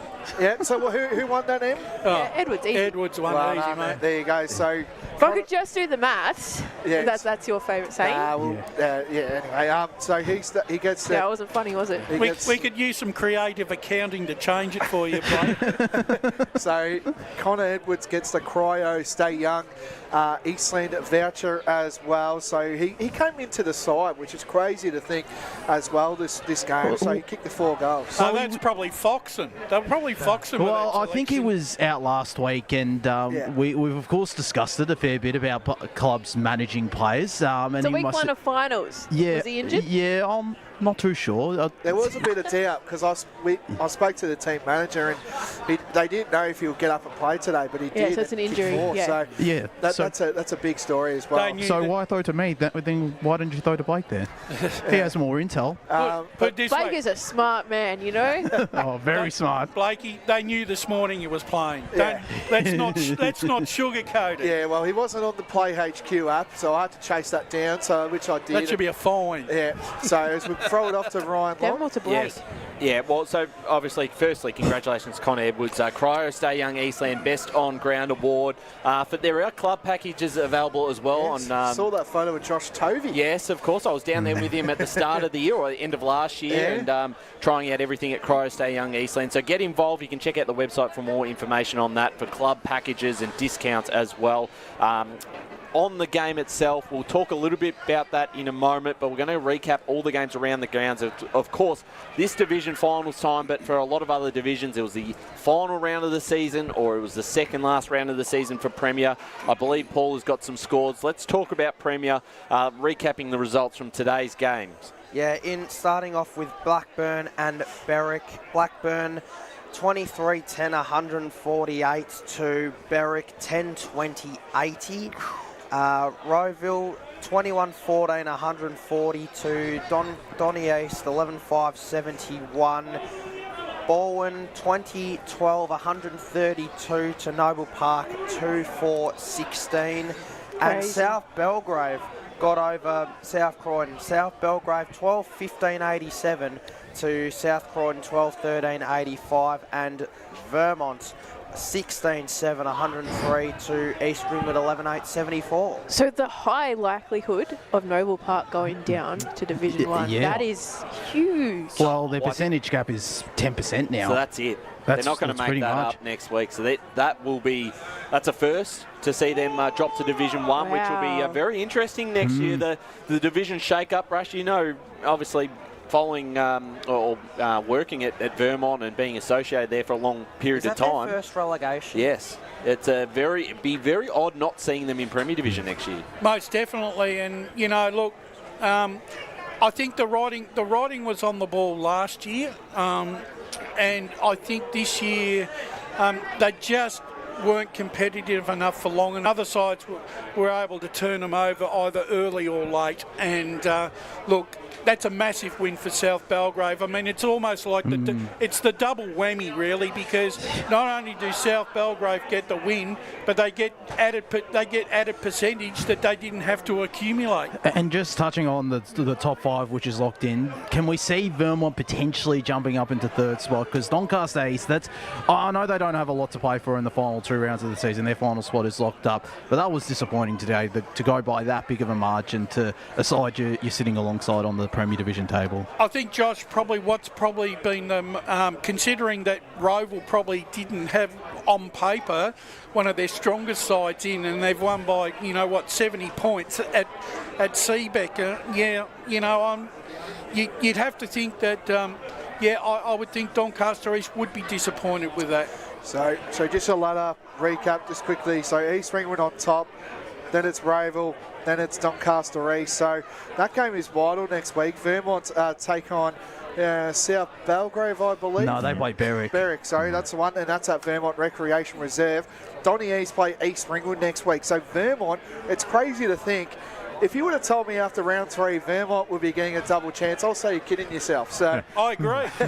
So there you go. I do agree with you, Brake, because I wouldn't have thought that. And just to look, at Doncaster East, that's really concerning for them, given the fact that, best case scenario, and they do get the double chance, they're playing Roval again, and they just got walloped by them. I will say this, I know there were a couple of out, including Taylor Dooman for this game, but that's still, putting that on the park isn't the greatest. Before we get into Division 1, Paul, Blackburn will be playing finals. They officially eliminated Berwick.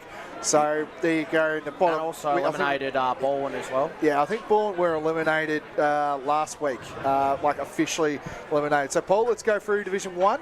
Yeah, so in Division 1, Norwood 19-13, 127 to Bayswater 7-5, 47.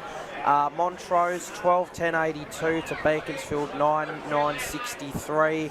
North Ringwood 14-13, 97 to Baronia 11-15, 81.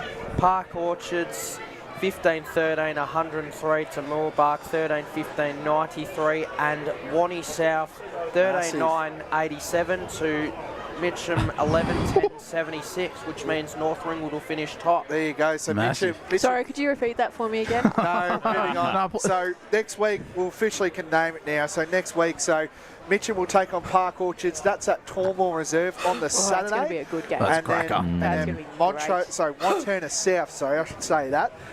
We'll play Montrose in the elimination final at Pinks Reserve, Kilsyth, next week as well. So that's 2 huge finals next week in First Division.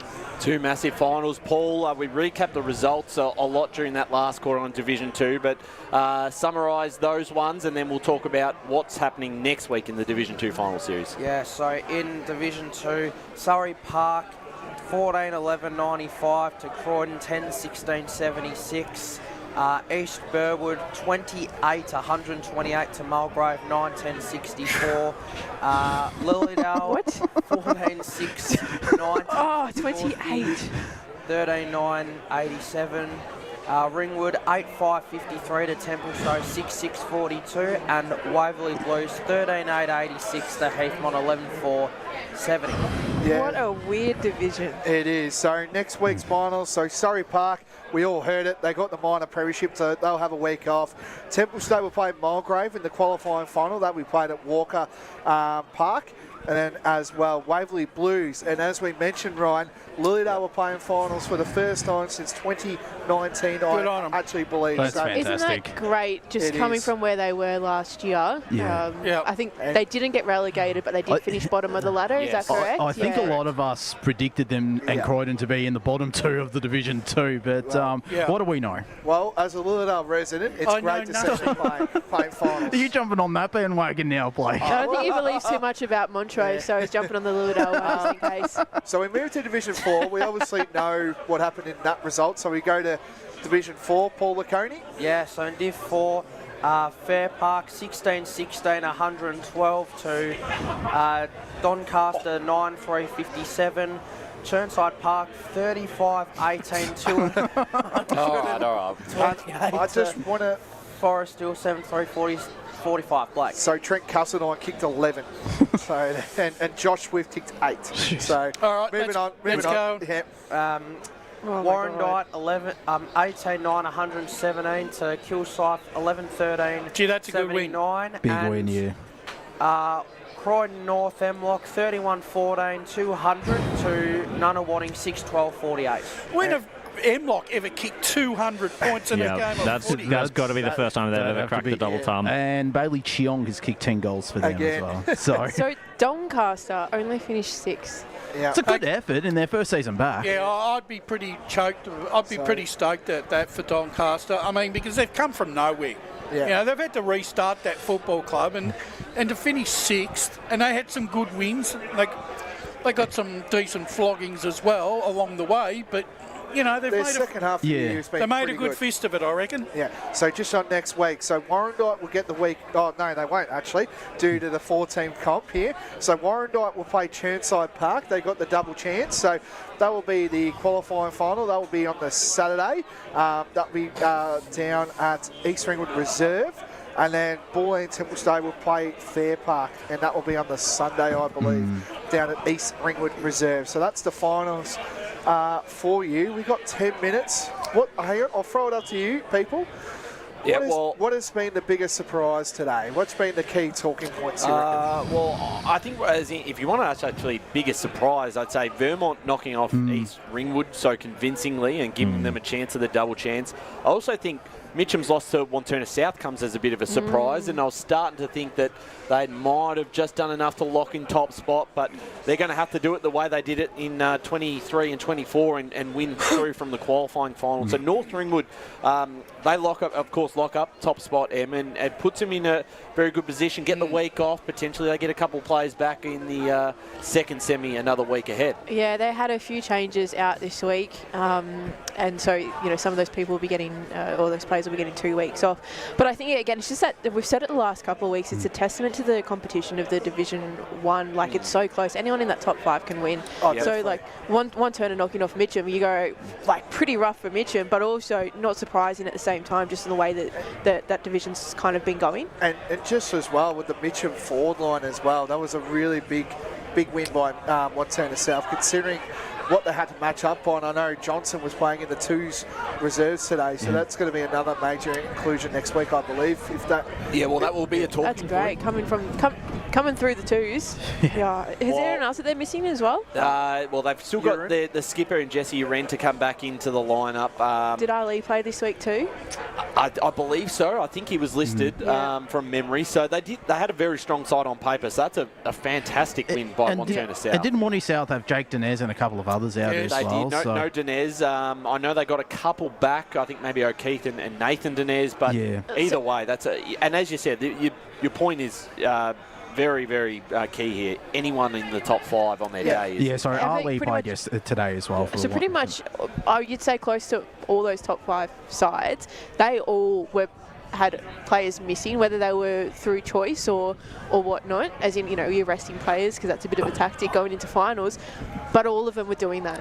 So we're not going to even see the best of Div 1 yet. I still think Mitcham were closest to full strength though, with Uren, and I think you guys mentioned another one out, but Baldwin, did he play? Yeah, I think he might have. Yeah, Lovell played, Baldwin played, and I think there was another one as well. Yeah, so that and Johnson as well, in fact. So they were pretty much close to full strength with Mitcham. So I think that's the surprise prize given. I expected them to win pretty comfortably as well, the Tigers. I think all the stories come out of the top three divisions. I think Division 4, let's be honest, I think went to I think that went to script. Yeah. I think all the stories come out of Premier 1 and 2.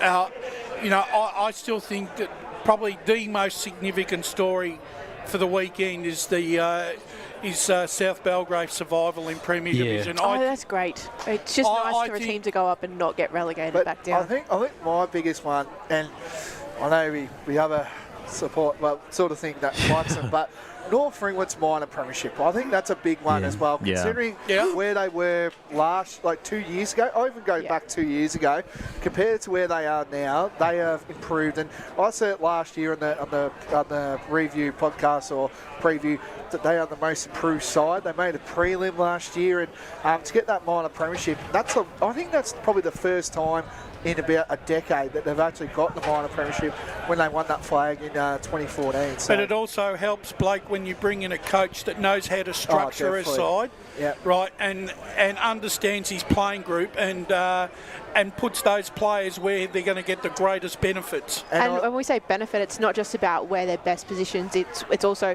where they're going to be in 2 or 3 years' time. And I think culturally, Pricey's really done such a great job in showing the longevity of these players' careers and getting the buy-in of the players rather than just giving them what they wanted first couple of weeks. I will say this, when Aidan Begg left, I was one of the people that were a little bit worried about how North Ringwood were going to cope with his loss. But I think. Jeepers, if you had the luxury of putting him in back now, I mean... Well, Tassie have a double chance at the moment, so I don't know whether he's going to be available. Could you imagine putting him back in now if you had the opportunity? Oh, it'd be considering how the side actually still has blossomed even after he has... even after he stopped playing. Well, and I think that's the beauty of North Ringwood and all the juniors that they had coming through and all the players that have played through talent. 19s are undefeated too. 19s are undefeated. So they've got a really great coach in the 19s there too. And so I think a lot of people focused on Begg, and I probably said to you guys, it's not the Begg show, and then no one listened to you. That's okay, I can deal with that. But they can transition the ball out. Like their back line, North Ringwood, is so young and so good. Like there's so many representative players that have played. Cantwell, Riley White, Walker. Walks is young. How's my little mate going? Channy. Jackson Braunthal. I mean, I haven't watched him, but with Braunthal, you're playing him, in the forward line and then in the midfield as well. And I think the way that Price is structured last year was that these players were playing back line, but you can throw a Cantwell into the midfield, you can throw a Braunthal into the midfield, you can throw a James Leach into the midfield, you have Fenton in the midfield. Like, even though they don't have such a dominant ruck anymore, there's still so many players that are smart enough to work out how to win the contest, even if they're not winning the ruck taps. Just a couple of things, because we're just about to go off air, so just a few things to recap, of course. Here, if you've just joined us, the Bears have walked away with a 35-point win, 10-10-70 to Upper Ferntree Gully, 5-5-35. They will play Donvale back here at Wally 2 Reserve next week. Next week, Upper Ferntree Gully will play on the Sunday here.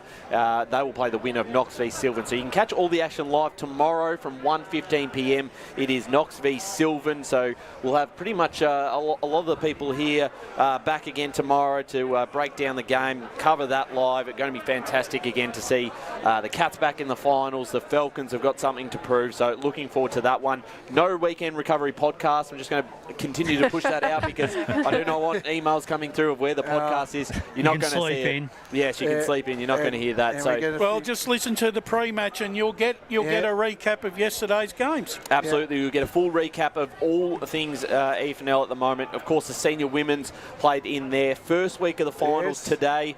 So plenty of results from the qualifying finals, the elimination finals. We'll see. You'll be hosting tomorrow, Blake. So I'm going to get you to recap some of those results as well. So Park Orchards are into a third straight grand final in the women's. So this is a big story for Park Orchards as well. They've been a massive rise considering the outs that they had this year in the women's division. Baldwin won today as well in the women's. I still don't have a score from That's right. We won't go through them all now because we'll run out of time. But I do actually have a result in that game. East Ringwood winners over Mooroolbark.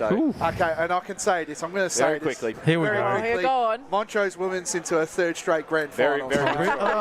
So there you go. So they're in the Well third done, straight. Blake. Well done. Very good story. They've been super impressive, and under new coach Steve Varley this year, they've done. Okay, Skipper, wrap it up. Let's go. Come on, Captain. Okay, well, Our illustrious leader, apparently. That's enough, nothing. Wrap it up, Josh loves to. I say that through gritted teeth most time, but anyway. Okay, well, Here we thanks, go. Josh. I would too if I were you. Not as esteemed as Davo. Yes, well, let's run it through. Big thank you to Brett Davidson and Matt Spider Lee today, who've done a fantastic job pre-game, half-time. Spider, got the mic there.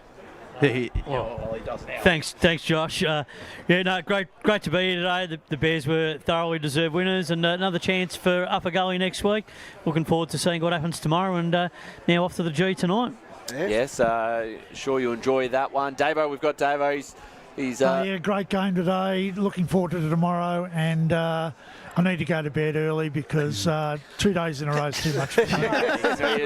You've got Blake's got a reverse, I think, raffle tonight. So does Josh. So I don't know if I'll be welcome. I don't know if I'll be welcome there after my tip today. I don't know. Come on, give that a skip. Let's go. All right, Bradley's not happy with that. Big thank you to Jared and Josh on the boundary. Pleasure. Thanks, Paul guys. Uconi, stats centre around the grounds. Great to have you back. Pleasure.